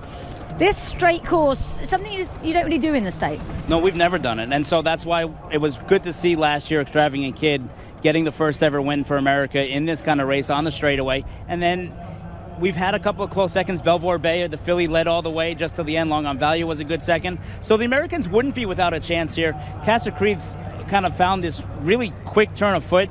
We saw it really at Saudi. One more jump, he probably was going to win the 15-32 Sprint Turf Cup. So can Casa Creed improve one better off that last start? And really, it's a mystery what Get Smokin's going to do. But Harlan Malter, who's the managing partner, Mikey obviously interviewed him there. He famously owned Bucero, who went to Royal Ascot as a 50-1 outsider that everybody said was crazy, and he almost won. He ran fifth, just beaten a nose for fourth. Can we see maybe this horse do one better? We didn't talk too much about Happy Romance. So you mentioned that great run in Saudi by Casa Creed. She was just behind him. Richard Hannon, his trainer, one of the bigger personalities in UK racing, he's a hoot. He said that last week this filly did her best ever work off the back of that good run in Saudi. And reunites with jockey Sean Levy, who wasn't able to ride last time out. Certainly she would not be a surprise, and I think she would handle the straightaway course really, really well because she's right there, puts herself in the race, puts herself in a good position early on. And that's really what it's going to come down to is the stand side really, really good? Where are they going to separate? Where's the break going to be? And who's going to lead early? He's brave enough to go far side. I mean, you're mad, really, if you're drawn in one and you try and track over, I would say. So we are going to see a split, as Chad mentioned. We haven't spoken much about Air de Vals either, trained by Kareem Brand-Barb, who's had two runners in Dubai. Both of them were Cirrus de Zeg. He won one Shima and was second in another. That is decent form. She's a good trainer, and this Air de Vals is a smart filly. And if you want a jockey in a turf sprint, there's no better jockey to call upon as a pickup mind than Mikel Barcelona. This horse will get out of the gate well, I would hope. Yeah, he will, because Mikel's won two of these races this season on Batwan, who really sadly didn't make it get into this race. Only rated 104. Real shame. His trainer Nicholas Collar is here today, actually, but not represented on the card. Which other ones haven't we spoken about? Taxi Waller, now trained over in Qatar. Won 9 races there. It was with Archie Watson in the UK. Been winning quite easily, but this would be a big step up in grade, of course. Ronan Thompson 1-for-1. He's never lost over here in Meydan Racecourse after winning the first race on the card. So he's going to be riding really, really high and just have all the confidence in the world. Lovely look there at the start for our Alquas Sprint. As I mentioned, they changed the distance of this a while back in 2017 for reasons that nobody really knows. It was a very good race before. It's still a very good race. It's actually a race that's relatively new to the programme, was only founded in 2007. It's been on Dubai World Cup cards since 2010, so when we opened up here at Meydan, they thought we'll celebrate the new race and move this onto the card, and it's been a fabulously international race down the years. You mentioned Extravagant Kid won it last year. We had Mike de Cox won it a couple of times. We had Hortensia buffering from Australia. That's one of the great things about it. It's not a race that often stays in the UAE. That said, Charlie Appleby's won it twice with Jungle Cat and Blue Point. And I think he's really in prime position to make it number 3. All 3 contenders. Really, you can't even sell Naval Crown short, but I'm going to settle on Creative Force over here. I do think that this was the plan. I do like what I really saw from him in the post-parade, and I just think Man of Promise might just kind of regress a little bit. Now, he can regress and still win. That last race was so powerful, but, I mean, this is a really, really proper Group 1. Yeah, it's a bit like Manobo earlier. We said, he hadn't really been tested. This is a big test, as Charlie said himself, as you heard when you saw the interview we put out on the winning line. He couldn't really split them himself. He said William felt that he needed to be on Man of Promise. He worked the horse on Tuesday. The horse worked just as well as he had. Identical was Charlie's word. Worked identical to how he had before Super Saturday, so he felt he had to be on him, but he's not proven at the top table, which of course Creative Force is, so it really is a fascinating battle just between the Charlie Appleby runners. But the way things are going tonight, we could just see an upset. So I'm going to go with Man of Promise. Chaz with Creative Force. Who is going to win our Alquoz Sprint of 2022? They're nearly all in. Winton. Creative Force is also set. Air de Vals. Vals wins in and out. Casa Creed, Happy Romance, Mutafawa. There comes Taxi Wala.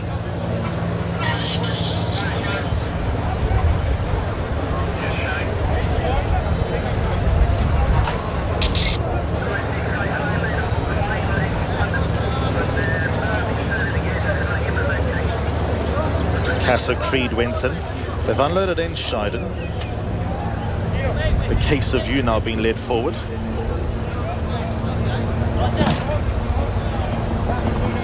Emirati Anna and Happy Romance. Emirati Anna moves in. Happy Romance. There comes Mutafawa. Still got Bernoil to bring up. Case of You, another one still to come forward. Kuzan. It's checking out in Scheiden here.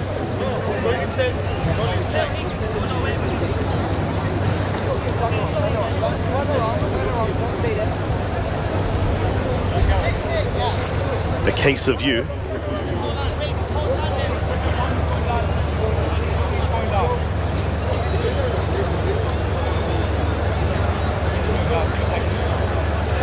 Now the Scion is ready.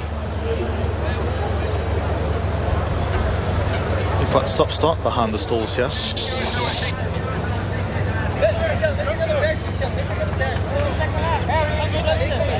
So Enscheider now being led forward again.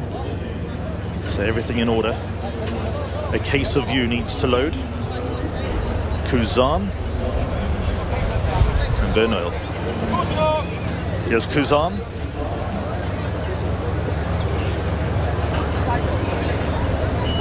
Bernoil, the last one. The Alquoz. Set for a start. Gates are back and they sprinting away. Get Smokin' jumped inwards but propelled itself to the early lead. Suezes in the white colours directly behind. Enscheid in the greys towards the far side, followed by Mutafawak in the blue jacket and the red cap, joined by Naval Crown. Kuzan's up the far side. Bernoil's in the yellow and green colours. Emiratiana got just ahead. Lauda Scion, then comes Happy Romance. They race in the middle of the course. Hard up on the outside. Man of Promise in the all blue. Kept company by Creative Force, Taxiwala. Now they all in a bunch. They followed by Air de Vals, who's next best. A Case of You under the outside rail, banging contention. The pink colours of Casa Creed is towards the end of the field. They're halfway through the Alquoz Sprint, and Kuzan towards the far side. I'd say he's just about the leader. Mutafawa, Man of Promise. Then comes A Case of You, who's getting into the hunt as well. Happy Romance, a chance in between runners. Further back then to Emiratiana and Taxiwala past the 200. A Case of You lays it down to Man of Promise. Man of Promise trying to get on terms. A Case of You got him on the ropes. Then comes Happy Romance. A Case of You, though, comes home to win the Alquoz. A Case of You won it. Happy Romance second. Man of Promise third. Fourth close, Naval Crown, Casa Creed involved. Taxiwala. Then came Kuzan. They were ahead of Mutafawak. Bernoil was next to finish. Sueza. Lauda Scion in Scheiden. They were ahead further back of Creative Force, Emiratiana, Air de Vals and Get Smokin'.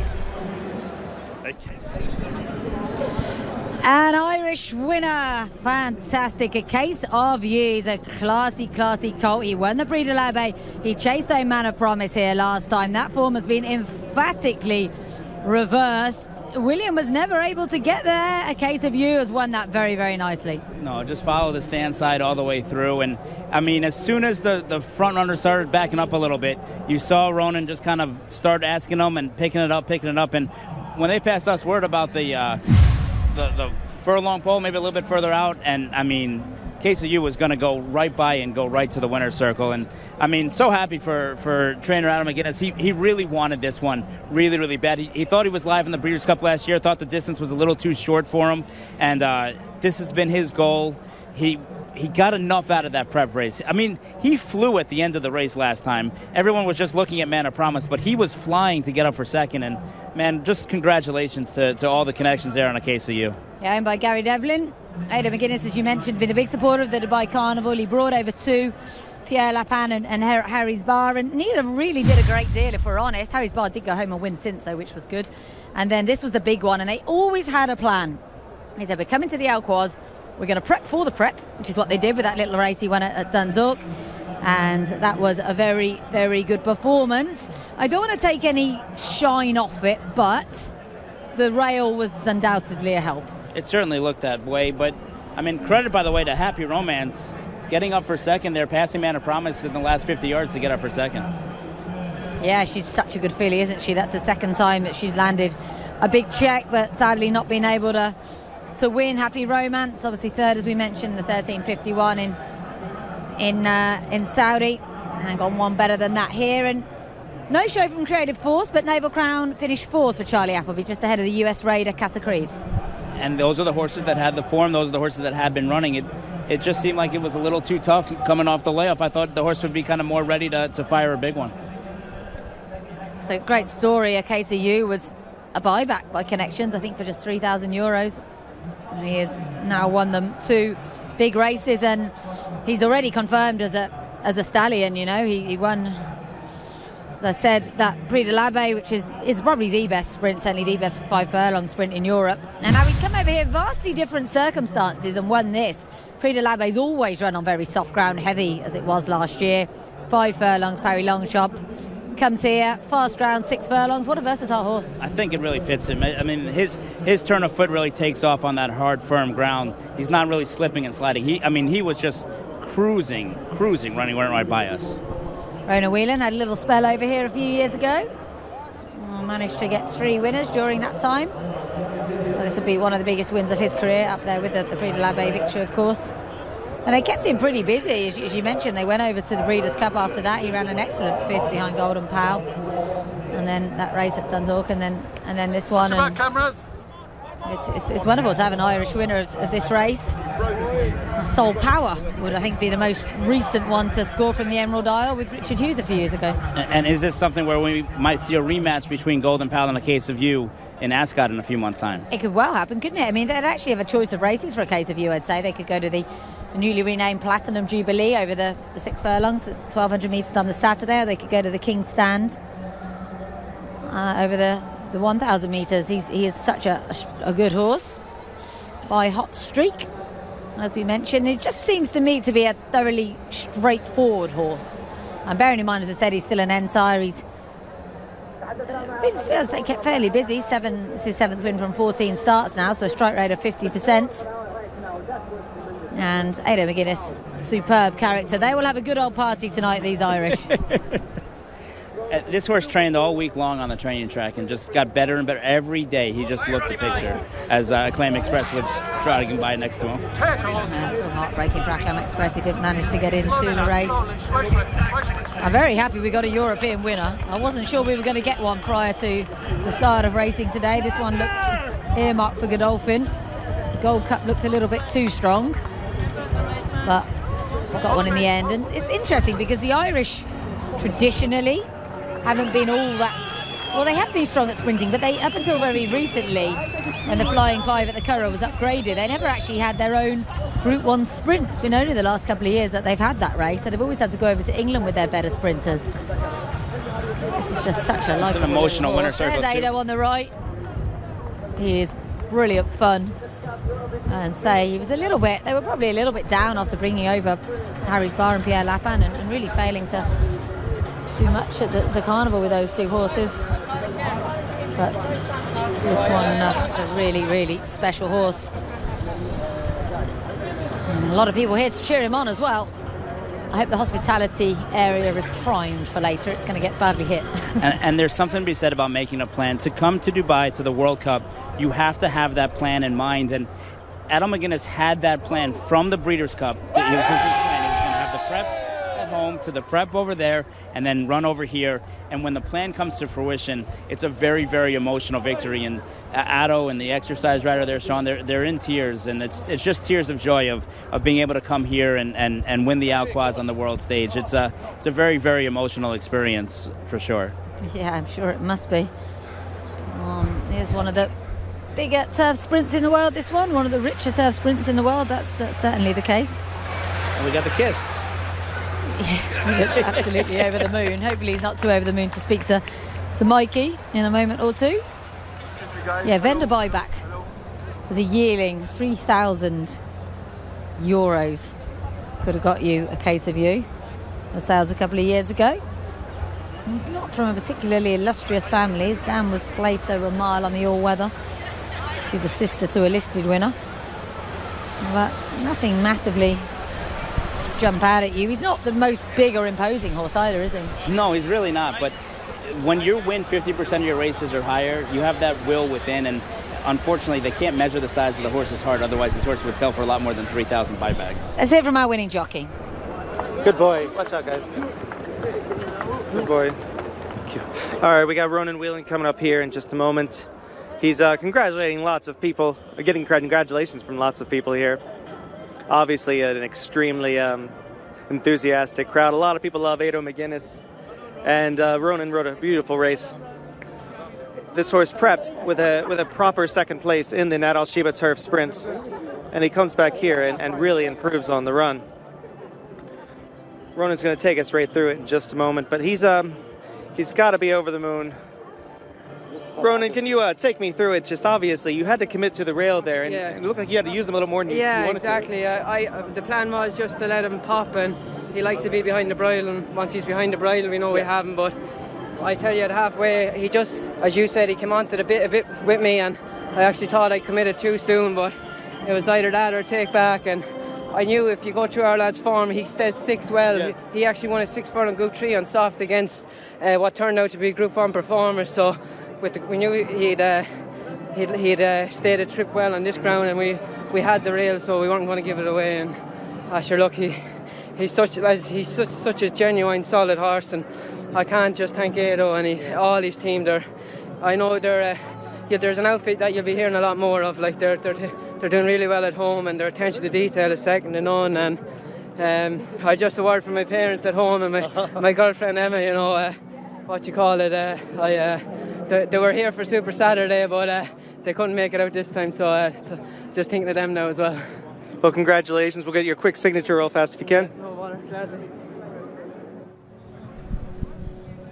Thanks to Ronan. Two Ronan winning on the card tonight. Not necessarily predicted that. Ronan Thomas and Ronan Whelan. As we look at it again, quite a raggedy start for a sprint. They usually hit the gates quite well.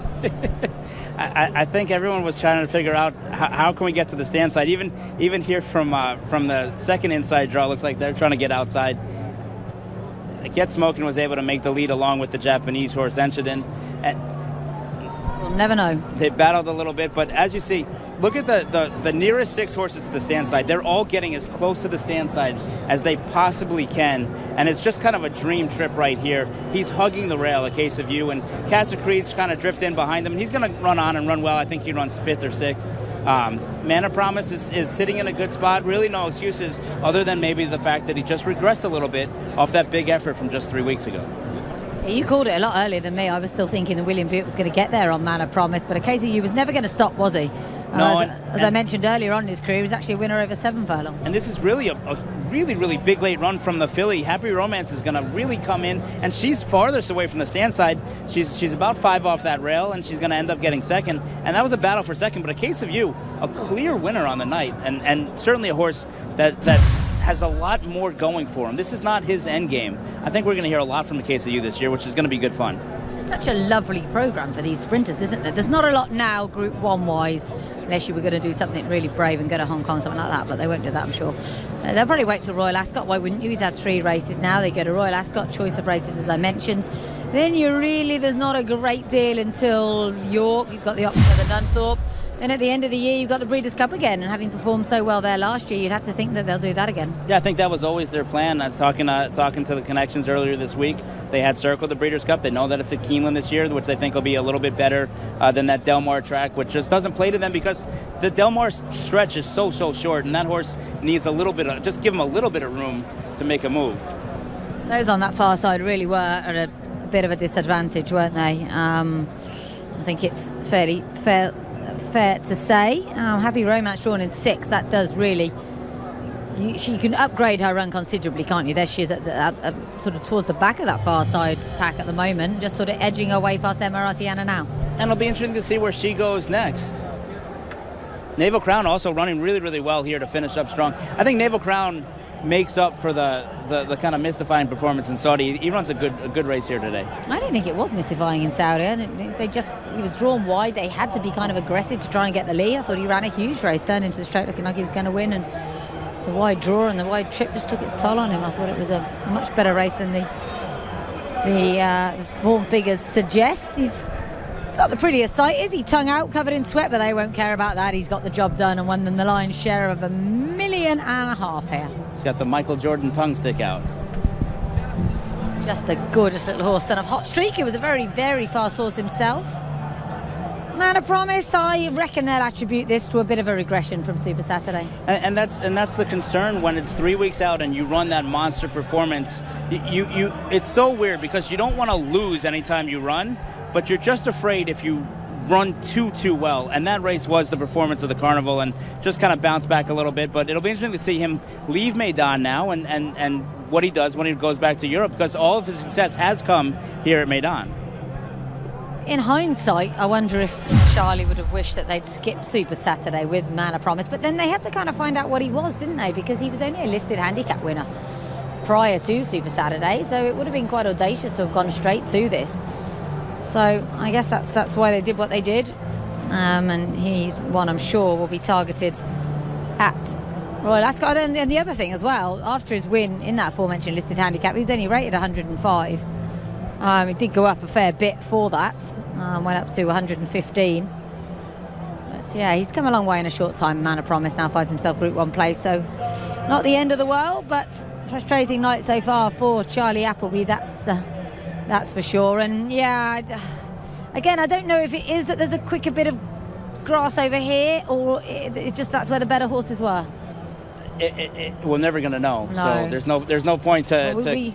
We can ask jockeys. That's the best way of finding out, isn't it? But even they only know if they were on it. It just looked like a KCU was best today, and I mean the stand side might have helped him a little bit, but I mean he just ran that monster race, and I mean the team rides him with so much confidence. They're such a close knit team. I mean the whole team was at the Breeze Up sale earlier this week together, bonding together, staying together, and the one thing that I've noticed is the horses that seem to run the best are the ones that feel that most love, that group that works together the closest. And this group over here is very, very tight-knit group. Yeah, Stephen Thorne is the assistant to Ado McGuinness. He was here earlier on in the season, and he also runs Shamrock Thoroughbreds, which own quite a few horses in the yard and in partnership and things like that. It's a former Godolphin Flying Start graduate, I believe, and he's been a big factor in Ado's success over the last few years. As I mentioned, it's actually Ado's first success here in Dubai from now 16 starts. That's a fantastic view from our chopper. Quite strung out for a sprint, aren't they? I do think everybody was trying to figure out who was going to go and who was going to get to the stand side, and I think it affected other horses' strategy over here, which led to maybe an interesting pace situation where Get Smokin' kind of found himself on the lead, which we weren't sure if he was going to be able to make it. He made the early running, but unfortunately not the late running. This is Mr. Merwais Azizi, the founder and chairman of Azizi Developments, the sponsors of our Alquoz Sprint. Many congratulations to owner Gary Devlin, who has been kind of lucky with this horse. But a big supporter of the Ado McGuinness show. There is Ado. He's great fun. He really is. To the roar of the crowd. Yeah, there's not much roaring where we are. People might have noticed we've been exiled to the other side of the parade ring, which is quite fun in a way because we're right by the public enclosure and they really do get involved. But I get the impression tonight hasn't been a good one for pick six players, so they haven't been looking all that happy, our Meydan faithful.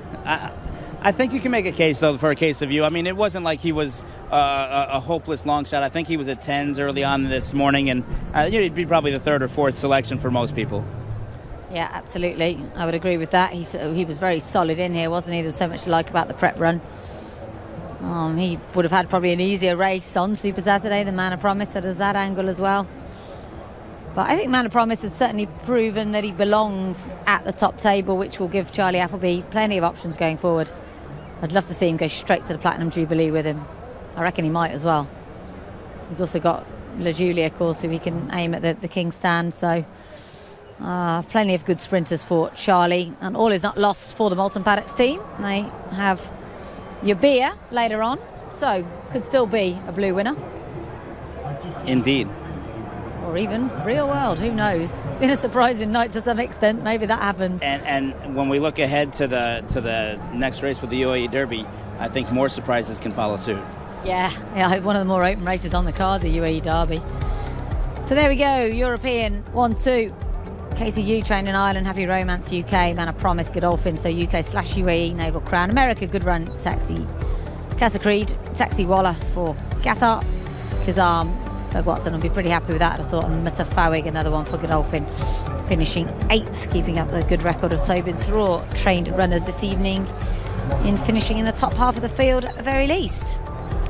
So as Chad mentioned, our UAE Derby is up next. And yeah, it's a race that's intrigued me really for most of the week, because I was very much with the Bupat Seamar team, thinking Bendoug maybe. The filly's a huge price at around about 50-1, Arabian Gazelles.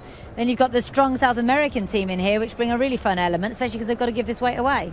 Oh, I mean, and there's a tremendous difference in weight. I mean, the filly Arabian Gazelles is going to get a 5 kilo difference between the South American horses to her, because they're technically 4-year-olds, literally 3-year-olds, and she's a 3-year-old filly. So she's going to get a lot of weight, gets in light with Richie Mullins, and we know she sees out the distance, but I do think it's going to be a tough spot for her. Let's reflect a little bit more on our Alqua Sprint.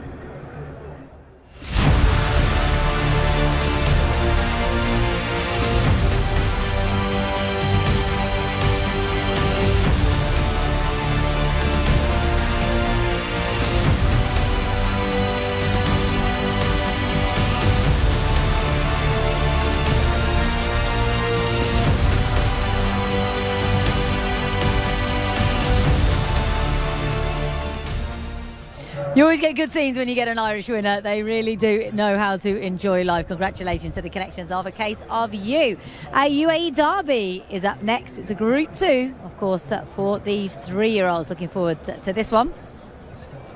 Got to go back to Messiah in 2010 for the last time a Southern Hemisphere horse won it, giving away that weight. So it isn't easy.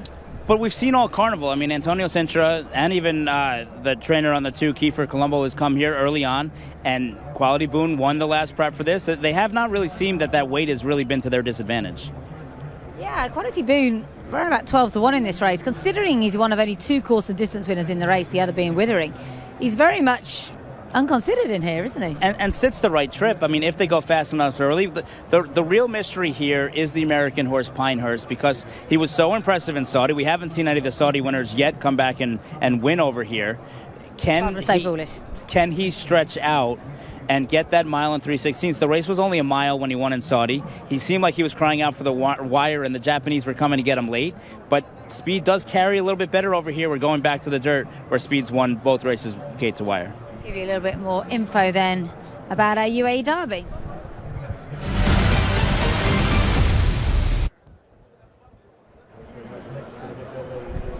Yep, sponsored by Mubadala. 1,900 metres on the dirt. 3-year-olds, of course. $1 million and 100 Kentucky Derby points, right? For most. For the winner. For most. Unless you're Pinehurst, yes. Bob Baffert and the 3 South American horses are not eligible for the points. Yes, that's something probably needs addressing, I'd say. Irvin, supposed to say it apparently. Leandro Gonzalez Rise for Antonio Cincho. Kiefer, so much ability. Quality Boone as your coast, unbeaten. UAE 2000 Guineas winner. Bendu Combustion for Godolphin, the first ever runner here for Godolphin Japan, which is interesting. Crown Pride, I thought, was potentially interesting. Get Back Goldie, Gilded Age. Island Falcon, Pinehurst. Was he impressive in Saudi? Was he just hanging on? Hanging on for me. Rival Mary, I think, is very live as well. And one of the outsiders, but for Japan, I think he's got a big old chance. Sikafu, I think, will reverse with Pinehurst. Summer is tomorrow. Expect him to go from the front. He's a very fast horse. Whether he'll still be there at the end is doubtful. Withering will be closing, and Arabian Gazelles likewise. Incidentally, our graphics are based on the owner of the horse. That's where the flags are from. It's a ridiculous way of doing it. because obviously owners, you can have several owners based in different countries. For me, it should always be on the trainer, but that's what we do here in the UAE for some stupid reason, so that's what that is. Owen trained in Uruguay. It's actually his first run for Antonio Cintra. He used to be with Javier Freire over in Argentina, where he won the Derby. And he got a little sick coming over here, so as opposed to Quality Boone, who's been here since October, he's been in quarantine, but he has looked better and better each and every day. Friday was the best day he's had since he's been here. There's a gorgeous horse, Quality Boone, he really is. He won here right back in December and did very little wrong since. He was second to Rory on a totally speed-biased track at the end of January, then ran third behind Azure Coast in the Guineas, and over the further trip beat Withering in the prep for this. So very interested to see how Quality Boone gets on. Azure Coast, Mikey's busy trying to get an interview, but he will tell us this horse will win. First time over this trip, though, they might not come back to him like they do over the mile. And he's needs to not be so far back. He loves to give himself too much to do, and then he's been brilliant so far and was able to run them down. But it was a weird run race from Kiefer Jadaki, Hector Lazo last time out. This way in this big field, Zurkos can't come from last, I don't think. Come from last and make this big swooping move. Antonio Frezzo is going to have to break him out of the gate a little bit sharper. There's quite a few that are going to be closing. You know, Kiefer, I would say, has been a little bit too far back in a couple of his starts. Quality Boone as well has been one who's been closing. There's a lot that are reliant on them going a good pace, and I think they will go a good pace. This is Crown Pride, one of the outsiders for Japan. Last time out finished 3 lengths behind Combustion, but I thought he was quite interesting on pedigree. Thought he'd be all right over a little bit further. He was winning quite easily his first 2 starts. Get Back Goldie, interesting horse really, isn't he? Won here over 1,200 metres, but they were very keen to run in this race. I think they saw that he was able to win the 1,200, and to qualify for the Carnival, you need to have 2 runs. They weren't sure where that second run was going to be. They'd enter him right back 7 days later. They ended up settling on the 1,900-meter race, and it was kind of a weirdly thing where he ended up just jogging into the race. He's had proper gallops going into there, and they're really excited to get Irad Ortiz Jr. aboard. What about Gilded Age then? Represents Bill Mott, and last time out, quite well held in a Grade 3 Aqueduct. He's the best looking horse in the race. I hope he gets best turned out because he deserves it. But he's a $600,000 yearling purchase. He's a son of Medaglia d'Oro out of a Group 1 winning mare. And he looks like he wants every bit of the mile and 3/16. After he ran third last time out in New York at Aqueduct, Bill Mott called up Steve Nagler, the U.S. representative, and said, get me into the UAE Derby. I want to be here. And it took a little while for the invitation to come, but it did come. This is the race they've been pointing Gilded Age to for a long time. While there's 100 Derby preps back home, this is the one they wanted. Do like a target. Island Falcon represents Saeed bin Saror, who's won this race 8 times. He's well beaten in the Saudi Derby, has 11.25 lengths to find on. This horse, Pinehurst. Bob Baffett never won this race. Won the Del Mar Futurity. You said he was impressive in Saudi. For me, he was hanging on. I think it's one of those things where Jimmy Barnes, assistant trainer, said the track was not playing to front runners. He was one of the rare ones that went gate to wire, and they think over here his speed is going to carry him on. But I think in order for him to get the mile and 3/16 distance, he needs to get clear. I don't want to see him battling head to head. Pinehurst's best shot is to make the lead and then clear off. He's very warm, Pinehurst. Raiwa Hamari, I think he's very live in here. He was ahead behind Seikafu last time over 1,400 metres on pedigree. I think this step up in trip is really what he wants. He's a son of a Japanese Derby winner, Deep Brillianti, which name always made me laugh, it sounds like a pizza. And he's a half-brother to a horse who won over 10.5 furlongs. I think he's really interesting. Gets Christophe Lemaire. Seikafu, though, he made up a lot of ground on Pinehurst in Saudi, but the draw's not been kind to him. He's out in 14. And this is the horse that everybody falls in love with because of the last race, and I fall out of love with because I think that was his best chance. Everyone goes, you assume you get the further ground, you're going to be better. I think there's better horses in the race here than Seikafu. I do not think he's 1, 2, 3 today. That's a very good point. Very good point. You know, you can be closing well over a mile, and you might not be able to do so when they go a bit slower over 1900. Summer is tomorrow. Always nice when Mikel Barcelona's sitting around, and you can get him on your spare. Bought by Tycho Shea, this horse. Done really well for Connections. Won twice here over 1,200 metres and 1,400 metres. Will not be winning this, but is key in the race in that he's the pace angle, a pace angle. Well, and that's the thing. He's the main horse that interests me as far as taking on Pinehurst early, because there's other speed. But Summer is tomorrow. You're not holding back. I don't think Bhupat Seymour's made any secrets as to what his plan is. Summer is tomorrow is going to go, and Bendu's going to try and sit just off him. Only one filly has ever won this. That was Caller, subsequently Dam of Derby winner Massar. a while back in 2011. Arabian Gazelles goes to Jim and Fitchery Hay, who were busy at the sale the other night buying a lovely son of Gun Runner. This is Ben Doog. I think this horse, if he's not exhausted from a big run on Super Saturday, I think he's got a big chance. He's another pace angle-ish. They want to sit just off it, I think. And I disagree with everybody saying that he got leg weary. I think he got lost out there. Look, he's a lightly raced son of Gun Runner. Gun Runners have won everything in America. He's the hottest freshman sire, now turning second sire. We see the owner of Gun Runner is actually here, Ron Winchell, representing later on in the car with Midnight Bourbon. I think that Ben Doog will benefit from this race because he'll have targets in front of him and then hopefully have targets coming at him. And I think that's what he needed. I don't think he ran bad. I think he got lost. This is Kiefer. I think he's got so much ability, this horse. I do worry he's had a bit of a hard campaign, but I'd like to see him engaged a bit early on. I think he's had 3 of the worst trips I've seen of any horse this entire meeting. The first race looked like it was okay. The second race, he made this middle move out of nowhere. And then in Saudi, he completely missed the break, had got so much left to do, then was making up ground into the kickback and actually ran a sneaky good race. I think you don't often sit there and say when a horse runs 6, it's a key prep. This was the best 6th place finish I've seen in a long time.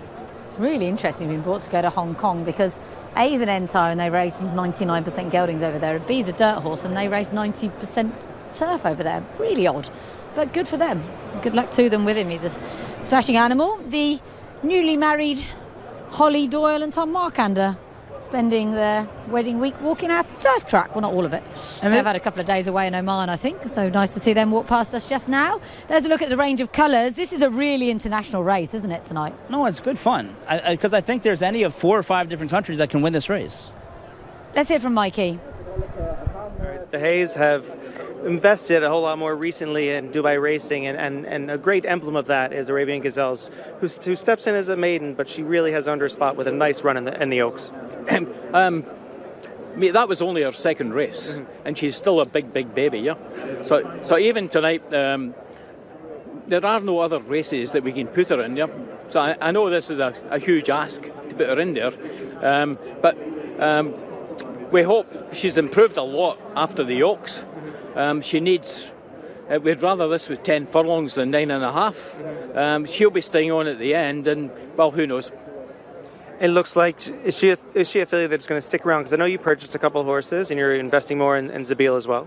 We're going to invest seriously in horses with Bupat Simaria. So the horses we bought the other night, they both will stay with them.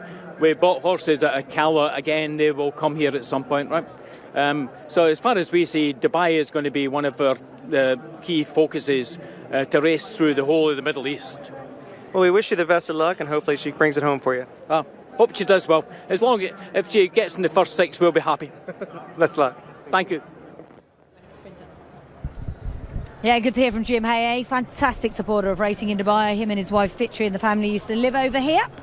They now don't, but they come back a lot. And Arabian Gazelles, if people don't know the story, there was a documentary on Dubai a few weeks ago in the UK, and the Arabian Gazelles were featured in it, and they're a bunch of rather wealthy ladies who drive supercars around. What fun. So I think the theory is that they'll get into racing and buy lots of horses, which would be great. But that's why she's called Arabian Gazelles with an S, which had been annoying me for months, so I'm glad we ironed it out. Let's have a look at that Saudi Derby form then. And Pinehurst beating Sekifu. You've put me off Sekifu now, so thanks for that. Look at the way he comes. He comes from a long way back. No, he does. But I just have a feeling that this is going to be a very, very differently run race. Pinehurst was in front here. He was able to clear, and he's able to hold on. And he did actually gallop out the better of the two with Sekifu. He actually does re-engage after that. The interesting thing to me right now is Pinehurst stayed with the pony the entire post-parade. The fact that you want him to kind of break well and lead away from there. Normally what you'll see is the jockey, Flavian Prattle, take him away from the pony and give him a good warm-up. And he stayed with the pony the entire time. And he hasn't been a horse in the morning time that we've seen is really anxious or aggressive, that you'd want to stay with the pony. So very interesting strategy from Flavian Pratt and Bob Baffert to keep him calm and quiet and stay with the pony this whole time. Interesting indeed. We can also hopefully show you the Albasta Kia, which was won by Quality Boone, beating Withering and Ben Doog. They're actually lining up right in front of us here in our new exile position towards the golf club. Get quite a nice view of this. We'll have a good view of the World Cup start as well, won't we? I'm surprised the temperatures dropped considerably. How many of these horses are still getting warm? No, it's very much a surprise, but a lot of it comes with preparation. A lot of it comes with just the crowd is here and the noise and the excitement of, especially here, you're talking about young 3-year-olds that haven't really experienced a scene like this before. These horses might be the future of racing, but this is the first time really that they've run into crowds like this before. It's interesting. Some of these horses are actually very experienced for, as you mentioned, 3-year-olds. Sekifu has had 7 starts already and be the more experienced in the field. I'm going to stick with my Raiwa Mary of a horse who could just shock a few, I'd say. Drawn in 1 as well, you never know. Not a horse I expect to see up there early on though. And what do we expect from Irvin? As Antonio said himself, he doesn't know quite how that illness would have left a mark, but interesting how they ride him, bearing in mind he's won over 2,500.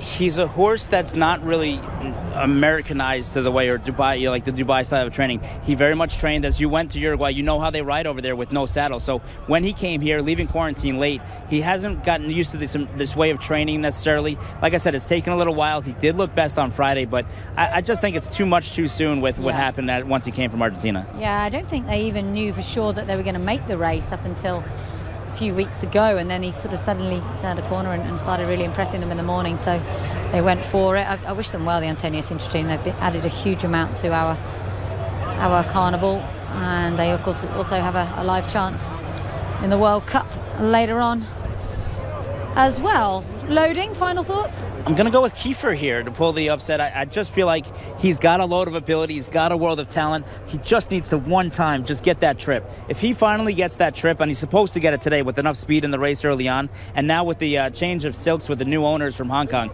you're going to see him all the way around there with those black silks and the pink circles. They're blue and white, Kiefer? No, not anymore. They just changed? Oh, okay, fair enough. Intriguing race. Will it go to America? Will it go to the UAE? Will it go to Japan? Will it go to Uruguay? I don't know. I'm going to sit on the fence. I've got nothing right so far. I'm going to sit on the fence. So, nearly all in then. Pick Get a the country. Call from Alistair.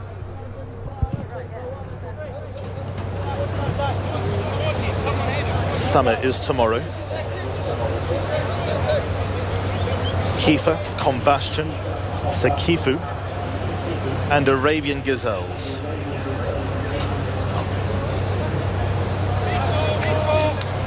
Sekifu moving into line. Arabian Gazelles will be the last one for the 2022 UAE Derby, sponsored by Mubashara. Just about ready. And away they go. And Rewa Homer out of stallgate number 1 blew the start, gave away a couple of lengths. Pinehurst ridden early to get up handy. Summer is tomorrow, has natural gate speed and is right there. Combustion, the blue colours, is third. Now fourth is Sekifu, commits to a prominent place. Crown Pride, Get Back Goldie, Irwin's very deep. Ben Dukes against the inside rail and only racing about 4 to 5 lengths off the leader. They're going a good pace. Island Falcon, the all blue colours, hugs the rail a couple of lengths away to Arabian Gazelles. Azure Coast is not in a hopeless position at the moment. One off the rail, the white cap at the outside of Quality Boon. Withering it there outside, Rewa Homer. They followed by Gilded Age in the orange colours towards the end of the field, and Kiefer from a bad draw took his medicine, races at the end of the field, and there's got to be about 14 lengths in it, and they're going a cracking pace. Summer is tomorrow, 1 length in front. It'll be headlines if he can sustain this. Pinehurst though on his back is second. Then comes Sekifu, races in third, the white sleeves and the white cap. Then comes Combustion, who just tracks the leaders. Ben Doog against the inside. Combustion being nursed back onto the bit. Crown Pride is in the red sleeves and the red cap.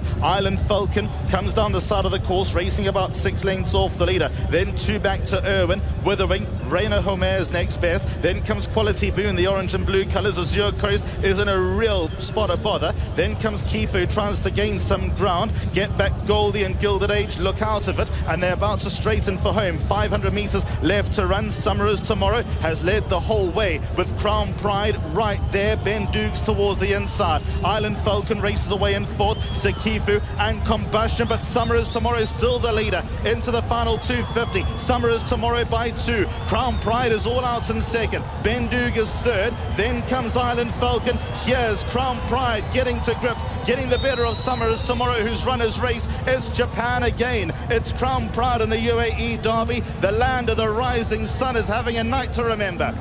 Crown Pride beats Summer is Tomorrow. Island Falcon third, Ben Du, Quality Boon. Rewa Homer was next, then came towards the inside Sekifu.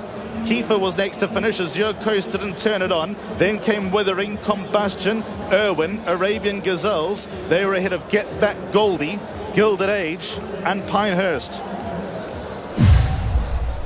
Japan, they are flying. They're winning with horses that have no right to win. First ever runner here for Kupchi Shintana, the trainer. First ever ride here for Australian jockey Damian Lane. Wow. It's just, this track is certainly playing more forward. You have to be early on. You got to be up close to the pace. The race was really interesting because Pinehurst stayed with the pony and then was fine with not going to the lead early and ends up running last. Who'd have thought that, hey? And this Crown Pride, I mean, we said before, his first two starts he'd run really, really easily, then came up against Combustion in a listed race, was beaten 3 lengths. I thought he would like the step up in trip. He's out of a mare who's a fair bit of stamina on her pedigree. She was a sister to a mare a horse who'd won over 1 mile and won. But I didn't really think he was going to be capable of winning it. What a night for them, though. Damian Lane, 2 rides on tonight's card. Yuba Laban later on would not be without a chance either, the Japanese Oaks winner. But it was a bit of a slow-motion final furlong, wasn't it? And having said categorically Summer is Tomorrow cannot win, I was starting to sweat. I think, look, first of all, so happy for Mr. Yoshida. Tsuruyo Yoshida's been a part of this game for a long time. His brother at Northern Farm normally gets all the accolades, but he's been a part of this for a long time. Their father kind of launched Japanese racing, and Shadai is obviously very close to me, having Mind Your Biscuit stand over there and having spent time over there.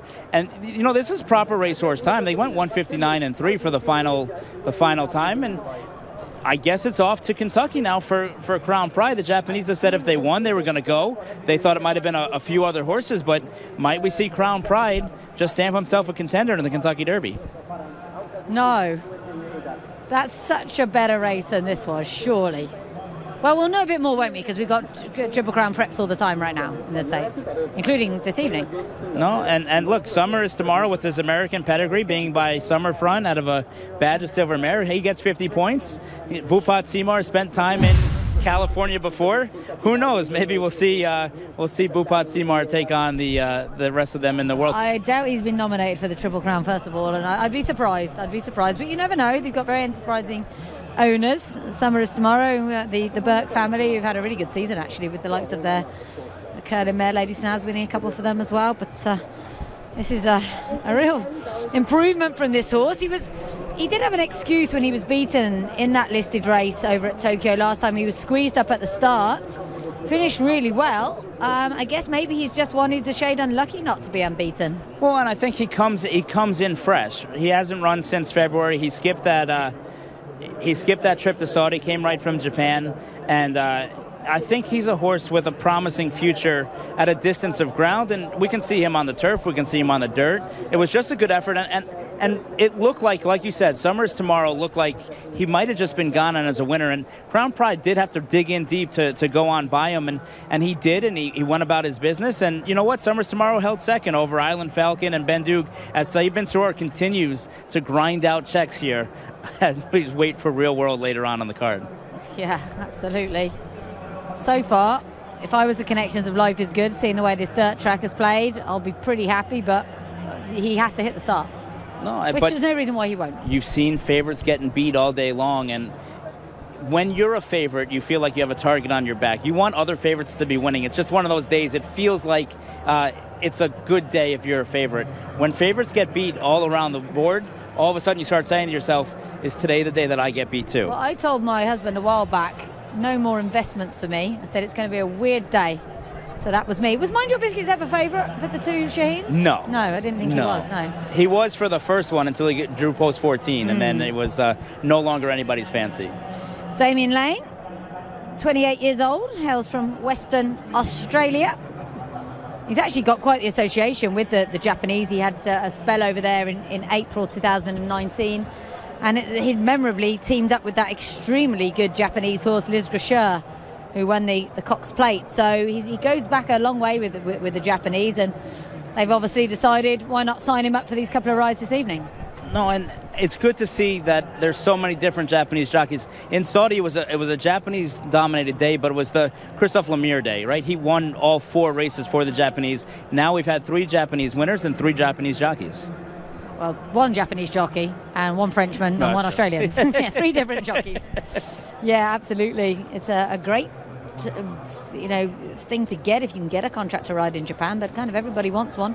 They're also quite strict on the rules over there, aren't they? The jockeys kind of have to be not in isolation as such, but I think they go into sort of a jockey's hostel and the phones are taken off them, and they're very, very strict on obviously governing gambling over there, which is such a huge source of revenue. The day before, jockeys have to leave their families and leave their phones at the door and just spend the day with each other, and no technology allowed, and they're very old school idea, but it works for them, and obviously we're seeing it in the results. Yeah, it means they nothing else to do really than concentrate on their races. It means they can't be, affected by people trying to influence the results of races, should we say? So, it's, did you go racing when you went over to Japan? No, I was up at Chadai Station with Mr. Yoshida. And I watched the pre-training. In the farms over there, they have more than 300 horses training at one time as they're being broken, getting ready to go down to the lower part of Japan, because the farms are very much up high in the northern part of Japan. And at the training center, they have a poly track, they have a wood chip track, they have an uphill track, they have a regular track, they have a treadmill, they have everything is clocked and charted, and it looked like something out of the movie Rocky III. Where you're sitting there and just kind of see everything. They want to know how their horses are doing at all times, and everything is charted from the time they're born to the time they run tonight. Well, this is a fantastic result for all connected with Crown Pride. A son of Reach the Crown. He's actually the first winner here in the UAE for Teruya Yoshida in these famous silks. He's got many different ownership, as we said, ownership divisions. But it really is a brilliant result for them, and they possibly would have been a bit disappointed with that reverse last time, and this is obviously a very, very talented colt. Drawn in 10 as well, so it's not as if he had the Golden Highway all the way around. It wasn't easy for him, and he's just clearly got so much ability. And he was given a really, really strong warm-up while some of the other ones were not, and I think that really paid off here. You want to be close. As some of these other races go on, especially the next one in the Golden Shaheen and then the World Cup, it looks like you do want to be at least in the first third of the pack, if not in front. So I would look for some of these horses, especially in the next race now, to get a really, really stiff warm-up early on. Let's hear from our winning jockey, Damian Lane.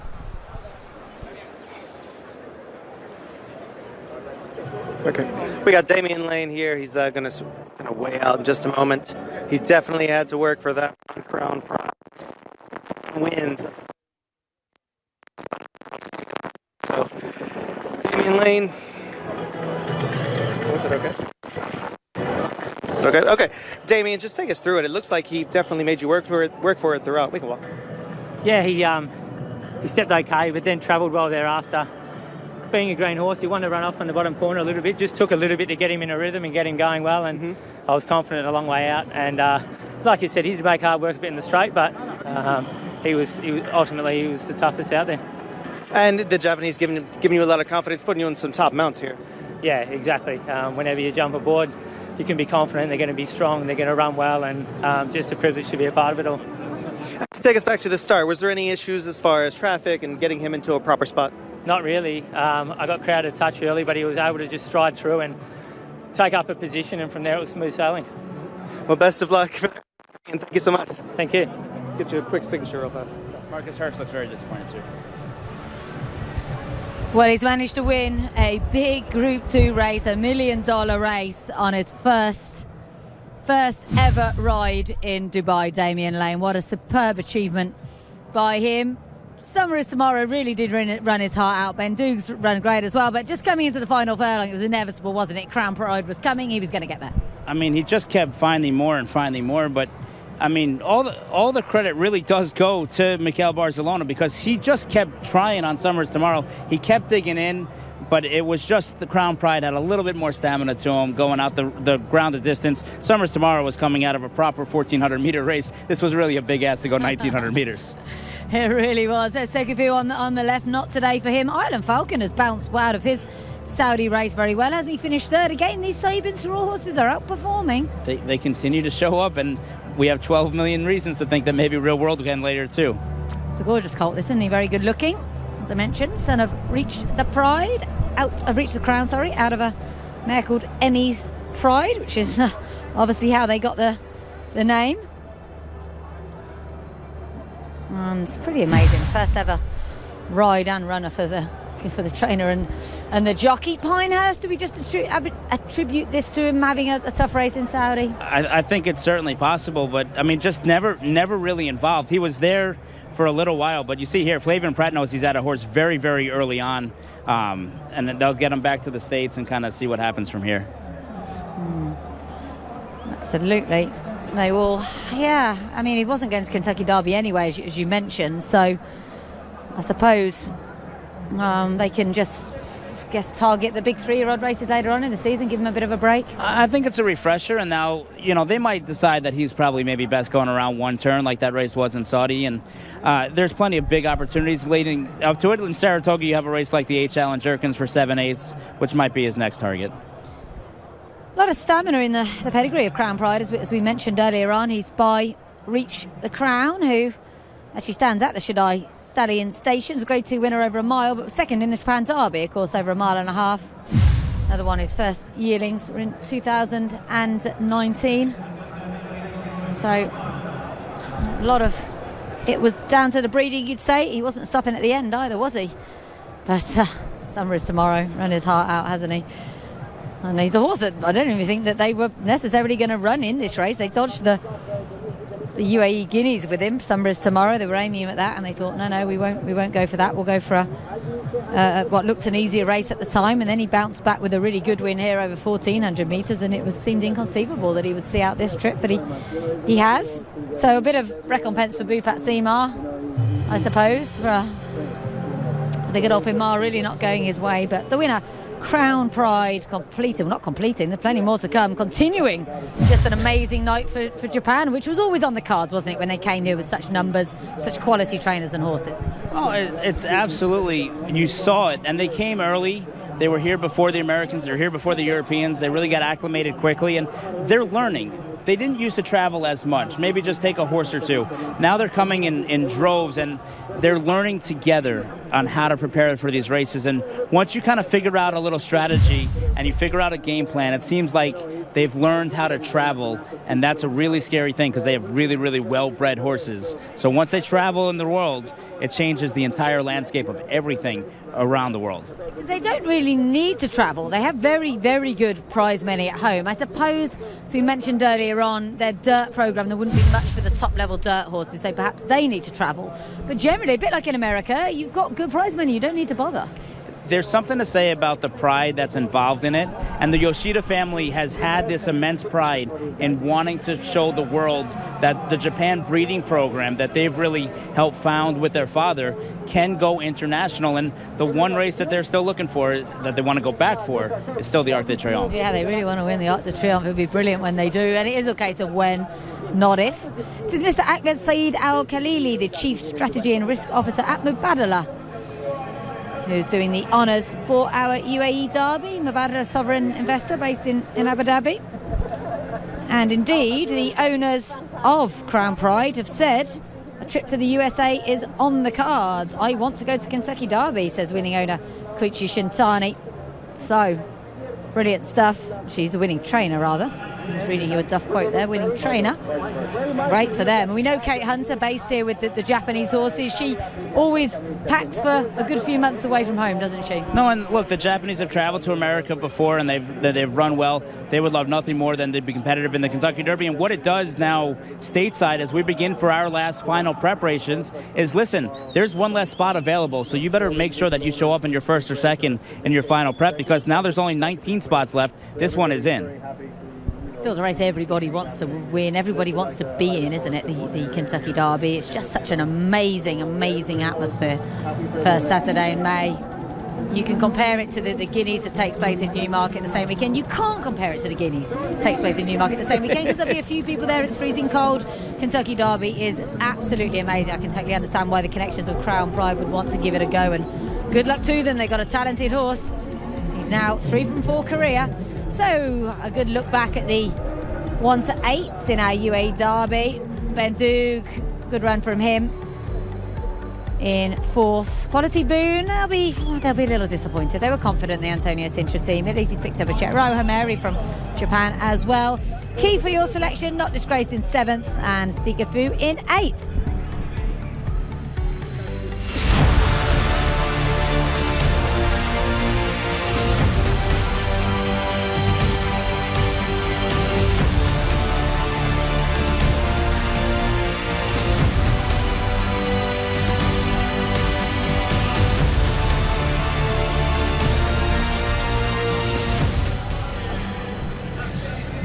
Great scenes, Australian jockey, Japanese connections, talented colt, Crown Pride, winning a UAE Derby. It's funny, I went on Australian TV with Edward Sadler on racing.com yesterday, and I was prepared for sort of the Australian angle with Jane Chapel-Hine with Saffron Beach, and they said to me, well, what do you think about Damien Lane's horse, Yuba Laban, runs later on? And I said, well, we don't know, Japanese don't win a nice chance. Didn't mention this horse. So one of those things, isn't it? The ones you don't mention come out with the win. But so far, a huge night for the Land of the Rising Sun, and it could just get better because they've got the favourites to come. I mean, and even in here, as we look ahead to the Golden Shaheen, I mean, Red Lizelle certainly would not be without a chance. Ran a really good second last year. Mikey Adolphson likes to kind of twist it to me, saying he was the second fastest horse of all time, running second behind Zenden. Well, that's the point, isn't it? He was second behind Zenden, who was just electric, and he broke the track record in finishing second. A repeat of that, surely he wins. Yes, but I don't think that we're going to see that repeat this year. He's a horse that really, everything went well that year, and that wasn't the strongest Golden Shaheen last year. I thought it was really Zenden's race to lose, even though he was away at 50s. To me, he kind of showed that he was the class of that race. This race is wide open. I don't think Red Lizelle is necessarily the horse to beat, but who am I to argue with Japan right now? Absolutely. It's possibly not the strongest Shaheen, but let's look at the conditions for it. Sponsored by Atlantis Dubai, who are on board for the first time here. I do love this race because it brings us proper American dirt sprinters, and we got a Breeders' Cup second in here in Dr. Shivel. Dr. Shivel, Dr. Shivel, what do the Americans say? And Mikey says Dr. Shivel. I say Shivel. Everyone else seems to be saying Shivel. Such a shame, as we mentioned at the top of the show, that Miras comes out of it. I hope that it's nothing too serious. Al Tariq, super bonny little horse. Dr. Shivel. Drain the clock. Safi Joseph Jr. is not here. Shame, he's such a cool guy. Good luck to him. First runner in Dubai. Eastern World. What a great story this is, really. Thunder Snow's little brother. Ever Fast. Second in a Preakness has ended up running in a Golden Shaheen. Would you believe it? Good effort. I'm never writing off this horse. He ran a great race in Saudi. Manjir. Second start on the dirt. No morass. Mabardal. 28 to 1, but could just run all right. Red Lizelle. Strong constitution. Switzerland, if the Switzerland that won on January the 1st is back, that is a huge horse because he ran massive on that day. And nothing went right for him in Saudi last time. Couple more for you. Wonder where Craig is. And Chain of Love, the mare trained in Japan. She ran a fine race in Saudi last time. Now the winner in Saudi, Dancing Prince, the Riyadh Dirt Sprint. This is Chain of Love was third. I thought that was an amazing performance. I thought if he'd have come here, he'd be the winner of this. They said straight away he needs time between runs. We're going home to Japan. And that's what kind of inspired these Americans to come. Other than Dr. Shivel, who was really kind of coming from last year, the other Americans weren't sure if they were going to come or not come. And as the race was coming together, it was like, let's take a chance. Why not? We kind of belong in here. We have the speed to compete in here. And America's been so strong in this race, winning 14 of them and 4 of the last 5. 5 of the last 6. Yeah, it's just starting to get darker here at Maidan. It's, as I said earlier, cooled down considerably. I'm a bit pathetic. I'm almost a little bit cold. Beautiful racing conditions now. And this is, one of the more open races on the card, I would say. And great that we've got Americans targeting this race for the first time. Mark Glatt, Safi Joseph, the trainer of Wonder Where Craig is, Brittany Russell, all here for the first time. Yeah, look, I think they've seen the success that Americans have had in this race, and there's nothing really on the calendar for American sprinters right now. You have races like the Breeders' Cup at the end of the year, but this is the perfect time of the year where you can take your sprinter and give them time to recover off of this race, because they will need some time following this race. Lovely horse, Al Tariq. He shouldn't be quite good enough, to be honest, to win this. He is a dual Group 3 winner over course and distance. Last time out, he was 4th behind Eastern World in the prep race for this, the Mahab al-Shimal, which wasn't all that strong. Over to you for Dr. Scheibel. Dr. Scheibel should have won the Breeders' Cup just to nose the feet. I mean, you watch that race over and over again, and he looks like he's going to win. This is his first trip, not only outside the United States, this is his first trip outside of California. I think he's a little thin. He breezed well enough on Monday, but I think he really, really needs to show more here. I wish he had just a little bit more power to him. Interesting, very interesting. Drain the Clock, lovely, lovely horse. He's 7 from 12 career. Has he got this in his locker? Well, he was beaten a neck in the Gulfstream Park Sprint in his last race. That's exactly what happened to Mind Your Biscuits in 2017. He's got the right form. He's not an easy horse to train. They're very, very happy with how his final preparations went over here, because he is a tough, strong horse. He got through the 2 miles. He got warm the first couple of days, then got a little bit better as time went on. Oh, Eastern World. I'd love him to win this Stratmed Bin Harmash. I don't think it will happen. Krypton Factor back in 2012 is the last horse to win the prep for this and this. 1 from 1 though, over course and distance, reinvented as a sprinter really last time out. They said he was just over racing in the longer races. They slapped a pair of blinkers on him, or visor actually, and he won very, very well. First ride on World Cup night for Ray Dawson. Good luck to them. Stall 13 has not made it easy, and Everfast, they'd rather have been in the World Cup, they'd rather have been in the Godolphin Mile. You don't have to run second in the 2019 Preakness Stakes at around a mile and 3/16 and say you're going to plan in the Golden Shaheen, but Doug Watson's right. If they go fast enough early, Everfast could be able to pick up some pieces late, and credit to them for wanting to run somewhere. They didn't get into the races they wanted, but they had a horse who was targeting this day, so give it a go. Fabulous owner, Frankie O'Connor, huge supporter of the Doug Watson yard in particular. This is good effort. If this was over 4 furlongs, he'd win. He is so fast. He led that field in Saudi. He ran a great race. Again, was it too great a race? You know, to be bouncing back after 4 weeks. Plus, he's had to go back to Newmarket and come back. We've heard that he's fast before, and then he ran American horses last year, and he was nowhere near Zenden. I don't think he's anywhere near the American sprinters this year again either. I would agree with you. He was drawn in 12 as well. He's had 9 runs since last year here and in 3 different countries. This is Mangier. I love this in a way. He ran really well here on turf, and they thought, why not? We'll stick him on the dirt, and he ran a great second behind Eastern World, earning them a spot here. Good luck to them, but it would be a surprise. He's caught the American eyes with the way that he trains every morning. His exercise rider, who you see there on the offside, is very, very high in the saddle every morning when he does his gallops. Maureen Henry on the left. She's actually Nicholas Corlery's partner, who trains Batwan, who didn't get in, but she's been sort of helping out with Mangier the whole time. They're very helpful to each other, the French. Good luck to them, as I said, with this horse. This is Mabardell. Fascinating, really. He used to be William Haggis and Shadwell. Fauzi bought him. He cost them $375,000. He cost Fauzi and team just $50,000. Been winning for fun in Bahrain, but on the turf. But he's bred for dirt.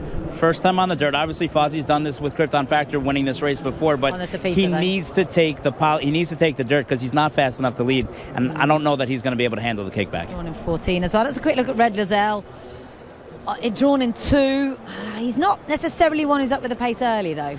No, but I think drawn in 2 is fine so long as you can take the kickback. And if he can, he'll be able to sit right behind the leaders, and he'll be the one closing fastest late. I just think he's going to have too much to do. You like this strong constitution, though? Look, he hasn't won since 2020, but Team Doug O'Neill has a time to just kind of show up at the biggest stages, and he's trained really well. They put the blinkers on. Once they found out on Sunday, they didn't find out until Sunday that they got into the race. They decided to put blinkers on him on Monday, the day of declarations. He popped out of the gate. He almost threw Tony Romero, his exercise rider. He's had a good bit of a run all week, and his 2 races here are better than they appear on paper. Switzerland ran a huge race in the Garhoud Sprint on New Year's Day. It was massive. He won by 9 1/4 lengths from stablemate Gladiator King. This is much better company, but you can kind of ignore his Saudi run because he was caught wide. Nothing went right for him. The issue with him is he seems to be best fresh, and it's a 4-week turnaround again. He scoped 5 out of 5 with mucus that day, so you can make the excuse for the last effort. The question with Switzerland is, when he wins, he beats lesser competition. When the competition is deepest, he hasn't run his best races. And what about wonder where Craig is? Comes here in great form on his last 2. Look, he's won 5 in a row. Other than a disqualification, he's crossed the wire 5 races in a row. Jockey Louis Saez, who won the Dubai World Cup last year on Mystic Guide, Kieran McLaughlin said, this is the reason we're here. We love Craig. We know where Craig is. He's in Maidan. We want to come follow him. And I think he makes the lead, and that's going to be Duff over here. I'll let you tell us the story about the name in a moment after we look at this lovely mare, Chain of Love. Say she runs to her Saudi form. She's got to be live in here. She's drawn in 1, but again, she's not a horse who you often see on the lead. And she's one I think that's going to really struggle with the kickback, because drawn in 1, if you're not fast enough, we saw what happened in race 1 with RB Rich Like Me. She's one that you might going to get really shuffled back and kind of taken out of your game. It's been really good fun having this balloon all week. Although Lord Glitters, who sadly is a non-runner later on in the turf, did not appreciate it. He came out of his stables one morning and started his walk towards the track and went, what is that? And a rather amusing tweet from Matt Ennis, his exercise rider, and I do hope it's nothing. I'm very certain it is nothing serious with Lord Glitters, and they're just being very cautious with a horse of his quality. I mean, you'd be cautious with any horse, but particularly one like that. So sad we don't see him later on. That's the McGettigans enclosure. They've been a tremendous addition to the social side of things here at Maidan Racecourse. You've been able to go over there. I think it's a bit more expensive tonight, but you've been able to go over there for 25 dirhams, enjoy beverages, enjoy pony rides, all sorts of things. Been brilliant. So great to have them here again this evening as we look at Manjir going down sideways. Eddie Hardoon rides him as he has for his last 3 starts. He's actually run really well on all of them. 5th behind Naval Crown in the Al Fahidi, 4th behind Storm Damage, and 2nd, as we said, behind Eastern World. Tell us about Wonder Where Craig is and his fabulous name. Oh, Wonder Where Craig is named after one of the part owners, Michael Dubb. He had a friend named Craig that they could never find. He played tennis together, and they did all sorts of fun stuff, and they never knew where he was. So I said, I'm going to name a horse after you, and that horse, Wonder Where Craig is. Let's hear from Mikey. Mark Ladd here for Dr. Schivel, trainer. You first of all, what has been your experience so far, and how is the horse doing as well? Well, the experience has been terrific. They've been very hospitable towards everyone, I think, and had everything we needed, and trained well over the track. It's an amazing facility, and just looking forward to the race.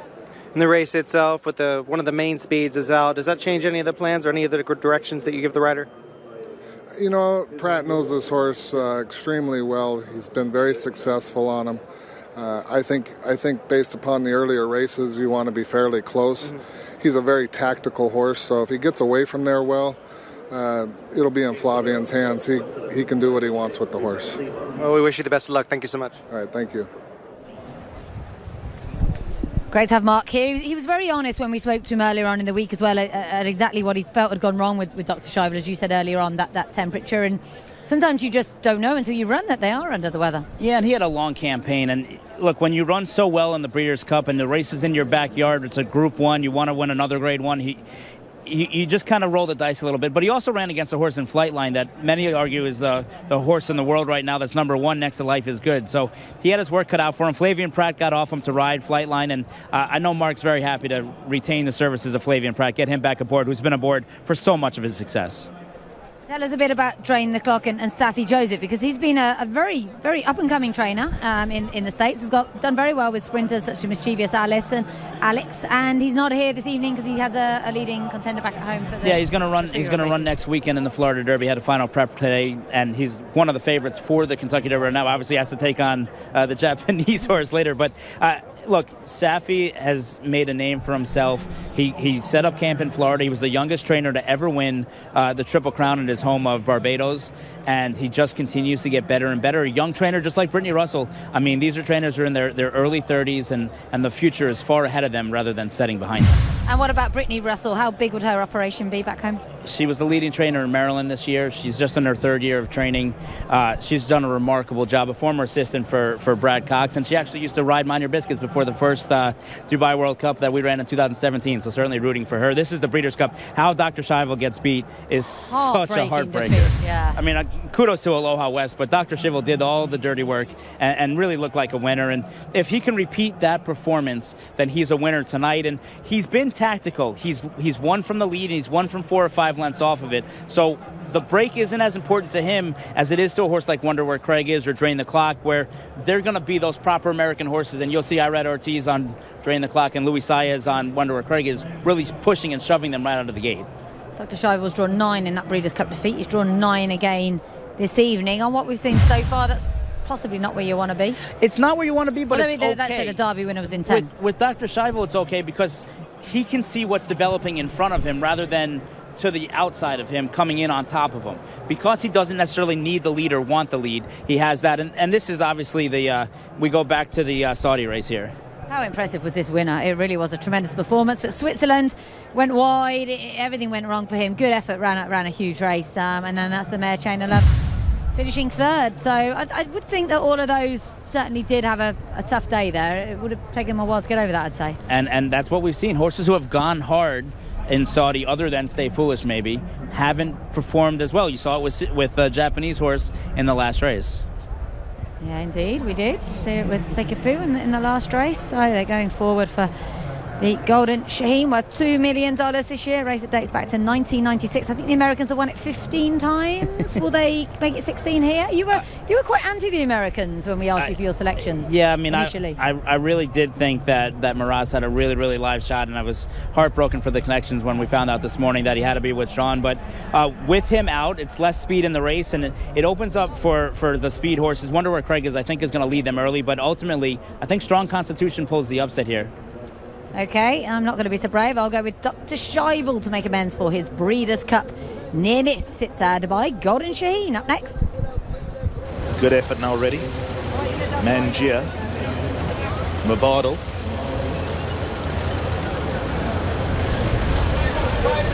Switzerland. Eastern World. So 4 left to load. Up goes Switzerland. Eastern World will be the next one. Bringing up Ever Fast.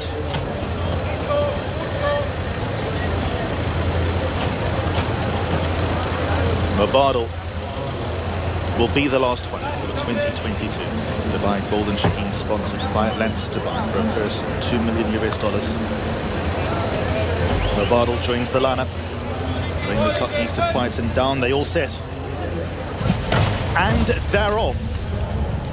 And they got away to a good start. Ulteric lead at all costs, gets there pretty comfortably. Drain the Clock on his back in second. Now there's pace on the outside. Wonder Where Craig is, goes up handy. Mangia's right in the Eastern World, the maroon colours. Good effort, just off than the yellow jacket, but is covering a bit of ground. Mabardle from the deepest draw, committed, but is also committed off the course. Then comes Switzerland, couple of lengths away to Dr. Schivel, the red colours, racing behind midfield. 2-3 lengths back to Everfast, Strong Constitution, Chain of Love and Red Lazelle. The Japanese horses are well back, 600 metres out, and the leader has Drained the Clock, got the lead as Ulteric conceded. Then comes Wonder Where Craig is, pink capped. Switzerland goes through the gears quite nicely. Then comes Mangia towards the inside. Eastern World, good effort. Mabardle's towards the outside, but it's Drained the Clock in the lead, opened up by a length and a half. Switzerland is running his socks off in second, now first. Switzerland picks up the lead. Drained the Clock needs to find an answer. Red Lazelle, Chain of Love doing their best work late towards the outside. Switzerland in the Dubai Golden Shaheen. The grand old game 8-year-old Switzerland wins.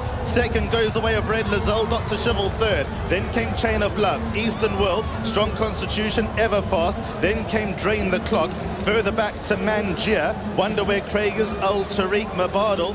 And then came Good Effort.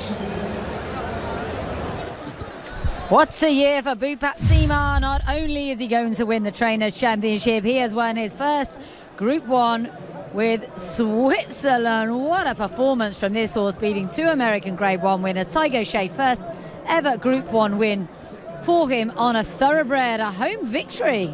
Superb for All Connected with Zabeel Stables. Switzerland was a horse with a promising career that started in the part of Chad Brown. He then went to Steve Asmussen. He came here. He's been all over the world. And finally, Switzerland has claimed the glory that everybody thought when he was a 2-year-old he was going to win these big races. And he got the job done today. And, I mean, all the credit in the world to these connections. They said the scope was so dirty in Saudi. They said, throw that race out. We had a 3-race campaign. This was our goal. We want to win this race. I'm guessing that stall's handler, I don't know if that's Heinz Runge, who It looks like him, yeah. rides the horse every day. Yeah, they are over the moon with this. This will mean an awful lot to Tiger. He's about to be crowned champion jockey for a 10th time in the UAE, but he would probably trade most of those for this. It really is huge for our local connections here. Available at a pretty big price, 28-1 this morning. Well done if you found that. And the interesting thing about Switzerland, the start of the year he won, as we said, so well. The Garhoud Sprint, and I said to Bupat, why now? Like, what is the horse? He said, we just know more about him. He hasn't been in the yard all that long. We've just figured him out, and we figured out what he likes and what he doesn't like. And obviously, we all thought there was a freshness angle with him that needed to be exploited. Not the case. No, I mean, he's shown an affinity for this track, and there's something to be said for horses that like Maidan. We see horses sometimes win back-to-back years. Switzerland has had a lot of success on this Maidan surface, and he showed it again today. Look, we thought speed had to be good. He came from off of it. He came wide. It didn't make a difference. He was always traveling like a winner, and how about that for Ty Gaucher? Yeah, it might delay Richie Mullen, who's going to be our guest, getting to us, because he is best mates with Tiger and will want to congratulate him. And it really is huge. He'll be over the moon. So he's had success on this card before with the Kahala Classic, of course, a couple of times, and only really been Zabil first jockey this season. The horse has just gone past them like they're standing still, and they did close. And poor Red Lozelle, second for the second year in a row. How's your luck? Just left himself just too much to do. That was what I was afraid of. Look, this race was 2 seconds slower than the race last year, and they went 1:11. They didn't go super fast early. The American horses started backing up out of it, and just Red Lozelle had just too much left to do. Surprised wonder where Craig is. Didn't finish in the top 6. I thought he had a super chance standing for home. No, listen, he was in the right spot where you wanted to be, just kind of caught up to him. And it's not easy to travel from America and come here and put forth your best effort. Third was Dr. Scheibel. That was good. Jane and Love, lovely mare. She's finished 4th. Eastern World 5th. They'll be over the moon with that. A horse that they thought might end up in the Godolphin Mile. He was effectively a Godolphin cast-off. And Thunder Snow's little brother shows up on the big night like his older sibling did twice, of course, 3 times in fact. And those connections were busy too at the Breeze Up sale. They bought 2 or 3 very high-priced lots. So, maybe the Ahmed bin Harmash lot will really start to pick up with some nice horses next year. This will mean an awful lot for Ty Gaucher, especially after the Godolphin Mile, when he ended up easing Alnaford. If you'd asked him before, what's your best chance of a winner, he'd have said Alnaford. And he works so hard. I've an extra level of respect for him, really, because he's his own agent. Most of our jockeys here in the UAE have an agent. There's absolutely nothing wrong with that. The agents do a tremendous job. He does it all himself. We have Abdullah Muammar and Muammar Abdullah, the sort of racing management father and son team with this horse, who of course is owned by His Highness Sheikh Rashid bin Hamad Al Nuaimi. And Abdullah on the right is the most knowledgeable guy. He really is fantastic, and they're pretty hands-on, this racing management team. They don't sleep either. I mean, I've been on the phone with them every night, like 2:30 in the morning in America, trying to figure out what to do. They wanted to win this race in the worst way. There was 3 or 4 offers that they thought about making for other horses. Ultimately, they stayed firm and said Switzerland can do it. We don't need to buy another horse for ourselves. It's wonderful for, as I mentioned, Sheikh Rashid, who's had a lot of quality horses, really. He doesn't mess around with the handicappers so much. He spends a lot of money, as you mentioned, and Switzerland wouldn't have come cheap. And the gelding him would have been quite a big decision to make. There is Sheikh Rashid. He always matches his Kandora to his silks, which is brilliant. And I was lucky enough to visit his farm in Ajman, the most gorgeous facility. And even the farm is black and that lovely sort of bronzy colour. Quite amazing to match your architecture to your racing silks, or maybe the racing silks will match to the architecture. And a very popular win here. Tig is hugely popular. He's been coming over to the UAE since the early 2000s. And I say he works so hard. He rides every morning for either Ernst or Tell or Bupat Simar, and one morning I think he rode 24 horses for Ernst. So he's really geeing up the crowd as he returns on Switzerland, and this will mean an awful lot to everyone connected with this horse. He's really getting the crowd going. I say this is the best reception we've had so far. Oh, not even close. And a case of you people were excited. The Japanese winners have been excited, but this is a whole new level right here. This is the loudest this place has been since back in 2019. That's fantastic. 27th start, as we said, for Switzerland, the son of Speightstown. Second win for the yard, of course, in this Dubai Golden Shaheen, after the legend that is Reynaldo the Wizard. There's Bupat, his wife Caroline, does a lot of the riding out in the morning. She's a super rider. She used to be a jockey, in fact. And a lot of the credit, I'm sure, will also be given by the yard to Satish Seema, who handed over the licence to Bupa earlier on this season. And obviously he put the infrastructure in place, so it would be wrong of us not to mention him. Shouldn't have any problems for an interview here. Tiger always been very, very helpful to us on the channel. I couldn't be more happy for him, really. They all work hard, our jockeys, but he really does. And this horse, as we mentioned, he's always been a kind of high-profile horse, hasn't he? From early on in his career, he was campaigned, as she said, by Steve Asmussen in the States. Initially cost $170,000 at Keeneland, went back to Keeneland for $175,000, then sold for $500,000 at Fasig-Tipton back in 2016. No, they were head over heels in love with him, and I think he ran second, like 4 or 5 starts early on in his career. He just couldn't break his maiden, and it was getting kind of frustrating because he was a beautiful, gorgeous horse. And when the RRR bought him, actually, he ran with Steve Asmussen still, and then he ended up heading out this way, and it looked like he had kind of gone off form a little bit, but the Seymour barn is really, Zabeel has really kind of brought him back around. And again, I think a brilliant campaign by the racing manager deciding to just go with the 3 runs this year, and that's what really won him the race. There'll be nothing amiss with the weigh-in, let's hope, so we can hear from Tig shortly. He'll speak to Mikey.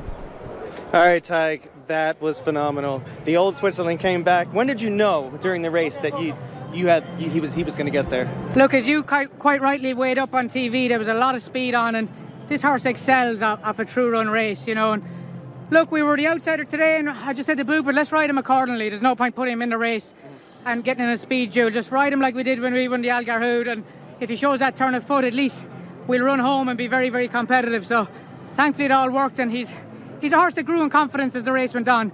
They were starting to stop and flounder, and he was coming harder on the bridle, so it was fantastic. And it seemed that, he brushed off the bad experience in Saudi pretty nicely. He's a class horse. Yeah, he came back with a dirty scope, and he was drawn bad there, so unfortunately I couldn't go and ride him. But listen, he's come back better than ever, and obviously without saying, I'd say that's a career best. Yeah, well done. Congratulations. Thanks, Michael. We'll get you. Tig's sons Dara and Aaron there joining him in the walk back there. Many thanks to him for chatting to Mike. He's doing a great job getting those post-race interviews, because believe you me, there's about 10 crews trying to do it. It's just the way he goes past them here. It's the winning move. I mean, Ty got to know he was on so much horse and loaded with so much that as the 2 front runners drained the clock and Wonder Craig's began to tire, he just shifted out just a little bit and took that momentum to the front, and then just didn't look back. And as Ty knows, being a local rider over here, just take one quick peek at that big screen, make sure you have enough to hold on to the wire. He's one jockey who just never most of them don't stop riding. It's not something they do, but he will never stop. You'll see him on a 100-to-1 shot, and he's kicking away and really working hard, and that means an awful lot to him. He's not one for his big celebrations either, and that will be a huge moment in his career. He's had Royal Ascot winners, he's had Glorious Goodwood winners, of course he's had the Group 1 success, as we mentioned, on the Purebred Arabians, but a Group 1 win on the biggest night of all for all of us who live here in Dubai, as Tig does for 6 months of every year. That photo will be framed and up in the O'Shea household by tomorrow, I imagine. I hope that Brittany Russell will have enjoyed her Dubai experience. I think her horse has run well, and she will have learned and be able to come back in the future, perhaps. Yeah, I think all the Americans here, like I said, it seemed like they were a little bit up against it, perhaps because of how they had traveled and how they came over here. And they all showed up. They ran on the night. You learned so much from the first. I can't tell you how much I learned from the first time to the second time, and it'll help for all them. I don't think this will be the last time we see Brittany Russell here. She's a woman with a really, really, really bright future. Yeah, indeed. It'll be great to have her back in the future. Indeed, the same goes to connections of Train the Clock, Safi Joseph and Dr. Scheivel. Mark Glatt, they brought over some very nice horses, but beaten by Switzerland. We're going to say goodbye to you, Chad, for the moment. Thank you. And you're going to go off and watch the turf races from somewhere else and rejoin us for the World Cup. I can't wait for the World Cup. Listen, it's been a night of surprises, but the World Cup, I think, will be a little bit more formful than what we've seen so far tonight. It's not been easy one to pick the winners, certainly. We can welcome an all-new cast here onto the stage, because Richie Mullen is with us, and I did think it might take you a while to get to us. I thought it might take you a while to get to us, Richie, because I know you will have wanted to congratulate Ty. Winning the race that you did a few years ago, you obviously taught him all he knows. I just saw him there. It's a great result. I'm delighted for him, because that's the one, although he's had World Cup night winners, obviously 2 in the Kahala and Secret Ambition last year, that Group 1's always eluded him, and it's quite funny because Trotter Nichols has always given him a bit of stick over it, but yeah, it's great for him, and yeah, a race that I won as well, so it's a great one, and you can see him getting interviewed there on the big screen, and it's 2 young kids, Darren and Aaron, you know, they're his biggest supporters, and obviously for Bupert as well, a race that obviously Satish and him won with Ronaldo as well, so yeah, great result, and it's always nice when the home team have a winner at this you know, it's so hard on this night, so yeah, great all-round you know, feel-good factor about it. A lot of feel-good factor about it, certainly. Edgar Byrne has joined us as well. Great to have you with us, Edgar. And it's been a night of a few surprises so far, I think it's fair to say. It has, a few surprises. Well, I suppose the Japanese, given that I thought we were going to have the big Japanese horses coming later on, I think it was a surprise that they've been so dominant. But look, there's been a little bit of Irish flavour too. I see you're wearing the Irish green, Laura, which is very good. You brought the look with it. And a case of you was certainly a proud moment for us. I was at the table at the draw the other night with Aido McGuinness, and when 16 came up, we all sort of put our hands on our heads and went, oh, you know, no one wants 16. Aido calmly turned around and went, smiled, that'll do me, he said. Horses in top form, and he loved them. And I'm going to claim, Rich, the Tygo Shea one. An old pal of mine from the Curragh when he served his time with Mick Halford, so go back a long way with Tyg. And yeah, I'm going to claim a little bit Irish in that last winner, so I'm going to call it a 1.5 tonight for the Irish. Well, it's not like the Irish had loads of runners either. You were pretty light. Oh, I think it's that, you know, maybe some in the earlier races, in the Cup race maybe, but I think the only fancied one has come in. I mean, Aido's been here all carnival with that horse and improved it more and more. In fact, the farther the carnival went, the more bullish he got. He really was, you know, in great form with this horse tonight. And look, it worked out. The plan comes together. It's fantastic. But yeah, we have been a little bit down in numbers, which is disappointing, especially from some of we'll say the bigger, more powerful yards. But look, that's the way it goes. Some years they get them here in droves, and some they don't. So 8th win here in the UAE for RRR Racing, Sheikh Rashid's operation.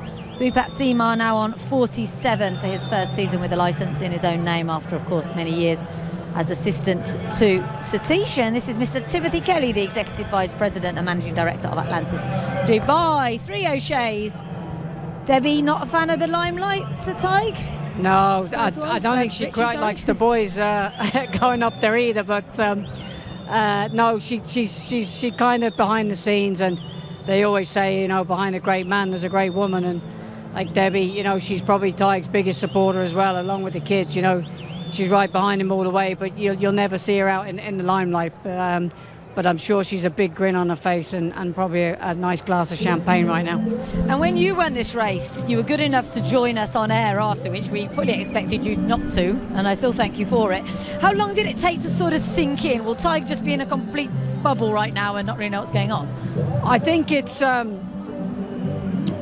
yeah, I mean, he's obviously got rides coming up, so you know, obviously he's got remorse in the big race, so it'll be, you know, he'll be on such a high right now, and it always seems to take a little bit of time, you know. You're still sort of, you know, even weeks afterwards that we'd actually, when I won on Ronaldo, it was, you're kind of pinching yourself, did the night happen, and you then reflect on, should I have done things differently, should I have celebrated a little more, should I have been a bit more, you know, media friendly afterwards, and you know, did I miss people out? And you know, there's all things that sort of run through your mind, and ultimately it's just, like I say, it's great for Tig, great for his family. You know, he's had, you know, Tig's, you know, got a lot of things going on behind the scene right now that people don't know back home, and I know he alluded to there in an interview coming off track, but he's a very, you know, he's a man that keeps his cards very close to his chest. You want to play poker with him. No. Because, you know, but he's a great man, and he's been like I say, look, he's on the verge of winning his 10th championship. Just hold that thought a second. We'll hear from Mikey again. All right, Bhupat Seemar, your first World Cup night win. You're the leading trainer in the UAE. You did it with your jockey, with a horse you have a lot of faith in. How does it feel? It feels just absolutely fantastic, phenomenal. What a great feeling. When Ronaldo won, it was an incredible feeling, and to do it twice now, it just, I mean, I can't describe it. It's such an amazing feeling. This is a horse that after Saudi, you said that he scoped bad. You said that he was a much better horse than that, and he vindicated that tonight. Yeah, he absolutely did. I mean, Saudi, just nothing worked out for him, maybe something took out of him in the travel, and he was drawn 14. He's a horse who likes a bit of cover, and nothing worked out for him. But today we had a plan right, and I'm glad it worked out because there's going to be so much speed in this race, and this horse has a cracking finish.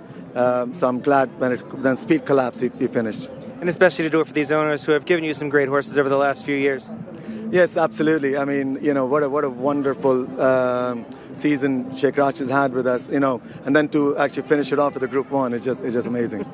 Congratulations. We'll let you get to the back. Thank you very much. Thank you.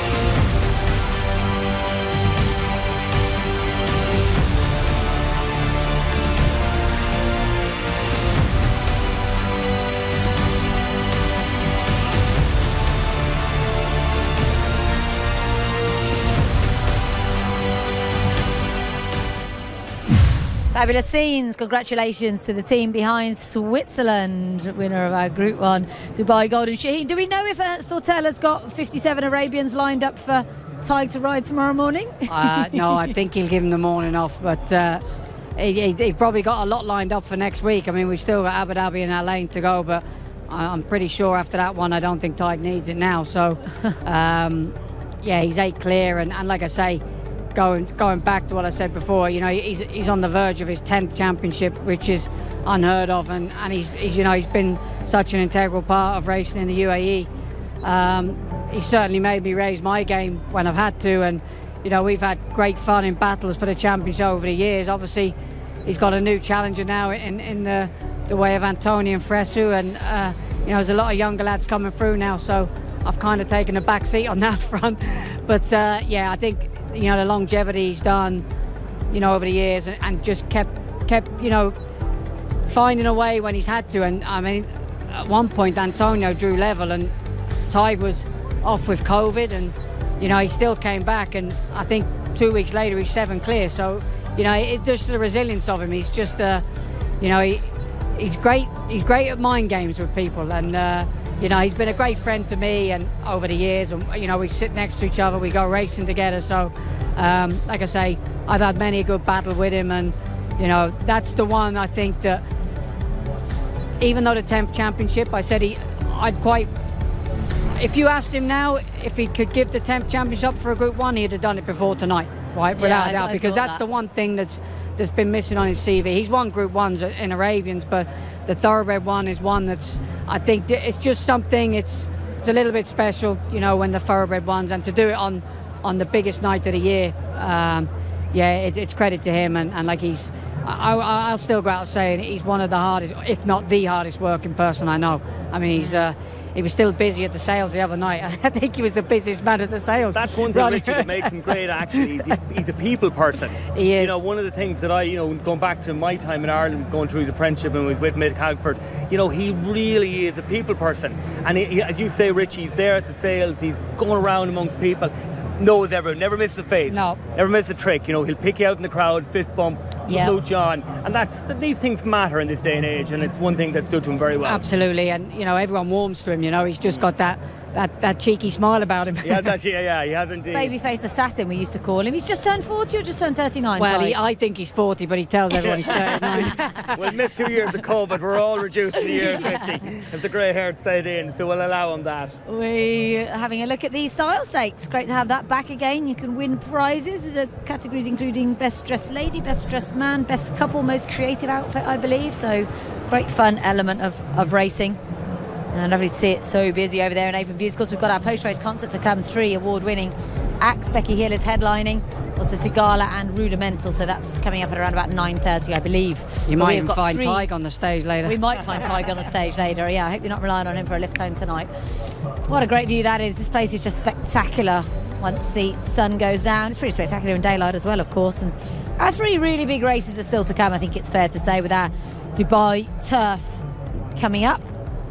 This one due up past 7. Horses are just coming into the parade ring for it. We're over 1,800 metres on the turf. $25 million. Bit of a disappointing race in terms of the non-runners. Such a shame we lost Lord Glitters and Finest Sounds. Alfarique, Group 1 winner. Colonel Liam also dual Pegasus Turf winner. Desert Fire for Sobin's Raw. Finest Sounds, as I said, came out earlier on this week. He's lame. Kiki, Harrovian. Lord Glitters, Lord North. I mean, he's become the first horse to win this race twice.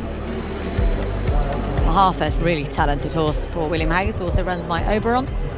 Panthalassa go from the front. The hot favourite is Schnellmeister for Japan, winner of the Group 1 Mile Championship over there. Japan have got a great record in this race. They've won it 4 times. Sabuska, Ursa Minor, Vandergaard second last year, and Saffron Beach, the only filly in the race for Jane Chapel-Hyam. Slightly idiosyncratic distance of 1,800 metres. I rather like it. Rich, this is Alfarique, a good winner of the Jebel Hatter, fully deserved that, but this is a big step up. Yeah, it was great that Dane got his Group 1 winner on this horse in the Super Saturday. It's very hard to see, you know. I think he'll run a big race, but it's hard to see him threatening the main protagonist in this contest. He's going to have to certainly up his game once again from what he did Super Saturday in the Hatter. Here he is. He's drawn in 6 quite kindly. I'll have a look at Colonel Liam as well, Edgar. He's out in 13. He's probably one of the best turf horses in the States over this sort of distance, but the US have never won this. Yeah, look, this is a horse I'm really interested in. I like him a lot. He's 7 from 10. He's won 3 Grade 1s on the turf. As you say, you know, turf racing, American form doesn't overlap coming across here, Laura. But what I like about this is it's the Fletcher factor. You know, Todd Fletcher sent him one across. He doesn't come across for nothing. I know he's got the big horse in later on, but the fact that he's sending a turf horse means he's confident. There is a fair bit of talk about the horse. I like the horse as an individual. He's a good ride. He settles in well to put him. We have a bit of pace here, Richie. We've got 2 front runners in this, or horses that can run for the pace, and Colonel Liam can sort of slot in anywhere. So he's a very likeable horse, and I think he's going to have a good show here, guys.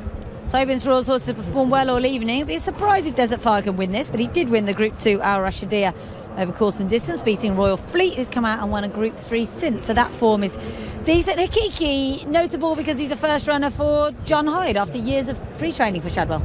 Yeah, this was a horse that I think he won this time last year at Doncaster. He won the Lincoln, if I'm correct, for John Gosden. So he came out here, he recently won the President's Cup.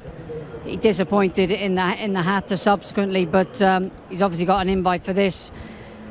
I think the way that, you know, Adju will ride him, he'll obviously ride him to run well, and with the strong pace, could run sort of mid-pack, but he's going to have to improve on certainly what he's done so far. He is. He had an abscess apparently after that run on Super Saturday, so there's a bit of an excuse. Harrovian, keen to get on with things. He ran a super race behind Authority in the Neom Turf Cup in Saudi last time. He's got an interesting horse. He's never run in a Group 1 before, so in a way they're tilting at windmills, but it's John Gosden, the man's a genius, so who knows.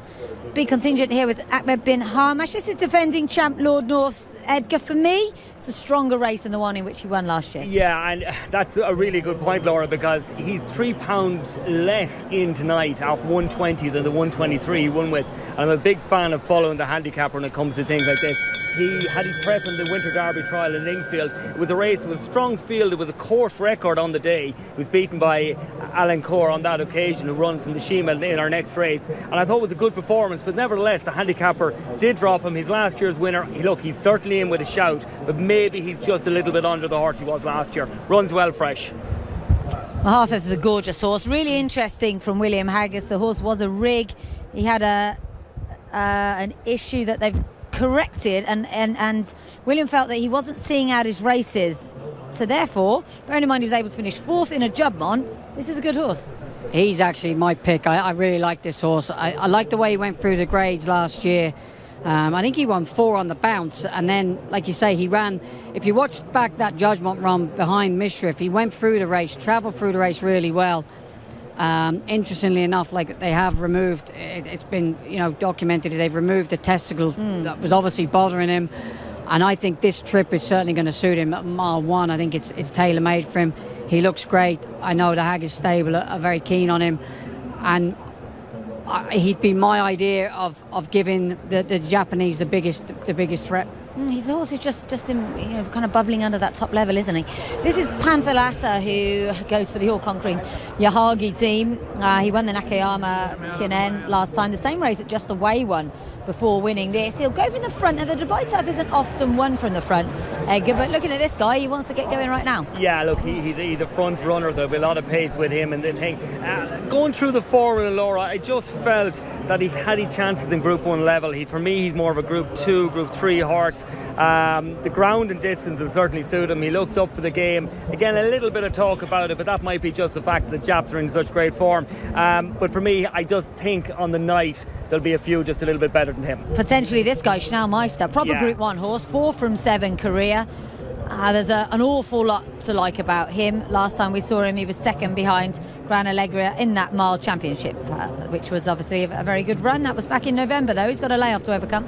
He has it. Sorry. No, go ahead. Go ahead. We're all mad for talking about the Jap horses with the form. Yeah, look, he's the mile championship. He was second. It was a good run last year, and Gran Allegria, as you say, Laura, a multiple Grade 1 winner. So look, he's a worthy favourite. There's very little wrong with him. There's not a clink in his armour, and I think he's one of the big, strong Japanese horses here tonight. Yeah, I said Schnellmeister won that mile championship. He didn't. He was second in the mile championship. He won the NHK mile. That was beating Songline, of course, who won over in Saudi. That was back in May of last year. This is Ursa Minor. It's great that he's earned a spot in here, Richie. He finished third behind Al Farik. He's got a fair bit on his plate today, though. Yeah, he's got a lot to improve on the bare form, but he's been running well all year. He's gone through the ranks, and rightfully so. He got an invite, and Ahmed Bin Hamash has had his team in great form all year, and great for Ray Dawson, his first season over here, and he's got a couple of nice rides on night itself. And their other runner, Eastern World Runner, cracker, finishing fifth. This is Van der Garde, second in the race last year. He has been quite well beaten in all of his starts since, albeit there's only been 3 of them. Yeah, look, he's had some big tasks, Laura. I mean, he was 6th behind Golden 60 in the Hong Kong Mile, and 12 behind Space Blues in the Turf Mile. So he's had some big tasks to overcome, as you say, second here last year. But he's probably struggled a little bit stepping up in grade, and has probably seen his mark a little bit on this horse. So of the Japanese contingent, I think he's probably one of the lesser hopes in it. Holly Doyle got married on Tuesday. It's some week for her if Saffron Beach can win it. She's a very talented filly, but she does face the Colts here, which is never easy. Yeah, I mean, she was second in the Guineas. She then, I think she won her last 2 in England. She won a Group 3, and then she won the Group 1 Sun Chariot, I think it was, at Newmarket. So, she beat Mother Earth by 3 lengths. The only blip actually in her copybook is when they stepped up to a mile and a half and she ran in the Oaks, and she was very, very disappointing. But Jane Chapelheim has been a fantastic trainer at travelling horses around the world. I think she's had runners in Korea. She's always supported the Dubai Carnival. Like I say, it'd be a nice wedding present. Hopefully she doesn't get up and beat Tom on the line, because I think they'd be happy if either of them win this. I think Tom is used to getting on the line. But look, I think this mare has a big chance. Jane Chapelheim, Have Horse, Will Travel. She's a globe-trotting trainer herself, and this is all the girls, the female trainer, jockey, and the filly herself.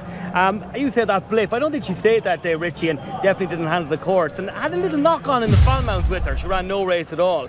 Probably came up a little bit quick, but she was bloody good in the Sun Chariot. She bounced in back to her best on that occasion. Yeah, I think when I say blip, it was the only, if you go for her form, it's the only time she's disappointed. And like you say, it was purely the fact that I think the mile and a half just stretched her, but it was worth having a go and having a crack that time of year. But yeah, for Jane to get her back to winning ways and then going on to win a Group 1 in impressive style, she could throw down a challenge here. She could be a dark horse. Do you find sometimes, Richie, when they go in those races and they go beyond their trips, it's something that has an effect? Because she didn't do a no-show in the Falmouth at all. Does it always leave that much mark on them? Because they had to rethink plans completely after. It's when they've had a hard run, their second run it's kind of like a bounce. It's like horses that have had a layoff that run well, then their second run after a layoff, you actually expect them, but public would actually expect them to run well. Often they tend to bounce because they put so much effort into that run, and it does have a slight knock-on effect. But like I say, it's testament to the connections that they're able to get them back to where they wanted them and where they were in the springtime. And for Jane to have she was in great shape in the spring. Obviously summertime she kind of hit a bit of a blip, and then she got her spot on again in the autumn. So she's a filly that has had a bit of a break now. She was running well in the spring, last year. So, like I say, she's one that I wouldn't rule out of throwing down the gauntlet to these. Yeah. Well, she's bidding to become the 5th filial mare to win this race. Is Saffron Beach. This is that Mahafa. The ground he went and you know, look back at it, it was the right thing. He went to Ascot and won the Hampton Court, but he missed the Eclipse. I mean, they said he'd go to the Eclipse again, so there's been a lot of changing with this horse, a lot of, you know, changing of plan, changing of routes. Maybe it was all because things showed up at home, I don't know. But for me tonight, he's just a little bit short in the betting for me. There's no doubt he's a talented horse. I think we were in Ascot, Laura, when he actually ran and won that day, and he's a very impressive horse, but is he one of these horses that can be impressive when everything's right and can be a little bit disappointing? I don't know. I just think we might find a couple better here tonight. I think there's a lot of sentiment around him being the Shadwell horse. I think they want him to win. They need him here. I think he's good, but he's a third or fourth type of horse for me. Yeah, I kind of agree with you. I think it might just be a race or two too soon. I do have him down as a future Group 1 winner, though, as we look at the track 4-hour Dubai turf. I think we've covered most of them. I just think Chanel Maestro, I love how lightly raced he is and his profile. He's the one I'm going to stick with. Which one did you come down on in the end, Edgar? Well, as an outsider, and one we didn't get to talk about, was Sir Busker.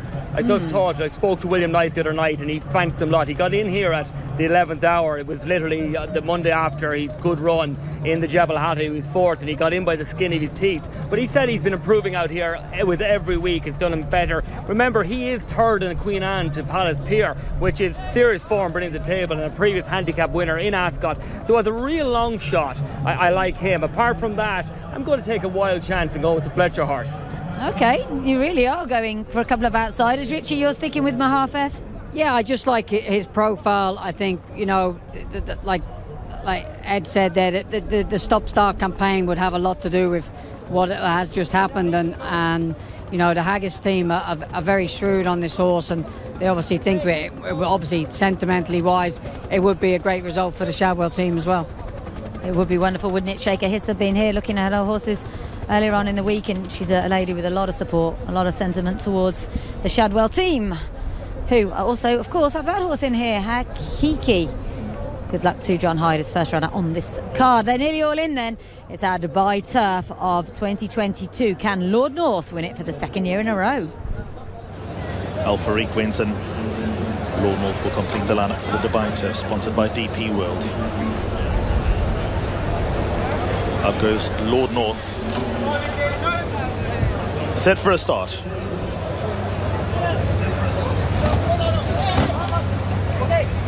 Gates are back, and they fired away, and Mahafeth didn't get away well. Gave away a couple of lengths.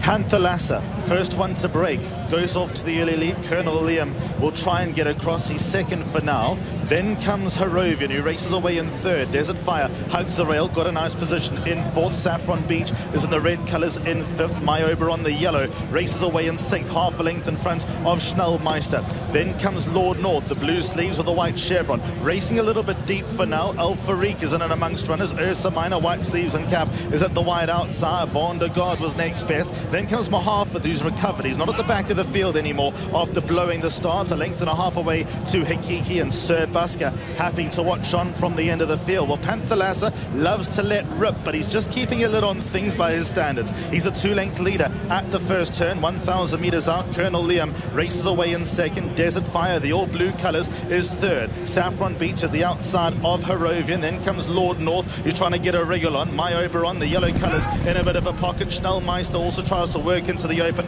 Ursa Minor being nudged and nurdled along. Then comes Mahafeth, who's 3/4 of the way back. Sir Busker, Van der Gaard, their next best. Mahafeth, and further back in running, then we find Hikiki, but they're homeward bound, and Panther Lassa in front by 2, balances up over Colonel Liam, who's 2nd. Then towards the outside, Lord North, Saffron Beach, Schnellmeister, red cappers towards the outside. They reach the final 200. Panther Lassa in the lead. Lord North on the chase. Van der Gaard is 3rd. Panther Lassa 2 lengths in front. Lord North trying to double the dose. Van der Gaard not without hope. Panther Lassa crying for the line. Here is the line. It's desperately close. What a finish.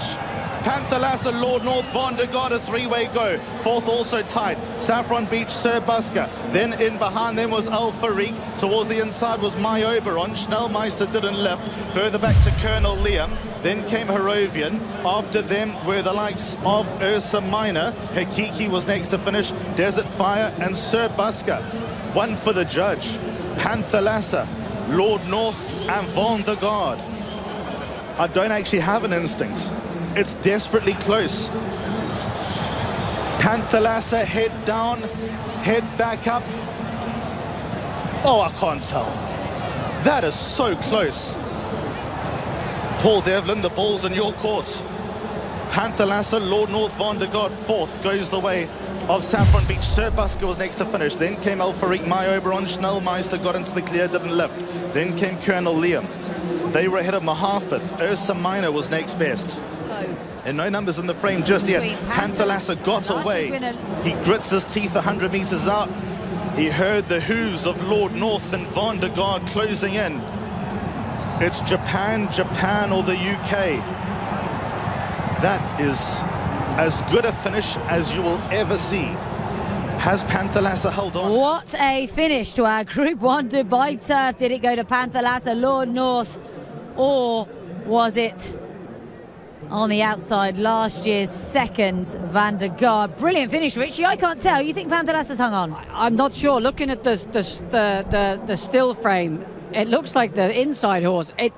I think either way, it's a Japanese horse. Oh, I don't know on that frame. That's not necessarily on the line. Well, it says unofficial for a reason. That's not what the stewards are looking at right now. Well, I thought it. Yeah, one way or the other, we thought it was a Japanese horse, but I kind of thought my first thought was the inside, but on that still frame, Lord North has got it. This is a race that's thrown up a dead heat in the past. Paolini and Right Approach way back in the day. So you never know.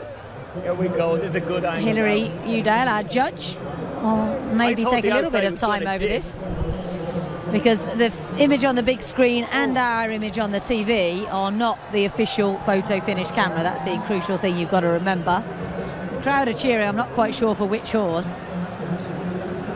It was a brilliant race anyway. Panthalassa, we knew he'd be the speed. I didn't think he could last home, but maybe he did. And then what a performance.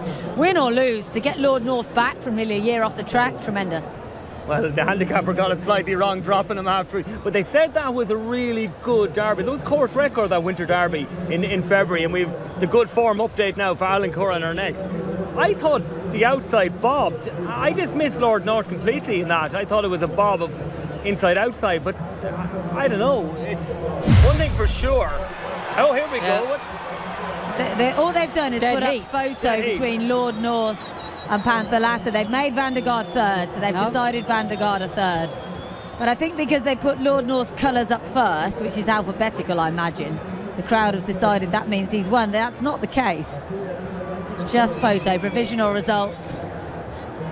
They are still looking at between Lord North and Panthalassa. And we wait a little bit longer to see if Frankie Dettori has won this race for a third time, and if Lord North enters the history books as the first dual winner, or whether Panthalassa, whether it's just a dream night for the Yahagi team, whether they get a third win. Yutaka Yoshida, the jockey on board this one there, he is. So the judge is going to take a fair bit of time over this. You don't want to be getting it wrong when it's a $5 million prize. Van der Gard one spot worse than last year. John Gosden probably doesn't know either. Saffron Beach is fourth. Jane Chapelheim, I imagine, will be over the moon with that. Yeah, absolutely. I think that'll set her up for a big campaign in the summer back home and around Europe. I think she's run a cracking race. She was always well positioned by Holly. She was just tracking, I think it was Todd Pletcher's horse, Colonel Liam. She was in the right spot, and I'd expect her to improve from that run. So first run of the year, very good run, and like I say, I think there's exciting big things for her going back home into Europe. Also would open up possibilities of her going to 2,000 metres maybe as well. So Busker fifth, Edgar. The syndicate will be so happy with that, Kennett Valley. They're such a fun syndicate. They're fabulous. They cheer and they enjoy it. And You've always been such a campaigner for syndicates and a big pusher of them. Syndicates can't afford to own a horse outright. Well, whether it's that or otherwise, the point is they're part of the modern game, and it's very important that they do well, and they're represented well tonight. He tucked out as he always does. They've gone a good clip. I was a little bit disappointed with Colonel Liam. He flattered to deceive at top of the bend, but Sir Busker ran exactly the race that William Knight thought he would. He said to be pace, he dropped him out and he'd stay on home, and he justified his place here tonight. I'm glad they got in. Big run. This is quite interesting because this is Panther Lasser. The jockey stayed on. The jockey looked to me as if he was headed for the winner's enclosure, and then one of the paddock stewards said, it's not decided yet, you need to circle here. Whereas Lord North tack off all sorts. They've almost like they've resigned themselves to second the Gosden team, which is quite interesting. But I think it's wise after such a hard race that they unsaddle him anyway. Frankie Wisely's jumped off Lord North and he's getting his customary cool down. I think that's just a safety factor. The stewards have asked both jockeys to get off and let the horses cool down. I mean, they've put everything into it. It was probably one of the greatest finishes we've seen in racing in Maidan in recent times. I think the last one was possibly on to Peter in the World Cup when Gloria de Campio won. So I don't think we've had... Don't forget Thunder Snow. Gronkowski was pretty close. I think, but a three-way photo we had. A three-way photo, I think we had... there was a horse of Mike de Kock, Gloria de Campio, and I think Ahmed Ajebi was on the inside of... Ahmed Ajebi was there on cart. Ahmed was on the inside, so it was a freeway photo. I'm too young to remember all that. Age is catching up. It was heartbreaking because Kevin Shea thought he'd won on Lizard's Desire and celebrated accordingly. It was very heartbreaking. I think that's because Ahmed told him he'd won. We have had one dead heat if I remember rightly, here at Maidan. Came in a local race a few years ago. They're not commonplace, and I'm not necessarily expecting one here, but judges are taking their time. And obviously, Rich, in your career, you've won plenty of races by short heads and noses and things. How often do you know you've won? Do you think that any of these jockeys will know? I think I've got beaten more of them than I've won. There's sometimes you'll go past the line and you'll have an idea, you'll think you've won. And there's been many a times, I think I've been beaten in 2 photos this year. I thought I'd actually won, and I'd questioned the photography. But there's other times you kind of know deep down, and certain tracks that the angle of the track, it favours horses on the inside. Abu Dhabi, for instance, always favours the inside horse in a photo, even when you have one flashing home. So here I think it's a tough one, and that was a tough photo. It was hard to... My first thought's where the Japanese horses held on. So as a jockey you kind of have an idea, you think you might have done enough, but then you would always side on the air of caution and not go into the winner's enclosure until it's called anyway. That's exactly what we've got here. 2 horses circling behind us. Connections waiting on nervously. John Gosden looking not particularly nervous, to be honest. He's a confident chap. But either way, these horses have run brilliantly. Super training performance by all concerned. Panther Lasser had come in here off the back of a win in the Nakayama Kinen, as we mentioned last time. The same race won by Just Away. And Lord North came in off the back of that Winter Derby. I mean, it does move up Elenqua in the next race a little bit, doesn't it? Yeah, regardless of what the photo does, it's just form. It's just an unbelievable form, because he's given him 2 lengths in the Winter Derby, and given him a good victory that day. And it was his prep coming in here, and we know Lord North runs fresh, but Allegra, probably needed that run. So yeah, and remember, that was a 1.25 miles on the dirt as well. So Alan Corr is going, farther. He's going to the 1.5 miles next, which will suit him even better. So he was at a disadvantage against Lord North in Lingfield, and a very sharp, fast speed track like Lingfield over 1.25 miles. So yeah, it's a big plus in a few minutes. 2004 was that dead heat in this race, right approach and Paolini.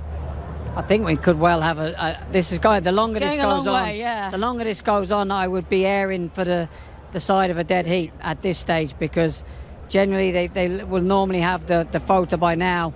And in fairness to both horses, I think if you ask both jockeys, they'd settle for a dead Frankie heat. Dettori's already been asked and said, I'll settle for a dead heat. I think they'd settle for a dead heat, and like I say, the longer this goes on, I think it's announced. Dead heat. It's a dead heat. Fantastic. Yeah. Lord North and Panther Lasser, UK and Japan. We will have 10 winners on Dubai World Cup card. On the Dubai World Cup card this evening. Brilliant stuff. Neither horse deserved to lose. Fantastic training performance by John and Thady Gosden, and just as fantastic by Team Yahagi, their third winner of the night. Tremendous stuff. Panther Lassa, he's a very popular horse. He's a son of that great Lord Kanaloa. Let's hear from one of the winning jockeys. Yoshito Yahagi, congratulations, dead heat victory, third win of the day. What a day for you. What a day. He went to the lead, that was the plan the whole time. Did he give you a bit of a nervous ending there, a bit of a thrill? 最後、作戦では逃げっていう形だったんでしょうか。最後もっと逃げるつもりだったけど、ナイターを気にしたのか、いつもほどの行きっぷりじゃなかったですね。Our plan wanted to go more far in the front, but I think horse a little hesitate in the light, so it was that much lead.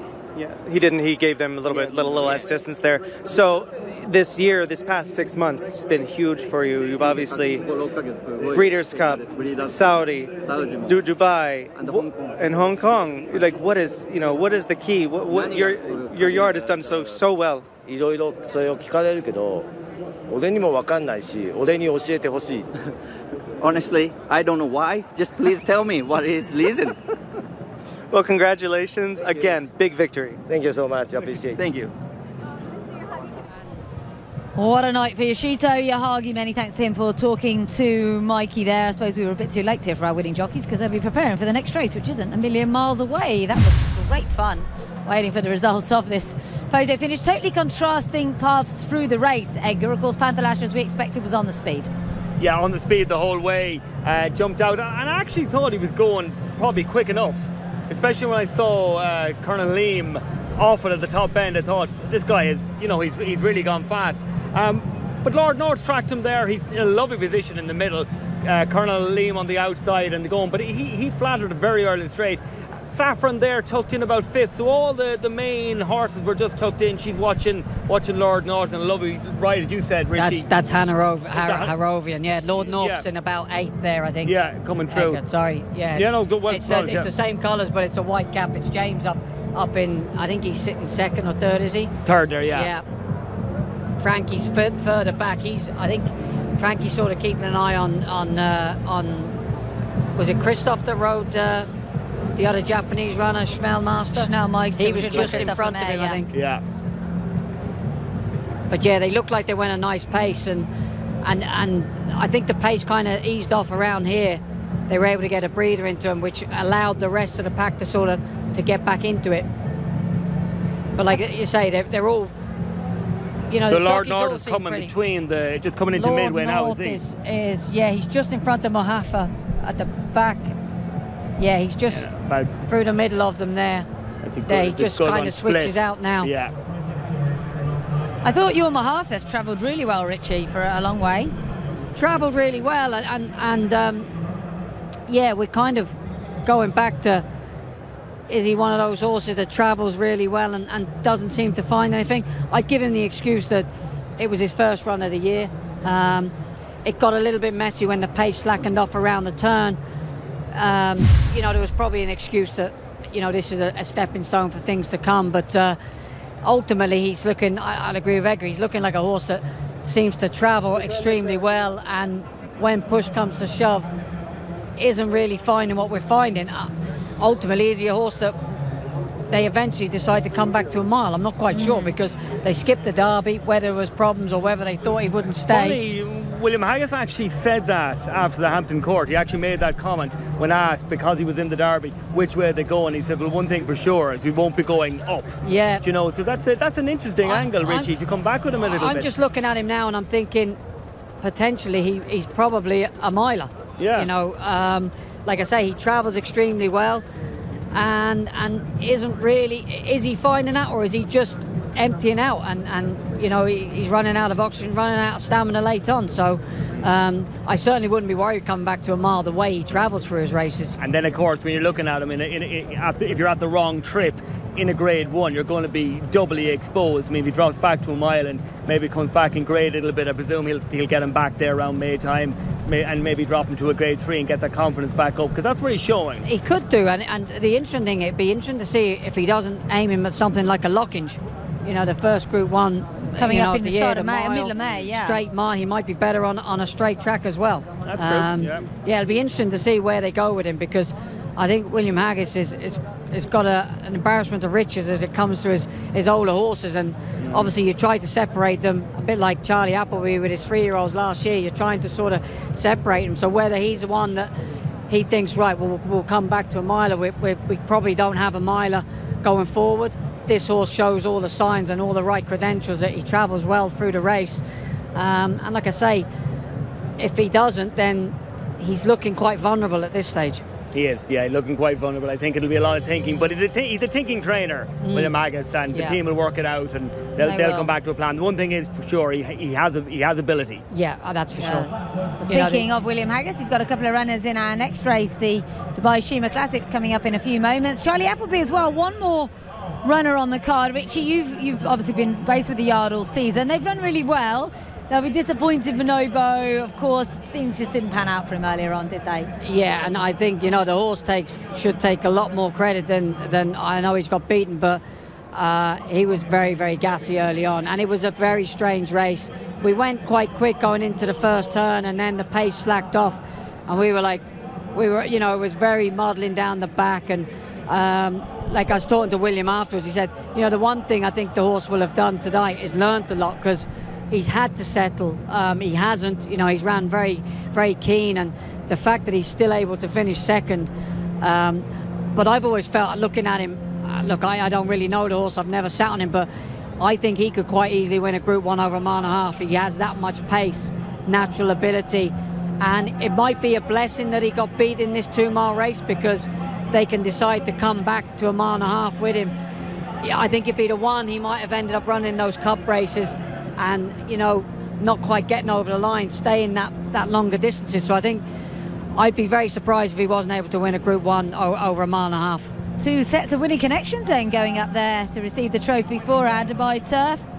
And this is Mr. Abdullah bin Damithan, the CEO and Managing Director of DP World UAE and JAVSA. And that looks like Hugh Anderson picking up the prize for connections of Lord North, who of course is owned by His Highness Sheikh Mohammed's son, His Highness Sheikh Zayed bin Mohammed. So congratulations to him. There's Thady Gosden sharing the trophy with Who gets to take the trophy home? And I suppose what they do with the prize money, they join together first and second, don't they, and split it? Split it, yeah. I don't think anyone will be complaining about the prize money, but I don't think. But typical jockey wants to know where the trophy's going. They're never happy, Lorna. 10% of millions.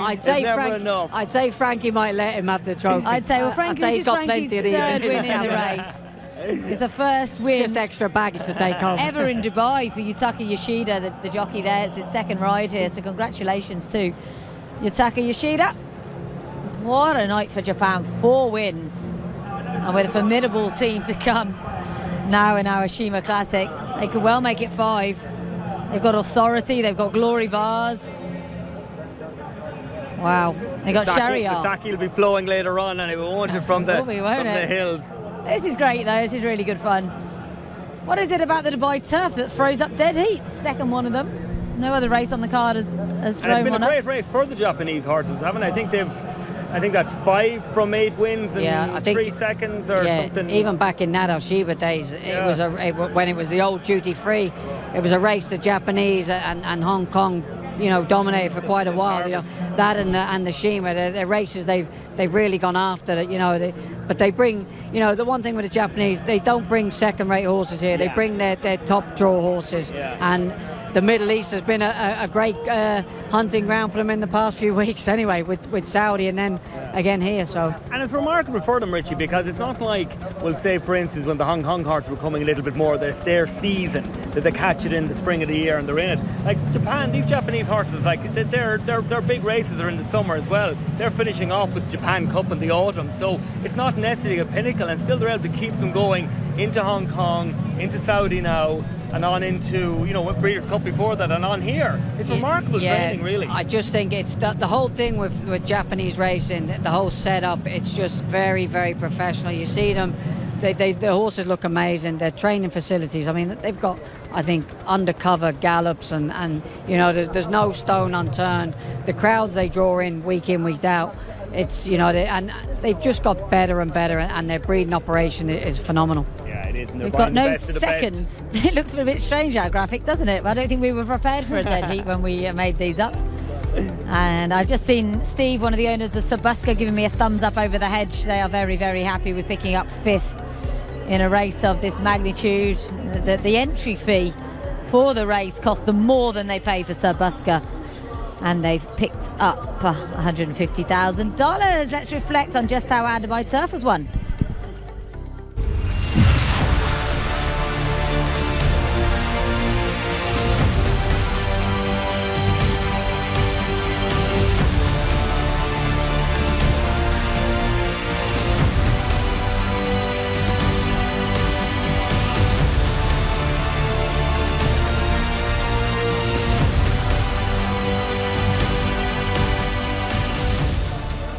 If we see a better finish than that all night, we'll be surprised. But we've still got 2 very good races to go. There's 5 Group 1 winners lining up in our Shima Classic coming up in a few moments. And then we have 6 Group or Grade 1 winners in the big one, the $12 million Dubai World Cup.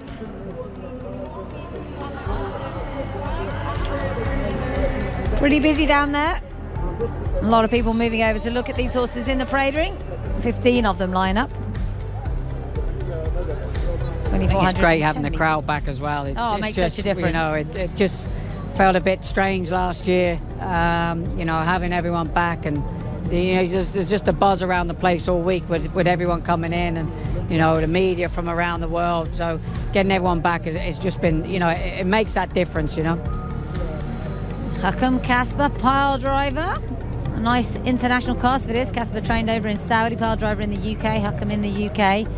Without a fight in the UK, Alenquo UK. Burgas Turkey, their only runner on the card. He's a massive price, this little horse. He's got a big following. You never know. Dubai Honor, Shariar, the 4th Japanese Derby winner to run here in this race as a 4-year-old. None of them have won it. Stella Veloce, Yubia, the Breeders' Cup Turf winner, and Nuba Laban, the Japanese Oaks winner. Second longest race of the night, the Dubai Shima Classic. And this is a look at number 1, who is Authority Egger. This horse has a huge chance. Yeah, of course, he won the Nemo Turf in Saudi Arabia there, beating Pile Driver on that occasion. Second in the Japan Cup before that to Shaladhar. And he's just an improving horse. There's a lot to like about this horse. I was a little bit surprised he was, shall we say, in the betting and the form, the second string, we'll say, of the Japanese, because a little bit more talk about the 12 Shahar, but Authority was a big pick for me, and I was very impressed with him in Saudi. Yeah, I was very impressed with him in Saudi as well. He was a bit of a certainty, to be honest, having finished second in the Japan Cup. I wouldn't totally rule out the second either. Kasper was pretty effective over 1.5 miles in Germany, that horse. Albeit on a lot softer ground than here. That's Dubai Future. He's probably up against it. The Sobin Straw has won this race twice with Stowaway and Suleimani. For the top, kind of just in it because they wanted to run. He is a Grade 1 winner, Richie, but he's never won on turf. No, and he sort of bounced back at the beginning of it. I think it was just before Christmas. We had that. Yeah, he won the Entasar. Bounced back, hold-up tactics as well on that occasion. They had been making the running with him. That was on dirt as well, because he had been running on the turf. So yeah, he's obviously going to have to up his game here. I think there's 4 or 5 horses. Vars well capable of winning this though. I think Christophe Soumillon, he won this race back in 2015 on Dolnia. This horse has won 2 Hong Kong Vases. He's a dual Group 1 winner in the Japan. 1.5 miles is his trip. Edgar, he has a huge shout. Yeah, as you say, a dual Hong Kong Vase winner and previously second to Love's Only You in the QE2 in Hong Kong. He's 7 now and maybe getting a little bit older, but 123 is the highest rated horse in the race, and I like him. I think he's a good, solid international performer. I think he's got a good chance. Yeah, I think he's got a huge chance. I think all the Japanese horses in this have a huge chance. This is Hakam. He won the City of Gold last time. Hawkbill won both races a few years ago. He was probably a bit better than the Bear result. He only got home by a head from without a fight, but he went quite wide, and Owen would have left a bit to work on. But all the same, he's going to have to improve a lot to win this, I think, Richie. Yeah, I think he's. You'd be looking at him if he runs and he's improved from the City of Gold. I think he has place chances at best. He's obviously got to improve a bit. I think Owen would have left plenty to play with going forward from the City of Gold, but like you say, I think he's got to raise his game 7 or 8 pounds to be challenging for this. Pile Driver was stuck very wide in Saudi. He's a Coronation Cup winner in the UK. This is a very good horse, Edgar, who always seems to go under the radar. He's got the ability. Yeah, it goes under the radar with everybody, bar his trainer, Willie Muir, who sings them from the rooftops. Every time I bump into Willie, he no matter what I go to talk about, he brings him up. He's very bullish about him again this week. As you say, second in Hong Kong the last time. He said completely dismissed that Saudi run. He didn't handle it, and he said, Ryan Moore even said, told him not to go in the first place. But look, dismiss it, a Coronation Cup winner. Probably didn't stay in the ledger, to be fair to him. It was only a bad run. But look, very positive vibes about him. Big loss for Mark Dwyer, Richie, not to be here today. Give him a little accident on the gallops during the week. Yeah, horrible, and it's a shame. You know, Martin's been an integral part of this horse's career from day one, and they rightfully got their Coronation Cup win. Things obviously, didn't go right in the ledger. Then obviously didn't go right again in Saudi last time. But he's drawn one as well. I just think Frankie will park him up box C. He's after dead heat in the last race, so he'll be full of confidence as well. I agree with you. He was only just behind Glory Vase in Hong Kong in the Vase. So, if we're talking about Glory Vase being fancied, you have to fancy this horse. And I think, like you say, he is going under the radar, but not from connections. I think they're very bullish. And like I say, our best wishes with Martin, who'll be watching it at home, I think, with his leg up. He's not in a great way. I spoke to Claire, his wife, the other day, and she said it was a nasty fall on the gallops. And like I say, Martin's been out here for many years, and he's ridden big winners on the international scene. And like I say, this will hurt. Wasn't it brave of him though to make that decision early?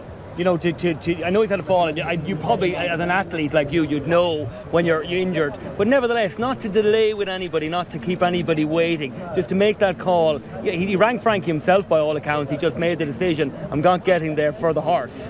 Oh, well, great call as a rider. Great call, a brave call, but I think the injury was a lot worse than was probably first. Okay. And I think Martin knew that, and hence why he didn't want to mess any connections round. Williams, his father-in-law, he'd have known, and obviously the connections. Yeah, no, of course, and the last thing you want to do is be hanging people on to the last minute. But I think Martin knew after the fall that it was, it was quite bad. 1 second, chaps. We can hear from Mikey in the parade ring. We got Ed Crisford here. Without a Fight is coming into the race as a bit of an outsider, but we've seen some surprises tonight, especially on the grass. Do you think he's up to the challenge today? Yeah, he obviously ran a Super race, Super Saturday. Just being beat by Hookham that day, and ran a really great race. Obviously today is a really, really high quality field with some fantastic 1.5 horses, and so it should be for the Kahala Classic. But he's got a good draw. He's in great form. He's training fantastic into this race. And, I think we'll be doing all our best work at the finish, and I'm sure he'll run a big race. He's shown a bit of tactical speed. He can be a little closer. Do you think with the lack of pace it looks like in there, does it play to him a little bit more? Yeah, I think for sure. I think he's got a good draw, and I think Andrea will use that. And hopefully he can go forward and set his own fractions, and we'll see where we are. But no, look, he's in great form. It's a very, very good field, and we just hope for a good run. I wish the best. Thank you. Thank you.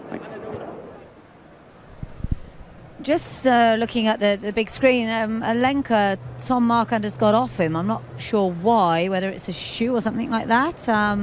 He's looking on the ground, so I'm just wondering whether the horse has just slipped a shoe or something. We can't pick it up on our camera. We're looking at something completely different. But Tom off Alenka at the moment. There's a look at Authority, obviously one of the leading contenders for this race, following that dominant victory in Saudi last time out. He was really very impressive. Richard, we must talk about Yubir. Is he? I guess you wouldn't have much to do with him because he's only just arrived here in the UAE. I literally have nothing to do with him. I've seen him from afar. He goes out. The two horses came over. Yubir and Creative Force came over late. Shane that rides Yubir. I was talking to him the other day, he is a very, very difficult horse at home, and he has been in Newmarket, but he said surprisingly he's actually settled into the training over here quite well. And I think the fact that there's only 3 of them go out early in the morning, or like before the rest of us are out on the track, but I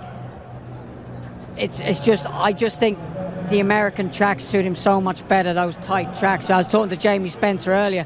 He said he had to get an outrider to pull him up after he rode him in Belmont. He said you literally drop him in behind, he won't pick the bridle up, but if you can get led into a false sense of security with him, if you put him in the race, he just turns it on very quickly.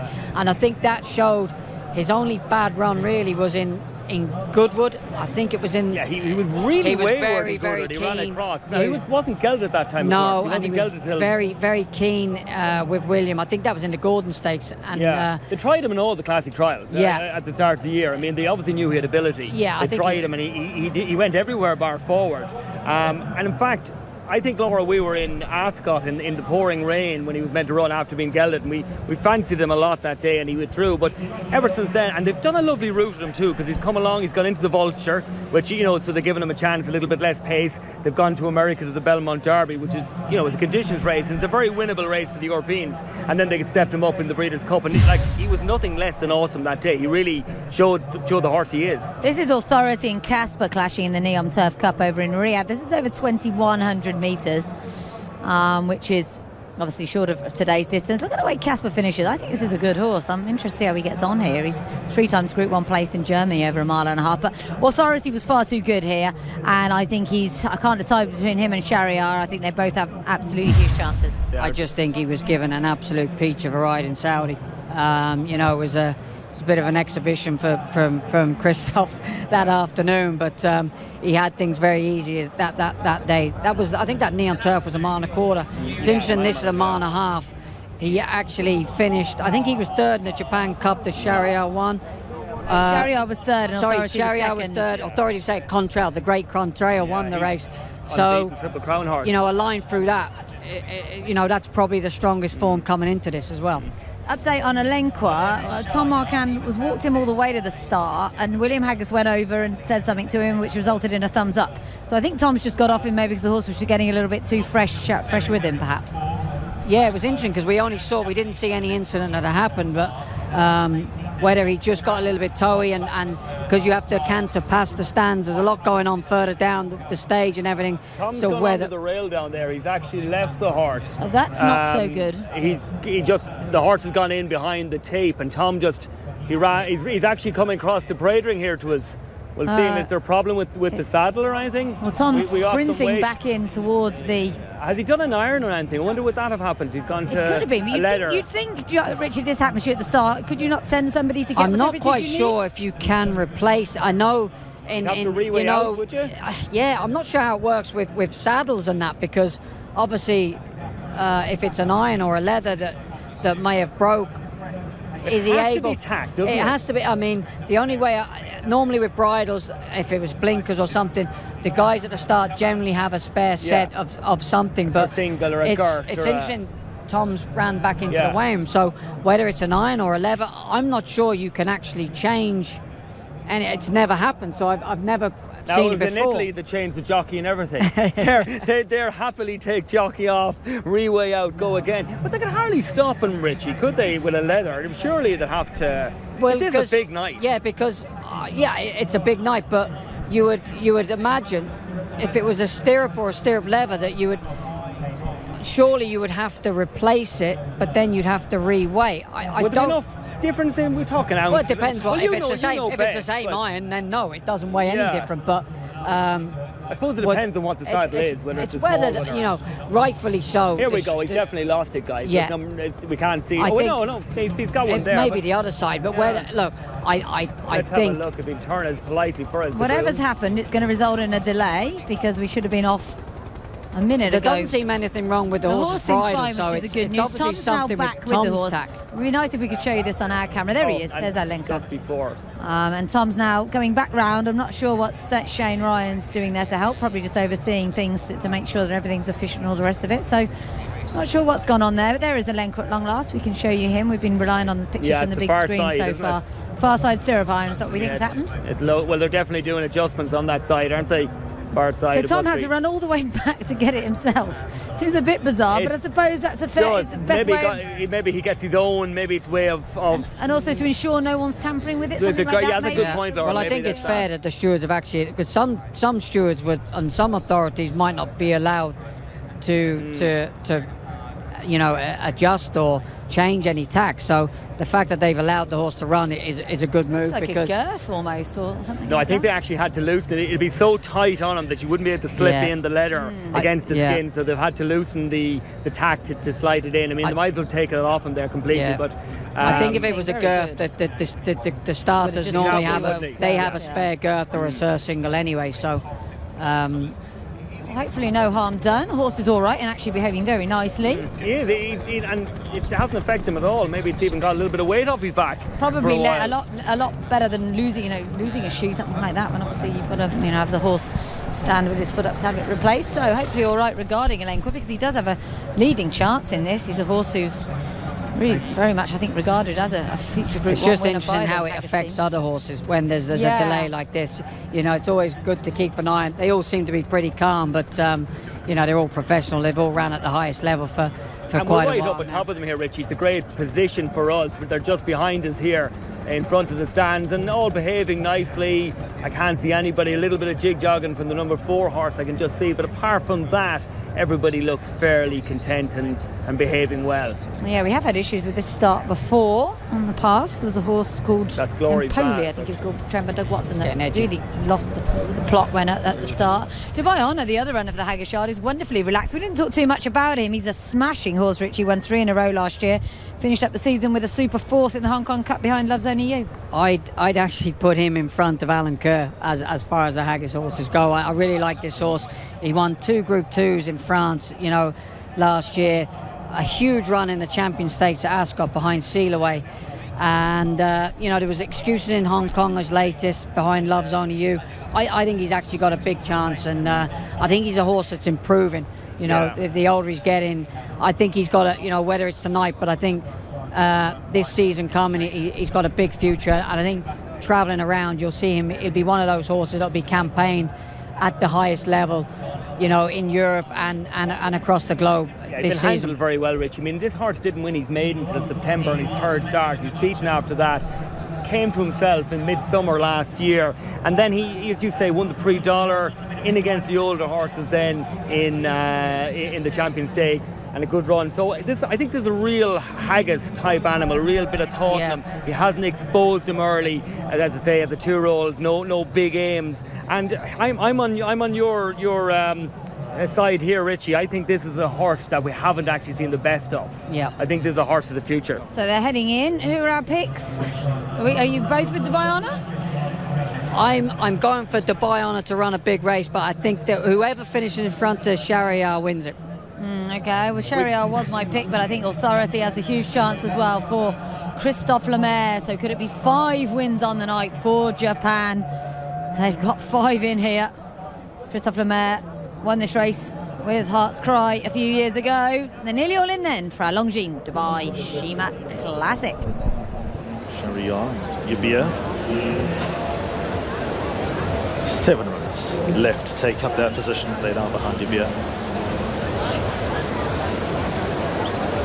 Winton for the top will be next. Glory Vase.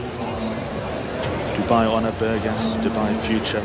Shahryar still need to come in. There goes Glory Vase, Burgas, Dubai Honor. Dubai Honor. Now loads. Dubai Future. Shahryar. A class renewal. The Longines Dubai Shima Classic. Handlers get away. All set. Gates are back, and they fired away. Stella Veloce a step slow. Ibia happy to race towards the end of the field along with Glory Vase. They're going to bank on a good pace. Piledriver, one of the first to break, but being restrained. Shahryar gets forward. Then Authority in the light blue cap going around, and Authority picks up the lead out of the straight. Shahryar races in second. Then comes Alan Kerr, the light blue colours, in third. One off the rail for the top, takes a tug at the outside. Hukum's in the white and blue colours with Piledriver for company. Burgas a lot closer, but is 3 deep at the outside. Then a length away to Dubai Honour, now being joined by Glory Vase against the inside rail. After them, Dubai Future off the course, blue jacket and white cap, half a length away to Dubai Honour. Then comes Without a Fight. There's no real pace on. Stella Veloce 3/4 of the way back, half a length away to Uber Lieben. Then comes Casper, who's won from last, and Abir's got the entire field to get past. Now they're on the back straight. Pace is a little bit more genuine, but certainly not record-breaking. It's Authority in the lead by just over 1 length. Shahryar races at the rail, and the leader's back in second. Then comes For the Top, who just tugged out of the straights and now races in third. Alan Kerr, lighter blue colours, is in fourth, with Piledriver a length behind, the white sleeves and the red cap, and in a good rhythm. Burgas is in the open. Then comes Hukum, midfield, white and blue colours, kept company by Dubai Future, who continues to travel at the outside. Glory Vase, light blue colours, and the red cap also midfield. They all in a bunch. Dubai Honour just tries to get a little bit closer. Stella Veloce's got nowhere to go. Then comes Uber Lieben, Without a Fight, the first to come off the bridle. Abir's not at the back of the field, but will make a move at the outside of runners, and that leaves Casper at the end of the field. 700 metres out. Authority guides them along. He's led most of the way. He's in front by 1 length, and every time you look, the pace is even better. For the Top is second, Shahryar third. Then comes Burgas into the home straight in the open, in striking distance, but covered ground.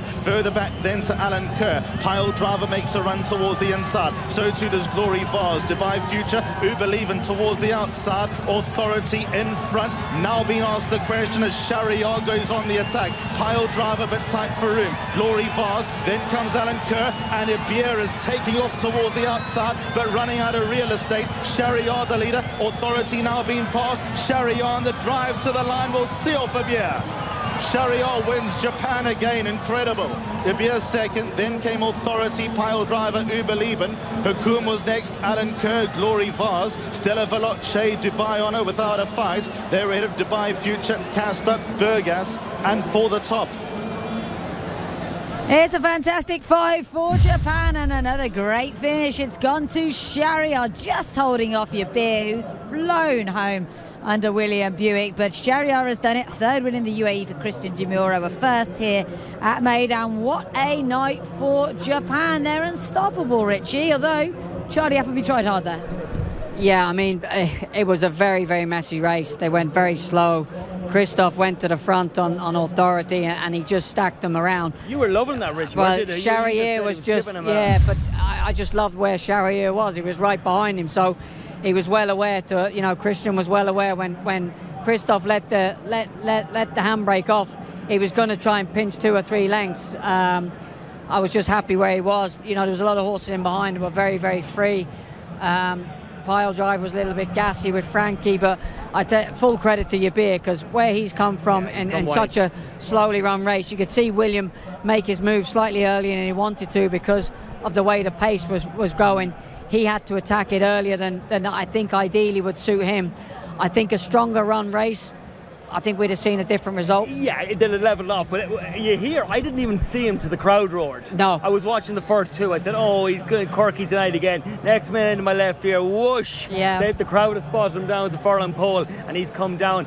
What do you think, Richie, with tactics, given that there's so many Japanese horses in this race?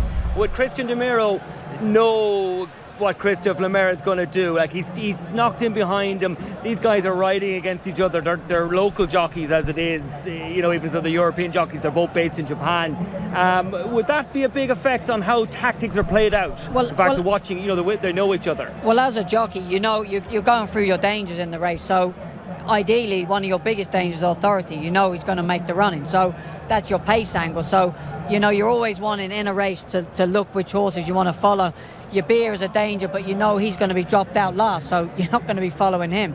So Christian had a good break, good clean break, was able to get right in behind Authority, you know, so everyone else is then watching those two, and then Christian's thinking himself, we are hacking around here. I'm in the right spot, because when Christoph lets the taps on, he's going to get away from us, and then the horses are behind all of a sudden are having to make up 6 lengths. They're going to have to make up 9 lengths because Christoph's going to get that turn of foot. He's going to get away. And of course, he's on his shoulder just to pull out. It's a great angle here, actually, we have, and he's in the right place. It's like almost like a little bit of work for him.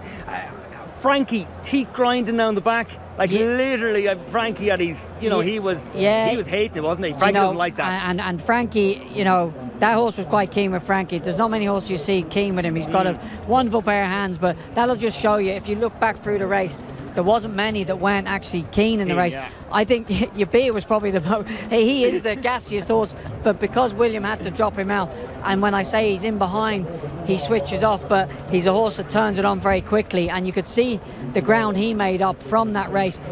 And that was just, William was, it wasn't ideal for him, but he couldn't ride the race any different, because if he put that horse in the race, all of a sudden he does too much and he doesn't get home. So he's had to ride the race accordingly, and he's probably thinking to himself, them on the front end, I'm going to have to make a lot of ground up. So I think full credit goes to Yabir. He's only been come down a neck. I think this is a horse that's starting to hit really good rich train of form, and he'll be contesting all the big races. I think even from 1.25 miles to 1.5 miles, I think Charlie Appley's just got so much ammunition at that middle distance range. It's going to be a fantastic summer, isn't it? He's got Hurricane Lane and Adyar, and he's already said that Yabir will be the one that they, because he's a gelding, he'll be the one that they send on his travel. So and he's got Manobo as well. They just got so much ammunition, and I think William's headache will be with Charlie. Where we're going to split these up. Yeah, and where he's going to go, because they're going to be travelling, whether he'll have to stay at home. Big run from the 15, the mare. She hasn't won a race since May, since she won the Japanese Oaks. Big run for her. So even the Japanese outsiders are having a fantastic night tonight. And Pile Driver in 4th, fantastic result for the team there. Yeah. Proved that Saudi run was not good. And like I say, I met Willie Muir the other day, and he was adamant the horse was in better form he's ever been in. Like I say, he had the gate 1.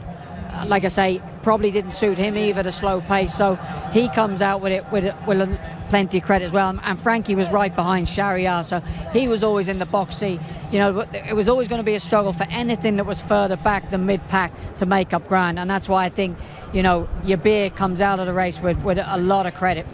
Actually, another horse that, given that he had so much room to make up and that I thought ran a better race than I expected, was Hookham. He actually ran really well at the dead. He's just got to Alakir's nose, and he's not in the 6th there on the screen, but I thought he's ran a real big race. Yeah, I think that it's a race that we could analyse over and over again, and there's probably there's a case for 7 or 8 horses that will think, if there was a stronger gallop, that could have run well, but it's one of those races when it's the old adage saying, when there's a slow pace, you've got to be on the front end of things, and unfortunately, a lot of the lads were just, they were kind of victims to the skill of Mr. Lemaire. No, they were just victims to the way their horses are ridden and the way the race panned out.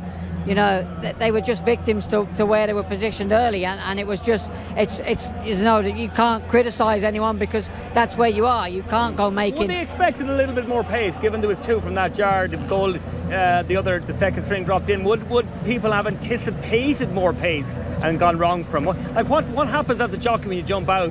You're in a Grade 1 race like this. It's so hard. Do you really sit and suffer? You have to sit and suffer. Like I say, a lot of hold-up horses, you have to kind of sit and suffer. And like you say, Williams made his move earlier than he'd have liked. The likes of Dubai on it.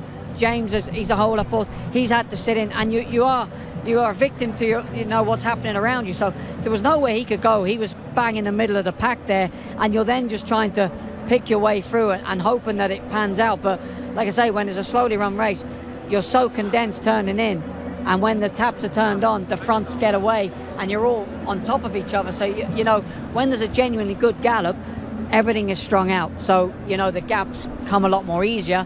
Like I say, there's 7 or 8 horses that will probably, lads will be kicking themselves in there thinking, if there was a strong, but they couldn't go. Yeah. They were just, like I say, it keeps us on our toes anyway. We've more to talk about, we've more to analyse. Nice simple straightforward race for us, kick and clear wouldn't have been. No, we've got plenty to analyse out of that. But look, fantastic race. We're after seeing 2 major international races here. We're talking about horses that have finished in behind, but we can't take anything away from the winner. No, He's a genuine Group 1 horse. Yeah. He's behind the great Contrail. He was behind Authority in the Japan Cup. He's reverse form with Authority, have it be only half a length. But and the Japanese have just Doesn't that really keep the Japanese form strong? The 2 placed horses behind their champion, their unbeaten Triple Crown horse, come out here tonight and represent again. It's just awesome form, isn't it? And that's what we'd be all we go proud back. to have it at home. That's what you have to admire about them. They don't bring their second-rate horses here. Apart from the Americans in the big race, they bring their top draw horses. But in the substitute races, they're generally they're second and third division horses. In the sprint, in the mile, they're never generally top class. But the Japanese never shy away from bringing their top draw horses out here, and they're being rewarded, and that's probably good. And they're being the frightening thing is how many they're going to bring next year. Because I think they bought 22 this year. They'll probably double that next year. Well, we can hear from our winning jockey, Christian De Muro, has followed what his big brother Mirko did and had a winner on this card. He'll be with Mikey very shortly. All right, Christian De Muro. We'll walk with you. When we talked earlier, you seemed quietly confident about this one, and he proved it for you. Yeah, I have a really good race behind the leader.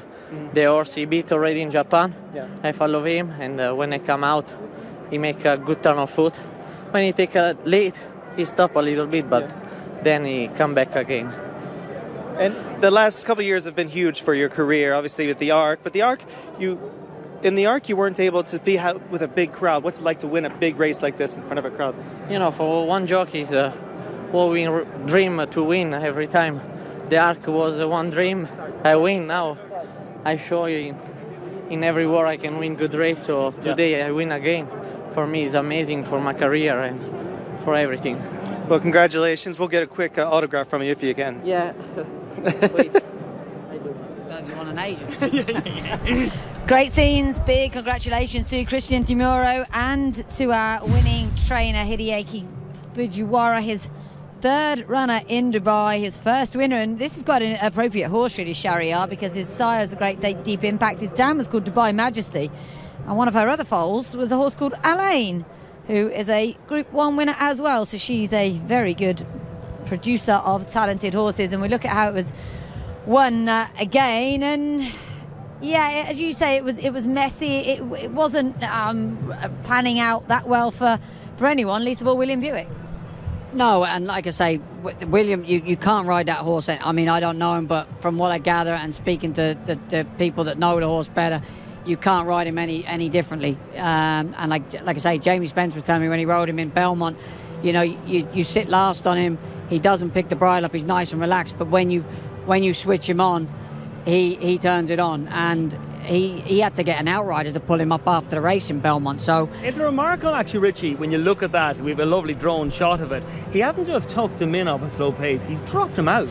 He's left 3 lengths off the heels of the last horse. That's brave. I think as well, he's probably a horse that isn't sharp because they've been dropping him out now and getting him switched off, so you kind of let him just fall out the gates. I don't think he's a horse you could then go give him a squeeze. If he got up on the heels, and then he might just grab it, wouldn't he? All of a sudden. So like I say, he was probably the most relaxed out of all the horses. That's what I thought. If you look at him, letting him bowl. But I think he's a top class horse and going forward. But like I say, we're talking about everything in behind. But like I say, the winner is a top class horse. Full credit to Authority, who's come from Saudi and able to back up another good performance. Willie Muir's been, he'll be thrilled he'll reap the rewards with Pile Driver, obviously from that disappointment in Saudi. So, he's got another great horse going forward. And he'll probably target the Coronation Cup again this year. Yeah, why not? I mean, that's the target for him. I mean, and he's sure to win again. I mean, he's a top program, isn't it? The Coronation Cup, King George. You can look at it like that, and then maybe think about targets abroad. But Christian De Muro, as I mentioned, he had a little spell here riding locally. That means an awful lot to him. Young man who's recently made all those connections over in Japan and been riding brilliantly.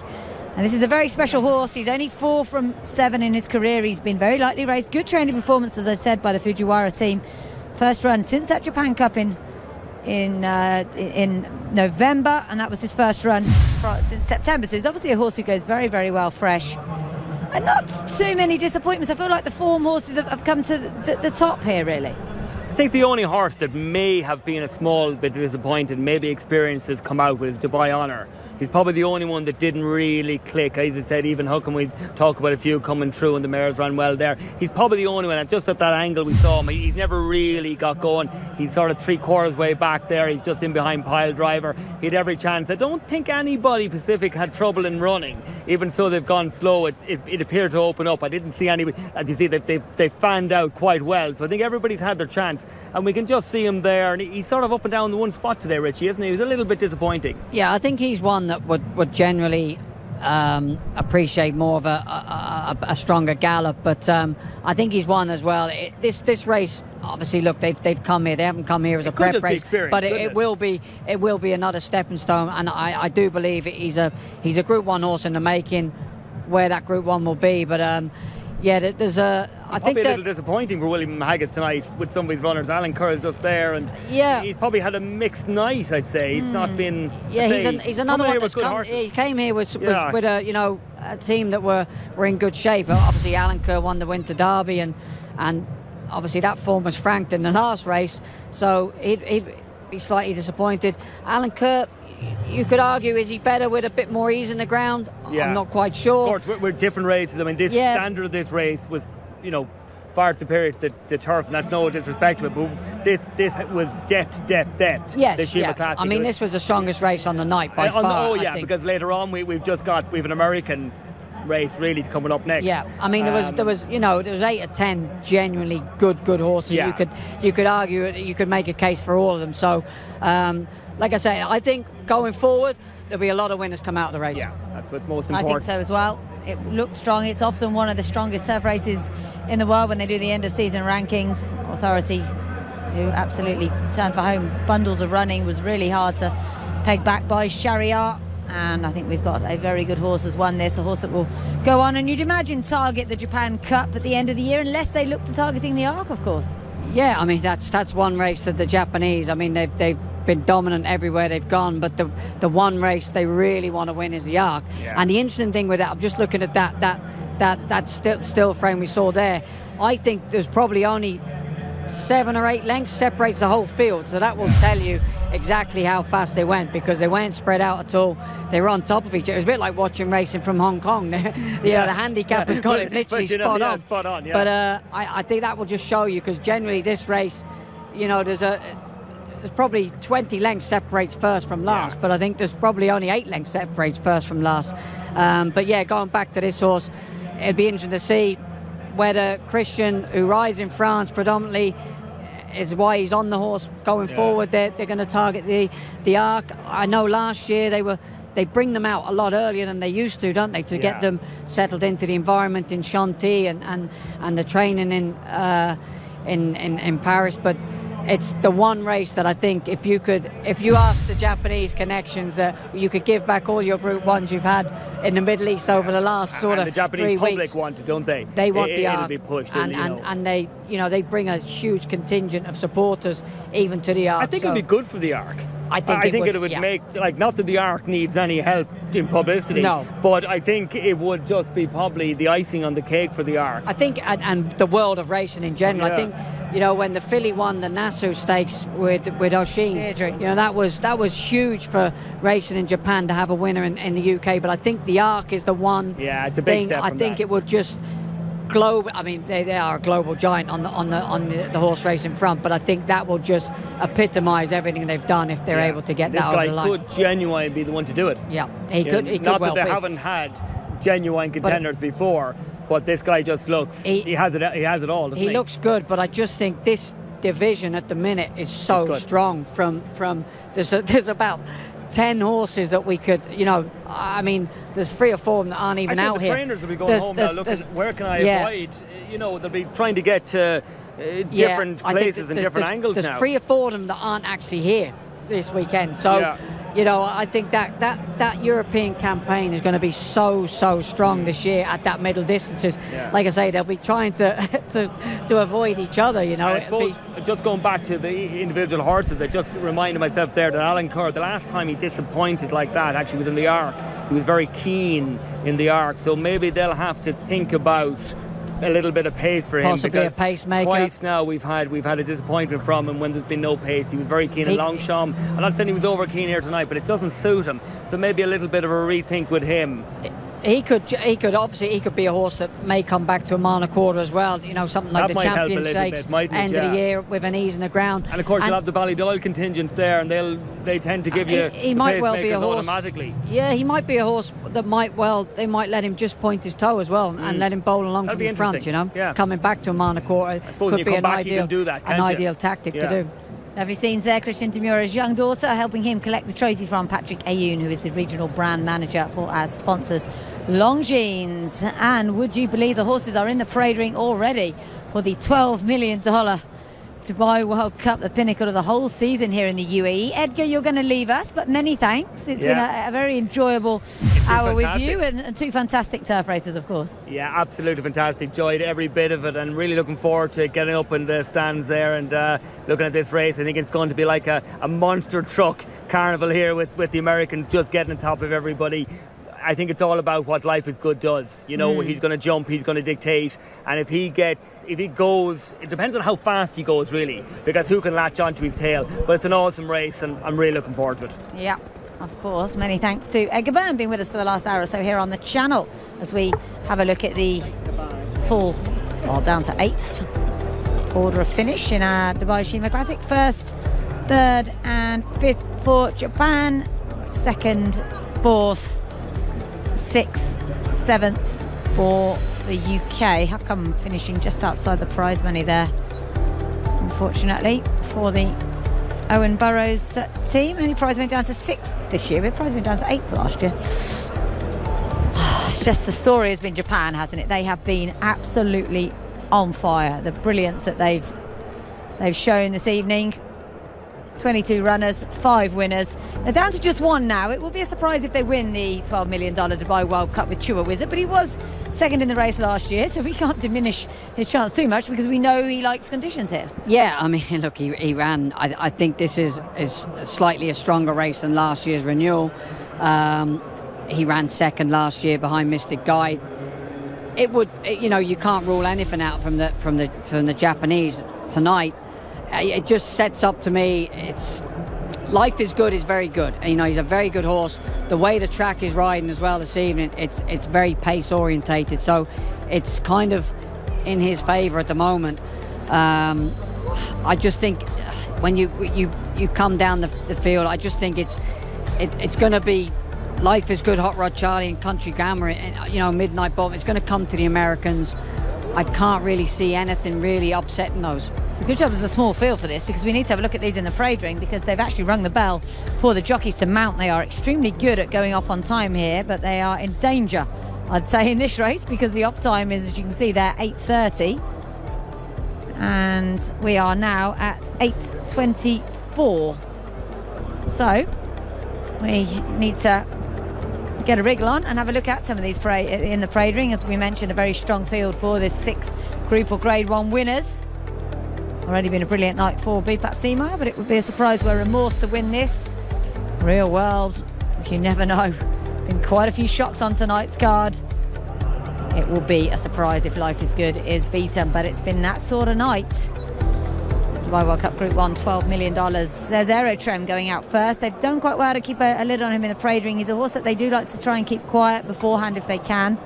He ran a fine race, finishing 5th over in the Saudi Cup for trainer Antonio Sintra, who said he was so happy it felt like he'd won it. He's up against it here. I think it's realistic. He's 3 from 4 over this trip, but I know they feel he's probably slightly more effective over the 1,800 metres of the Saudi Cup. But he did win one of the biggest races in South America, the Gran Premio Latinoamericano, beating a Group 1 winner over 2,000 metres. This is Country Grammar for Bob Baffert, 3-time winner of this race. Ran a great 2nd in the Saudi Cup last time, Richie, and he's a Grade 1 winner as well. As we mentioned, this huge run behind Emblem huge Road. Run, wasn't it? Yeah, huge run. And I think this track might suit him slightly better than what I gather from Saudi was quite stamina sapping. I just think, and the way the track is riding this evening, it's going to be speed orientated. He's going to be up there with the pace, and he's going to be close to challenge. Chad Summers is back with us for this final race this evening. Here's Hot Rod Charlie. He's got a huge chance, hasn't he? If there's any chink in the armour of Life is Good, he can exploit it. Every year there's a horse from America that comes and turns into like a different horse. It turns a different color. That's Hot Rod Charlie this year. He looks amazing since he's been over here January 18th. Richie, the prep couldn't have gone any better. No, absolutely. And I looked at him just there. He walked by me in the paddock. He looks so much fitter than he did in round two. And I know Doug O'Neill was saying he was only 70%. Well, if that was 70% of him, I'd hate to see where the other 30 is. And like you say, he's got the dapples on him. He looks amazing. You know, there's a lot spoken about Life is Good and how good he is. Yes, he's been very good over a mile, the 1 mile in the Pegasus. This is an extra furlong again, and he could quite be vulnerable. And, you know, someone like Hot Rod Charlie, he's been here. He's been here for, 2 months now? He's settled into his campaign, trained very well. He's had that prep. He's ran under the lights. He ticks all the boxes to cause an it won't be an upset because he's a good horse, but it'll be an upset in the eyes of Life is Good being defeated, you know. That's hypothetical. Winner of the Group 1 Maximum Challenge Round 3 last time. We're going to go back to 2006, an electrocutionist for the last time a horse won Maximum Challenge Round 3 and this race. This is real world, Chad. I can't write him off because it's that sort of night and you just never know. So he thinks he's got a chance. Well, if Chua Wizard doesn't win, right, I think we're all going to be surprised the way the Japanese have dominated the night. But look, real world, Saeed bin Suroor won the Dubai World Cup 9 times. He did it when everybody thought he couldn't do it again with Thunder Snow, went back-to-back with Thunder Snow. He's here again. Yes, is he up against it? Is these proper American horses? Absolutely, but Saeed knows what he's doing. 0 from 5 on dirt. Real world, including in Saudi last time, as we take the trophy over to the presentation dais. There's so much riding on this. Might not be the richest race in the world anymore, but it has an awful lot of prestige, and this is a proper top-notch renewal of it. Such great international representation from Uruguay, from Japan, from France, and of course from America, who won it 12 times before. And Life is Good. I haven't seen him in the parade ring. He's in there. It's just our camera didn't pick him up. He's generally a fairly easy horse for them to manage from what we've seen this week. Life is Good. He can be easy when he's on the track. In the stalls in the afternoon, Todd Pletcher walks all his horses. The hot walkers aren't walking this horse in the afternoon. The groom is, Martine grabs a hold of the horse and he walks him and makes sure he gets a good 30 minutes. He can get a little cantankerous. He can get a little warm. It was good to see how he was here in the schooling, and it was so important, I think, Todd Pletcher on Tuesday brought him over here for the schooling session. Let's hear from Mikey. All right, we got Doug O'Neill here. He is obviously ready, and you've put this horse through a system that ever since the fall you've been aiming toward this race. You've stuck to every day. How do you feel? I feel great. I know usually you make a plan and God laughs, right? But yeah, the plan so far is really working out well, and win, lose or draw, couldn't be happier with the way things are coming up. You've won 2 Kentucky Derbies, you've been through the Triple Crown, you've gone to the many Breeders' Cups, won a few of those. What's the pressure like compared to those? You know, it's a lot of excitement and just a lot of energy spent on just making sure everything goes right. So we're so blessed having Leandro Mora, who's the main man. He's an unbelievable horseman, and having him be here the whole time and overlooking everything is a real blessing. So it's just a lot of excitement, but you know, with Dubai putting up $12 million, there's a lot of stress there, that's for sure. Got the trophy going right by you right now. It's so close you can almost taste it. You know, looking at the shape of this race and watching the races earlier today, you can read races. You know how these sort of lay out. What do you think is going to happen early? Well, obviously, Life is Good should go to the front, and you know, Flavian and Charlie hopefully will be right in pursuit. So Flavian's one thing, he wasn't going to let Life is Good get away. So that's the plan. We'll see what happens. Best of luck to you. Sounds good. Thank you.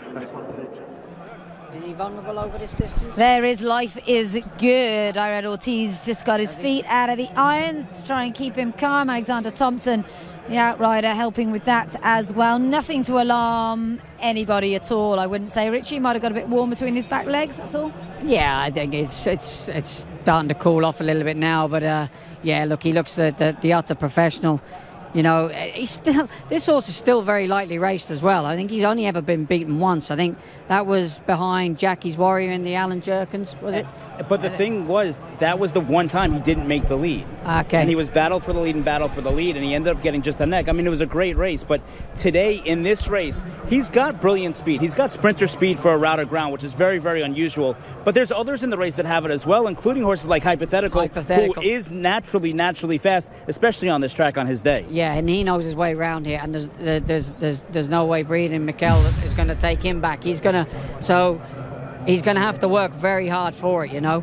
This is Hot Rod Charlie winning Maximum Challenge round 2. I'm not going to say this form's been knocked because Alneford never went a yard earlier. He pulled up lame as well. So, did he? Okay, well that explains it. What I thought was great is the further he went, the better he went. Chad, he's going to love this extra 100 metres. And this was a prep. By all means, do you want to win this prep? Absolutely. But they did it knowing that they had 6 weeks rather than wait till Maximum Challenge 3 or the Curlin or something like that. They ran him off the plane knowing, let's get it out of the way and then let's prepare. And that's what they've done his entire career, is give him those 5-6 weeks rather than run them on top of each other 3 or 4 weeks. And it's worked out really well. Yeah, I really like the way Doug O'Neill's campaigned him. Like this campaign for this World Cup race, that 6 weeks, you know, the fact he brought him here for round 2, you know, was just testament to him, because you don't see some of the top class horses coming here for a car. He could have quite easily stayed, ran the Pegasus, ran in some of those, gone to Saudi, but the fact that they've given him that 6-week break as well, Chad, it just tees him up really nicely. This was a huge run from both Country Grammar and Midnight Bourbon, and Aero Trum as well in fifth. The winner, Emblem Road, came from further back. I just worry that this has left its mark on Country Grammar. I mean, for Country Grammar, this is back quick off not running in 250 days, running his absolute eyeballs out, almost winning a $20 million race. And Jimmy Barnes, Bob Baffert's assistant, famously said, well, it was a $20 million prep, and that's cute. But we've seen the horses that have run hard on Saudi, and other than really Stay Foolish, the form at Saudi has not really come back as strong. Not the dirt form, and it hasn't for many. It wasn't just this year. I think previous years that the form in Saudi has taken a knock. Pinehurst was the prime example there in the Derby. You know, he won the Derby in Saudi. He came here, he flattered. The one thing with Country Grammar, I think the track will suit him better. I think the Salmon Estapping track in Saudi kind of just took its toll. But like you say, has he got over that? You know, that, like you say, was a hard race for him. And Midnight Bourbon was in third, I think. And look, jockey Antonio Frezzo came out and breezed all these horses on Saturday morning. And of the horses he breezed, I think it was 7 on that Saturday morning. He said, Chad, Hot Rod Charlie was the one for me. Well, they're loading very quickly. There's Midnight Bourbon going forward. I'm not going to take on Life is Good. What do we all think? You gave me Life is Good, Richie? I think Life is Good is a very good horse, and it'd be great for the race. I think for the way he's been campaigned, I'd love to see Hot Rod Charlie, just for Doug O'Neill and the fact that he's brought him here as a prep. I could see him just upsetting the favourite. Just one more to load. It's Real World. 2022 Dubai World Cup is upon us. US dollars, they all set. Gates crash open, and they're racing in the Dubai World Cup to a rather untidy start. Real World was a little bit slow to begin. On the other hand, Life is Good got an absolute flyer. He didn't miss the start. He's in front.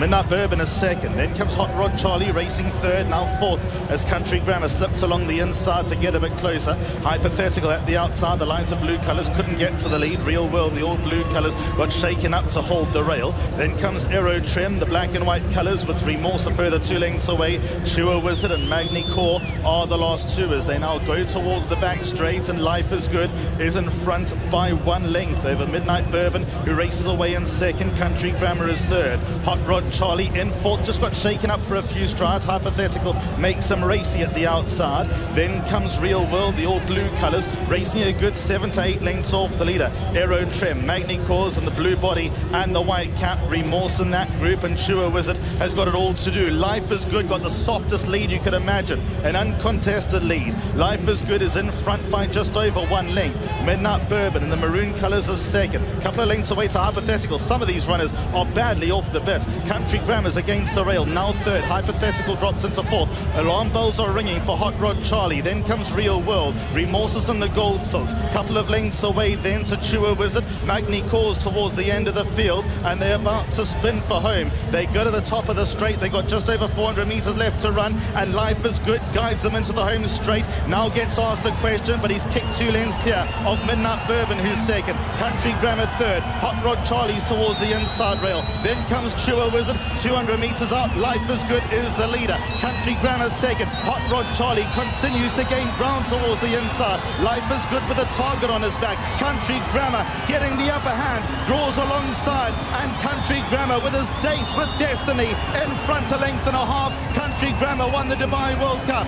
Hot Rod Charlie ran second, Chua Wizard third, Life is Good didn't go the 2,000 metres, ran fourth. Midnight Bourbon, then came Remorse, Aero Trim, Hypothetical, they were ahead of Real World and Magni Core. Country Grammar and Frankie Dettori for Bob Baffert wins the 2022 Dubai World Cup, sponsored by Emirates Airline. His date with destiny.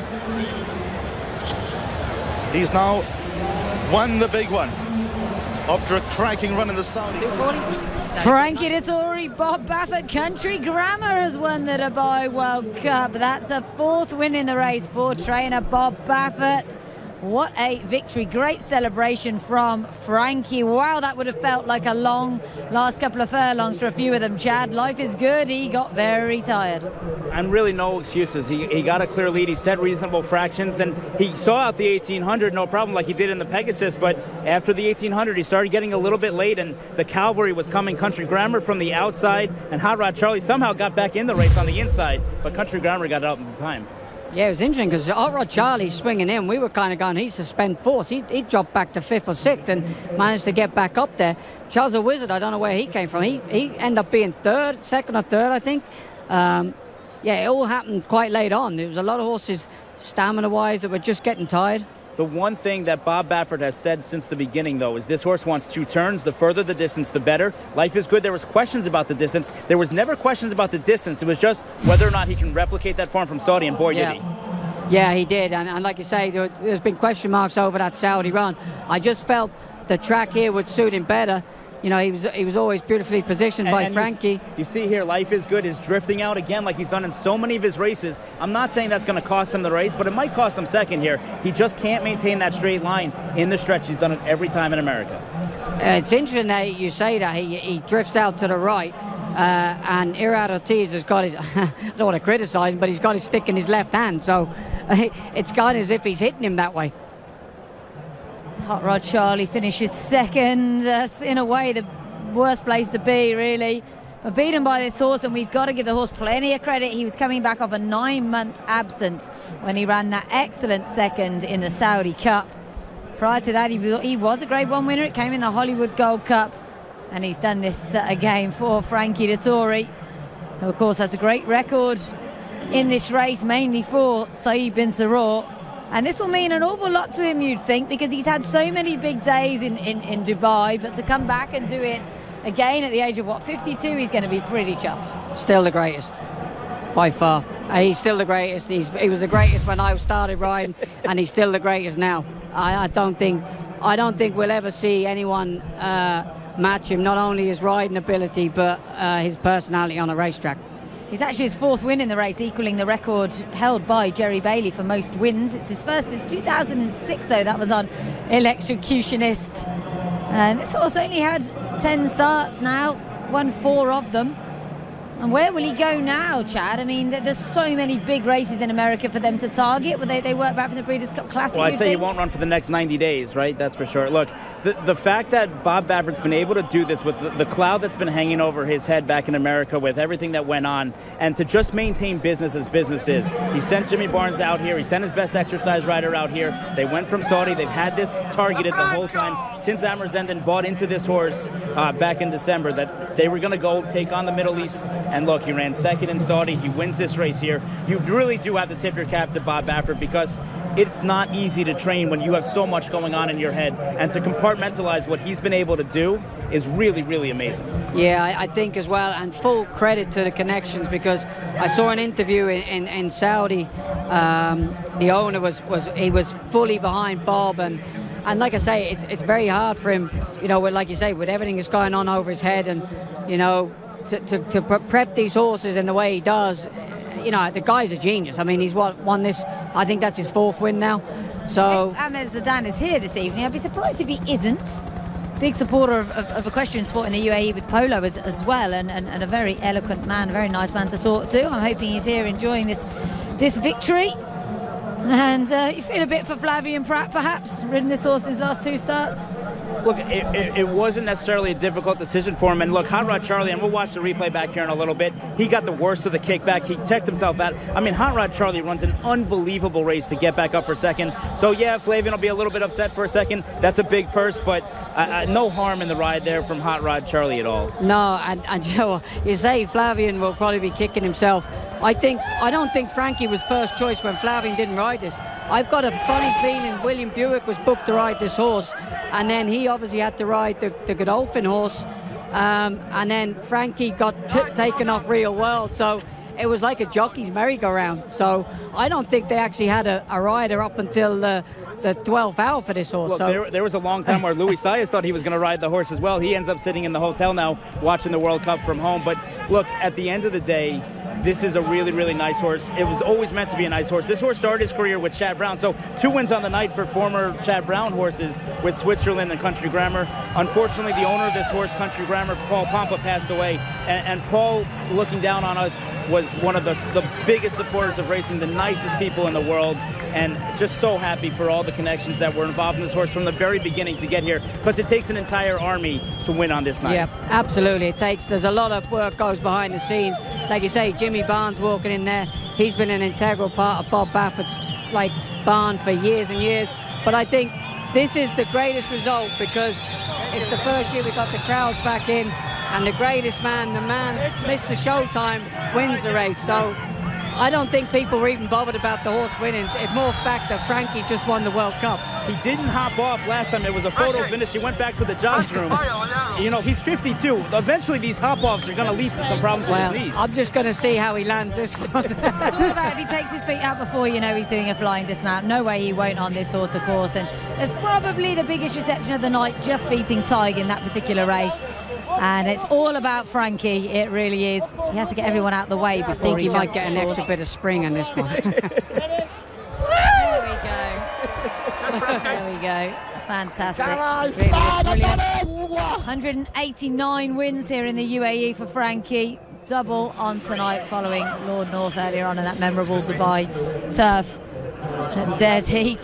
It'd be interesting to see how many Group 1s Frankie's had. I think he could be, it must be a huge milestone. I think he's probably nearing 1,000 or something. He's just he's definitely had over 100. I think he's probably nearing 200. He's just been a marvellous servant. He's carried racing on his back for a long, long time. You know, when racing was down, Frankie picked it up, you know, and he was down on his feet, you know, a few years back when he lost the job with Godolphin, you know, and that just shows you what a true champion is. He was able to get himself back again with obviously the John Gosling Just hold that stable. thought. We're going to hear from Frankie Dettori himself after he's weighed in, of course. Frankie Dettori, that was your 4th win in the race. First one at Meydan, as they mentioned earlier. Take us through the run. It looked like it was one of the most patient rides I've seen in quite some time. You got it done. Yeah, I've been studying the horse for a long time. I've been pestering Zidane and Bob to ride him. I knew he stayed very well. It was question mark about the favourite, but to be honest with you, at the half-mile pole, he lost me. The favourite got 3, 4, 5 lengths from me. I thought, well, sit quiet. Guy's second or third. Yeah. He's lots of money. I made him fill his lungs up again, and I saw the strike signal the first 2. My fella knocked go down, and it was a surreal moment because inside the furlong pole I knew I won. Yeah. And just to take it all in, I thought, oh my God, at 51, it would win the 4th World Cup. It's so surreal. And it looked like during the stretch did you know within you were going to get there? About this, my son. Congratulations. I passed the quarter pole. I thought maybe I get him. Yeah. At the furlong pole, I thought I knew I had one because the first and second they were good. And did you see Hot Rod Charlie coming up the inside at all? I did saw him, and I thought, well, it's between me and him. But my fella kept on galloping. He's got a massive stride, and he just kept to put one leg in front of the other, and he got to the line. What did Jimmy and Bob tell you before the race, as far as what to expect from him? So with Bob. Yeah. Well, he's been ringing me at stupid hours. I got a missed call at 4 a.m. this morning, and I didn't answer. But he gave me plenty of info. He told me, be patient. The favourite's going to run off the fence, stay on the inside. I did. But in the straight, I was trying to find another leg, so I pulled him on the outside, and it worked. Yeah, well done. Let's get your signature. Oh, yeah.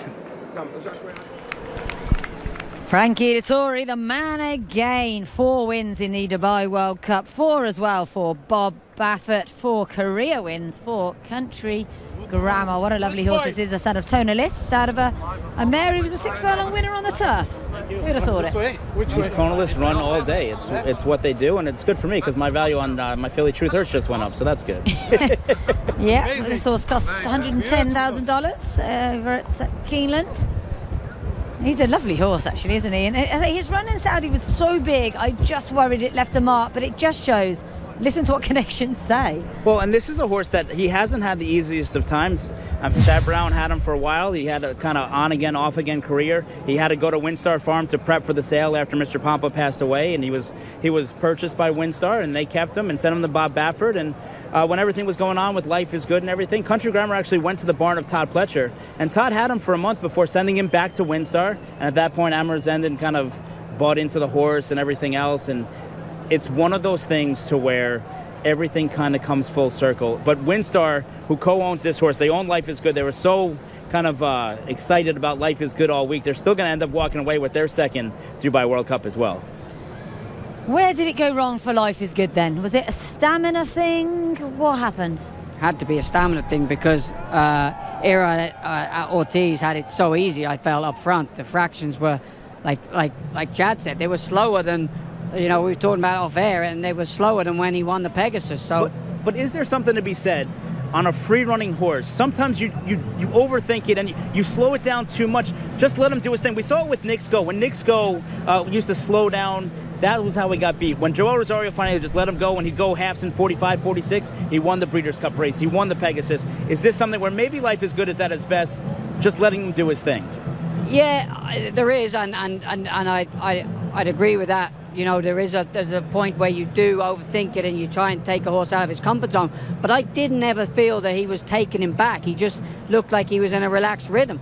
I'm not sure if this horse ever ran under lights or not either. So that could be a factor that he was just kind of, and interestingly, his brother was just in behind him. He wasn't really taking him on too early. It was just he was in the perfect place, and he had the race at his mercy. And like I say, I just think it's a stamina thing. And I would say, ultimately, he's going to be a very, very good miler. I think he might struggle to win over 2,000. And is any of this to do with the fact that the track maybe isn't playing as it did earlier on when we had the UAE Derby?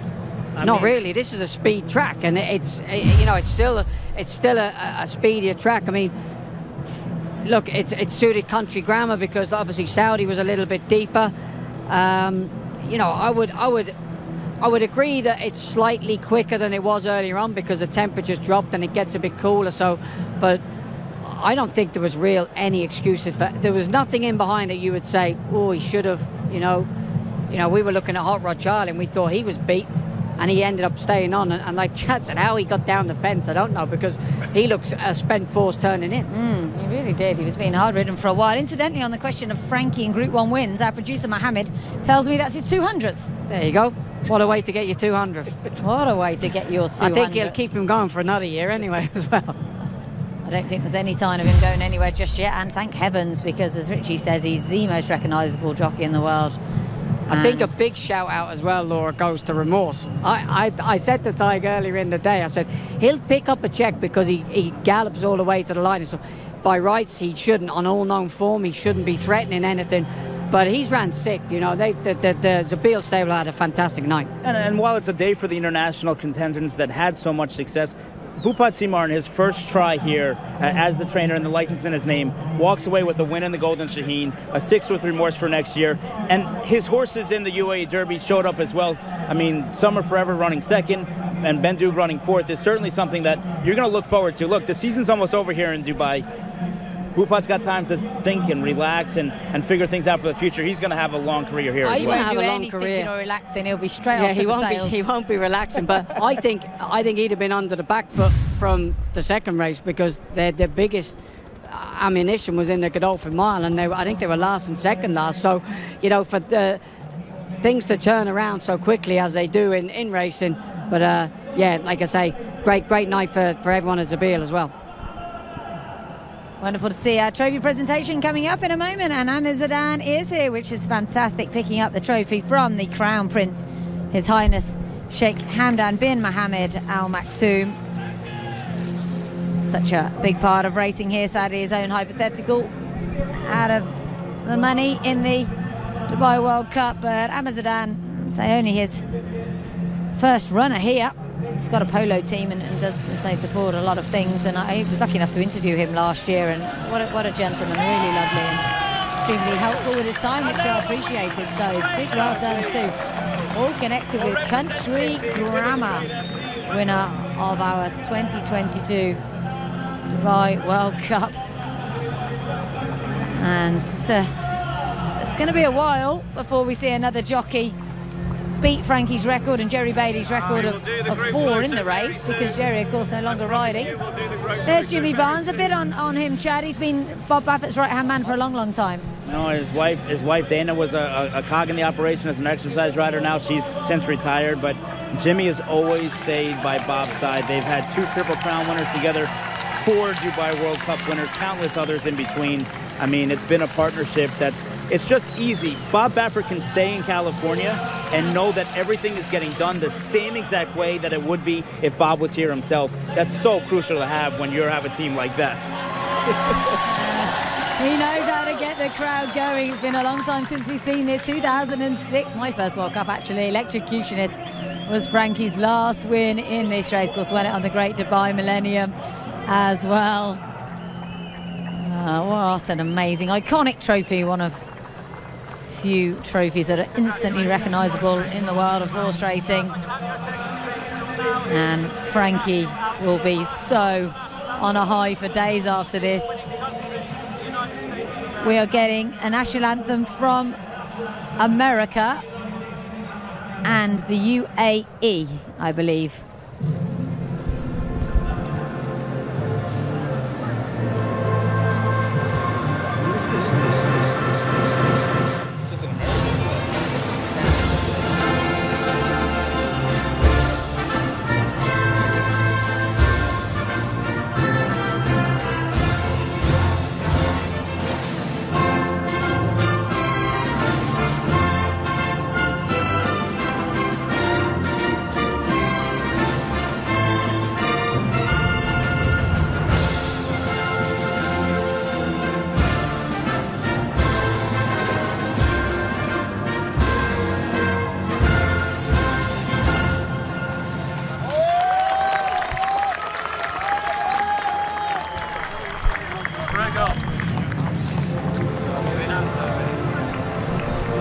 That was, of course, the national anthem of the Kingdom of Saudi Arabia for Amir Zidane, the winning owner. And now we can hear the UAE national anthem.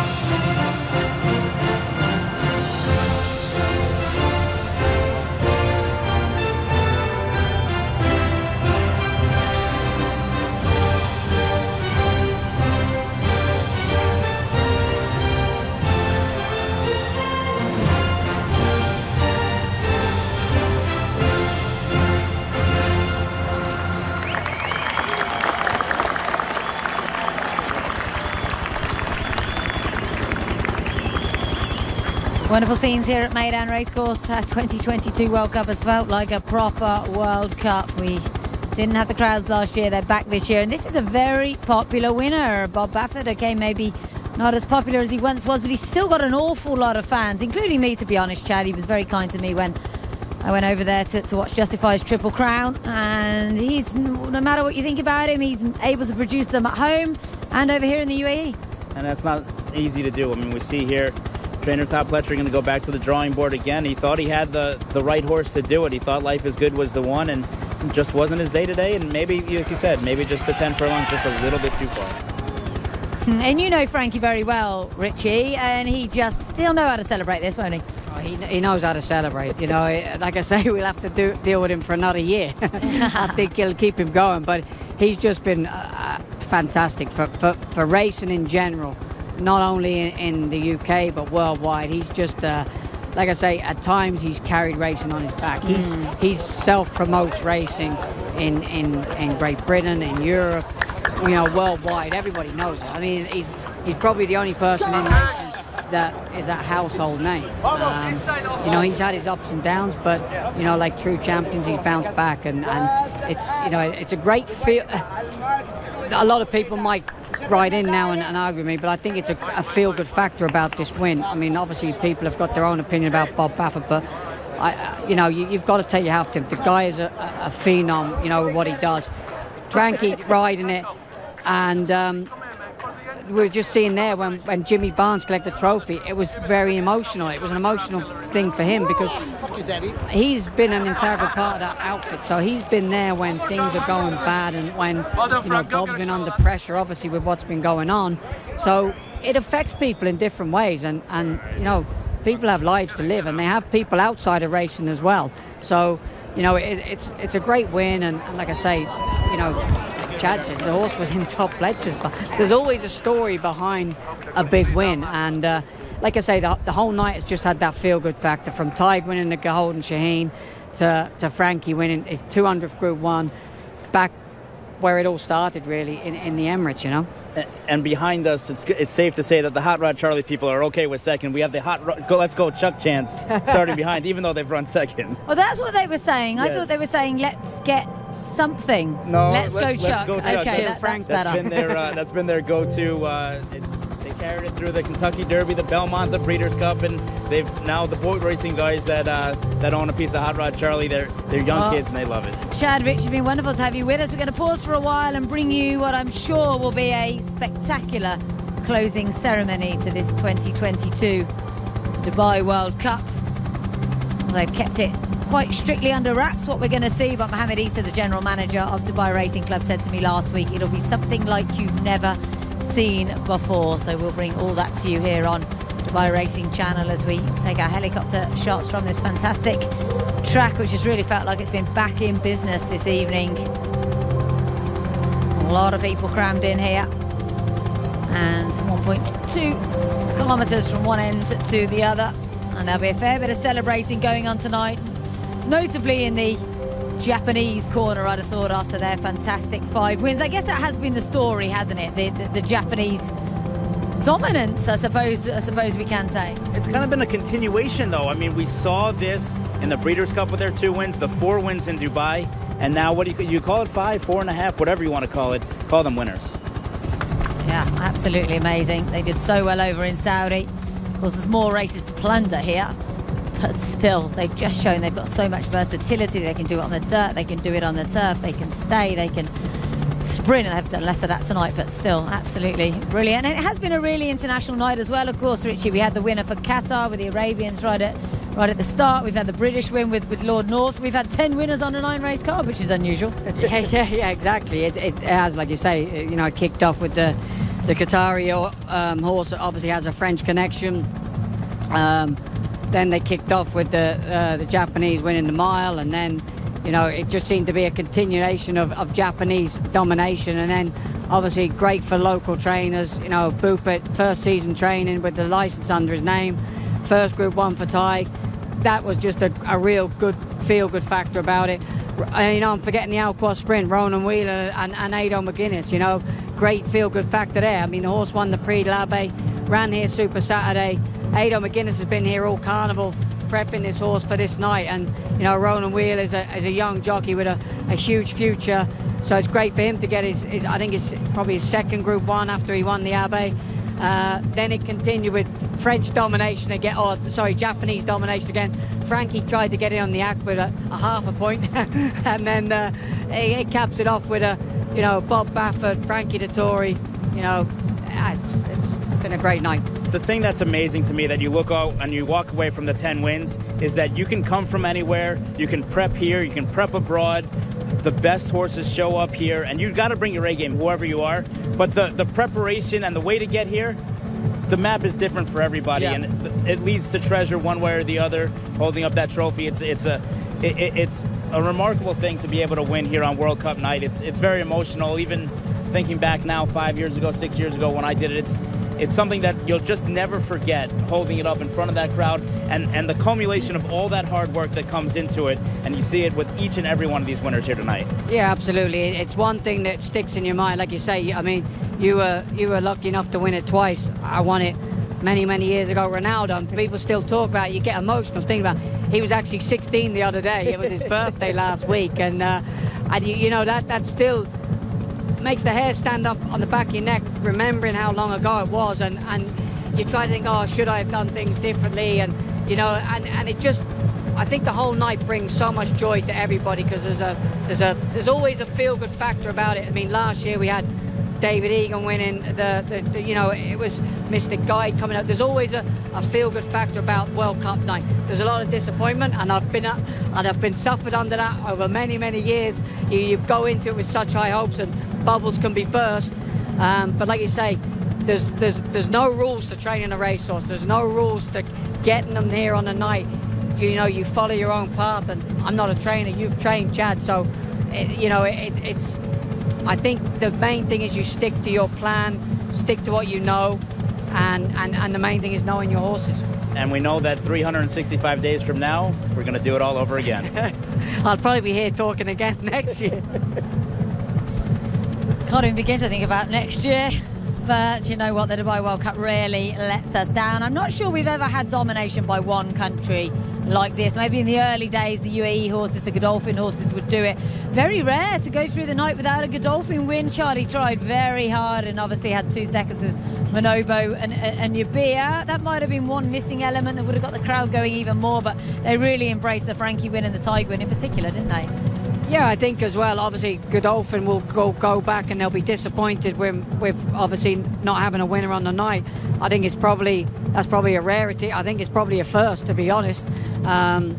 You know, but you look at those two horses, they're two very smart horses going forward. So yes, on the flip side of that, you would say it's actually good for Dubai, the World Cup, that they haven't dominated and they haven't had a winner, because it then encourages everybody else, we can actually compete with these guys on their home turf.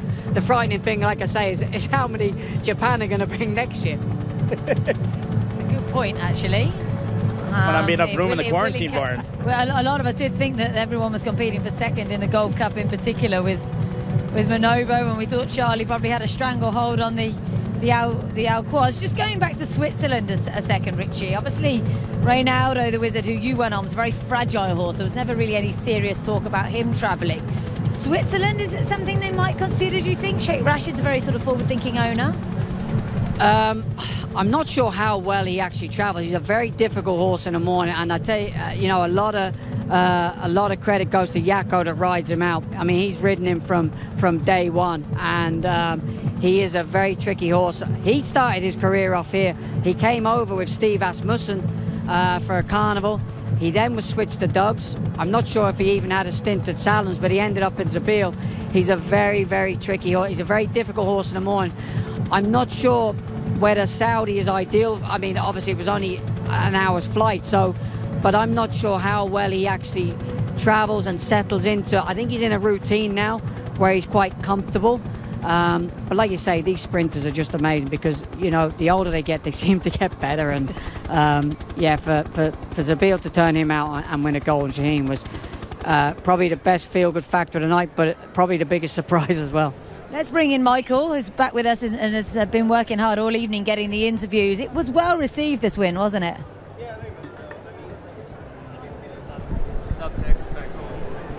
Obviously, there's lots of subtext back home about this, but tonight, this crowd, everyone loved every moment of this. The horse earned it. He came into the race the right way. We love that he came here and trained this entire time, and apparently he's flourished this entire time as well. It really has been a great night of racing. As far as we're aware, everybody's home safely. We'll find out a bit more of that. More on that tomorrow when we get the steward's report. So I did hear a couple of lames, but the only serious. thing we heard, RB Rich Like Me lost a shoe. Well, that's it. We'll leave you with the closing ceremony. مختلف الشاشات في شتى أرجاء العالم. نبارك للخيول الفائزة والتهنئة موصولة للبطل الذي فاز بكأس النسخة 26 من كأس دبي العالمي. والآن آن الأوان لوقت الإبهار والإمتاع مع حفل سيأخذكم إلى آفاق المستقبل الذي أوجده قائد علمنا بأن المستحيل كلمة يجب أن نضعها في طي النسيان. Thank you for gracing us with your presence this evening. We extend our gratitude to the millions who are joining us through the screens from around the world. Congratulations to the winning horses and to our champion for winning the trophy of the 26th edition of the Dubai World Cup. And now it's time for you to enjoy the ceremony that will transport you into the future and bring alive the vision of our leader, a man who taught us that nothing is impossible. We wish you everyone an evening they will never forget.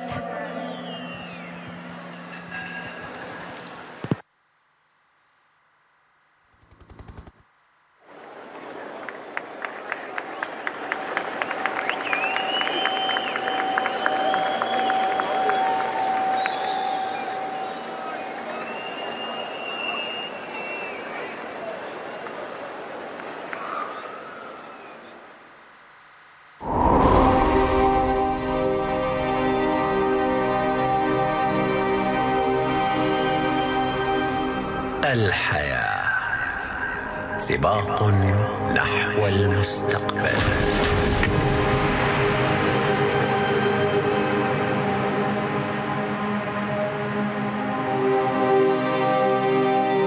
وهناك فارس واحد يسابق الزمن.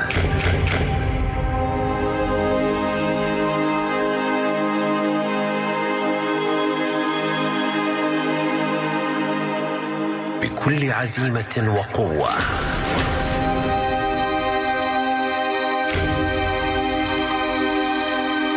يمتطي الأجود والأفضل،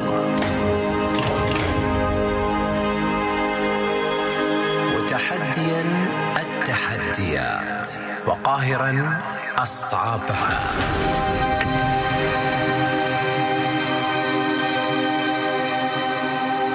نحو تحقيق الريادة والوصول إلى المراكز الأولى.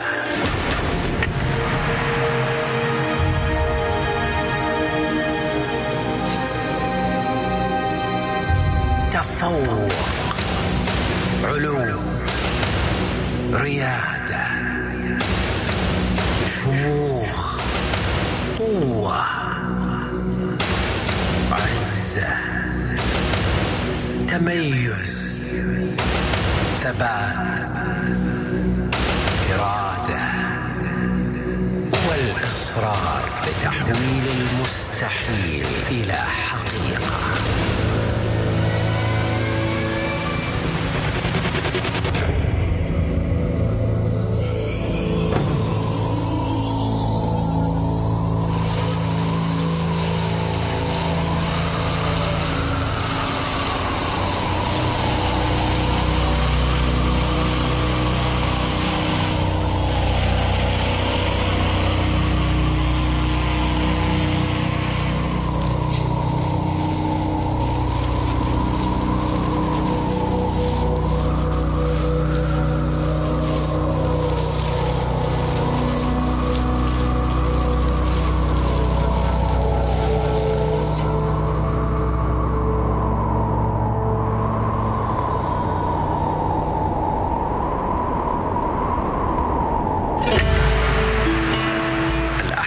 تتناثر حول الجميع،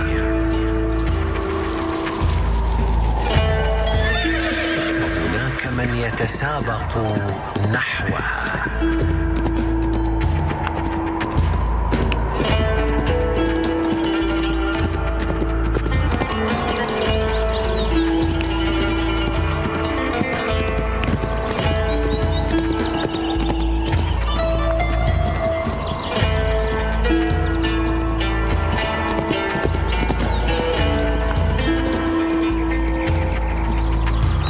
تبدو بعضها بعيدة المنال.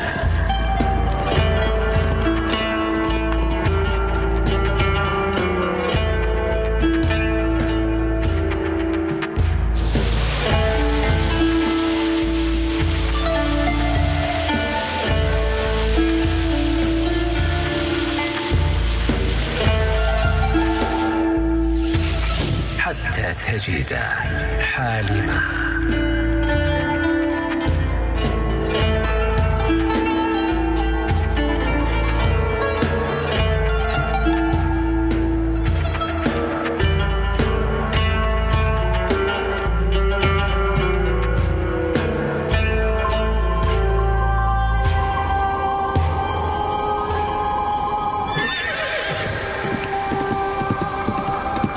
ليترجمها إلى واقع.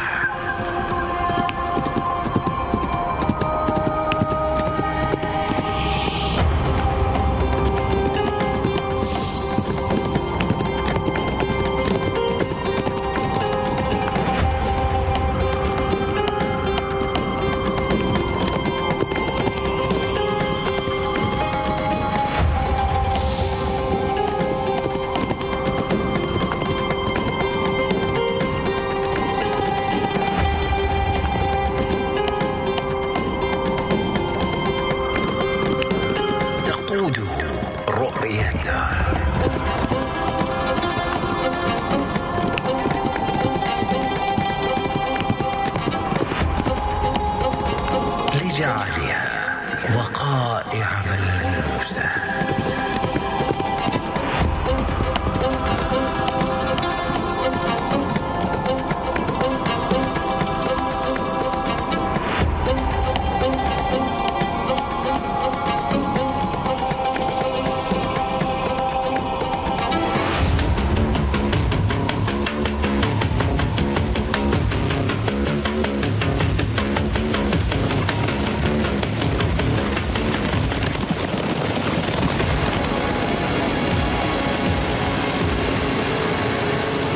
تلامس الحياة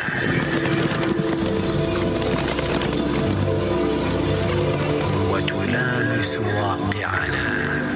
لم لا؟ Why not? I want my people to live better life now.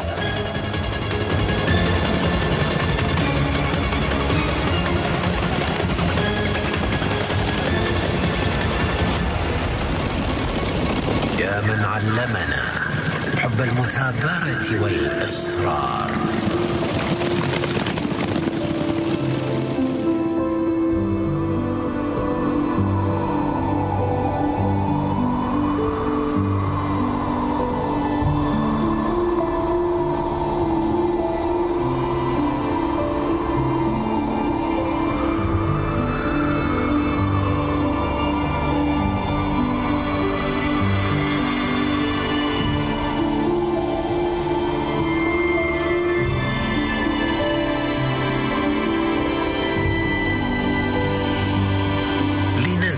بعيدا بآمالنا.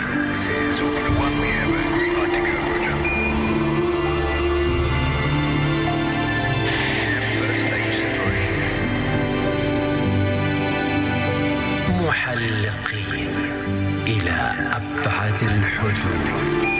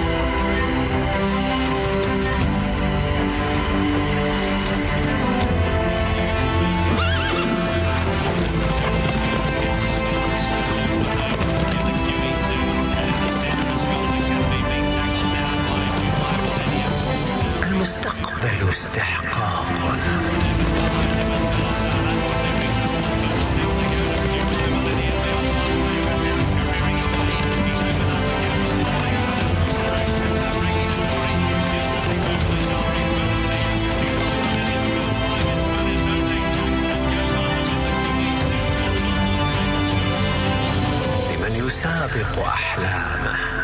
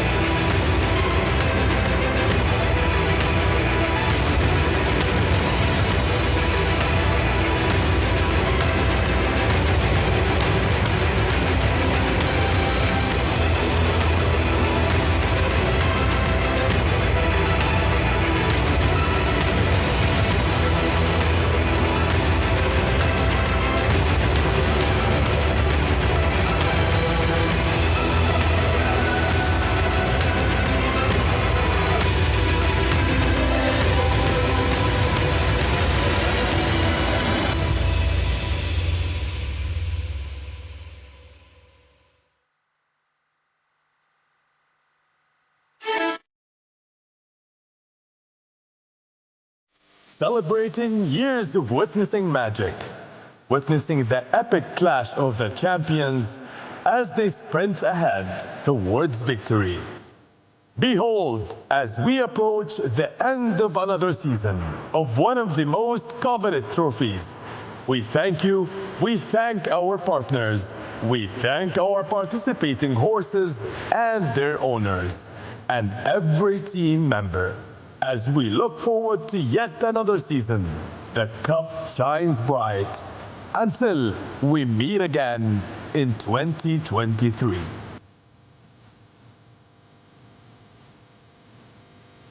نحتفي بالمستقبل في دبي. Dubai is where the future is celebrated.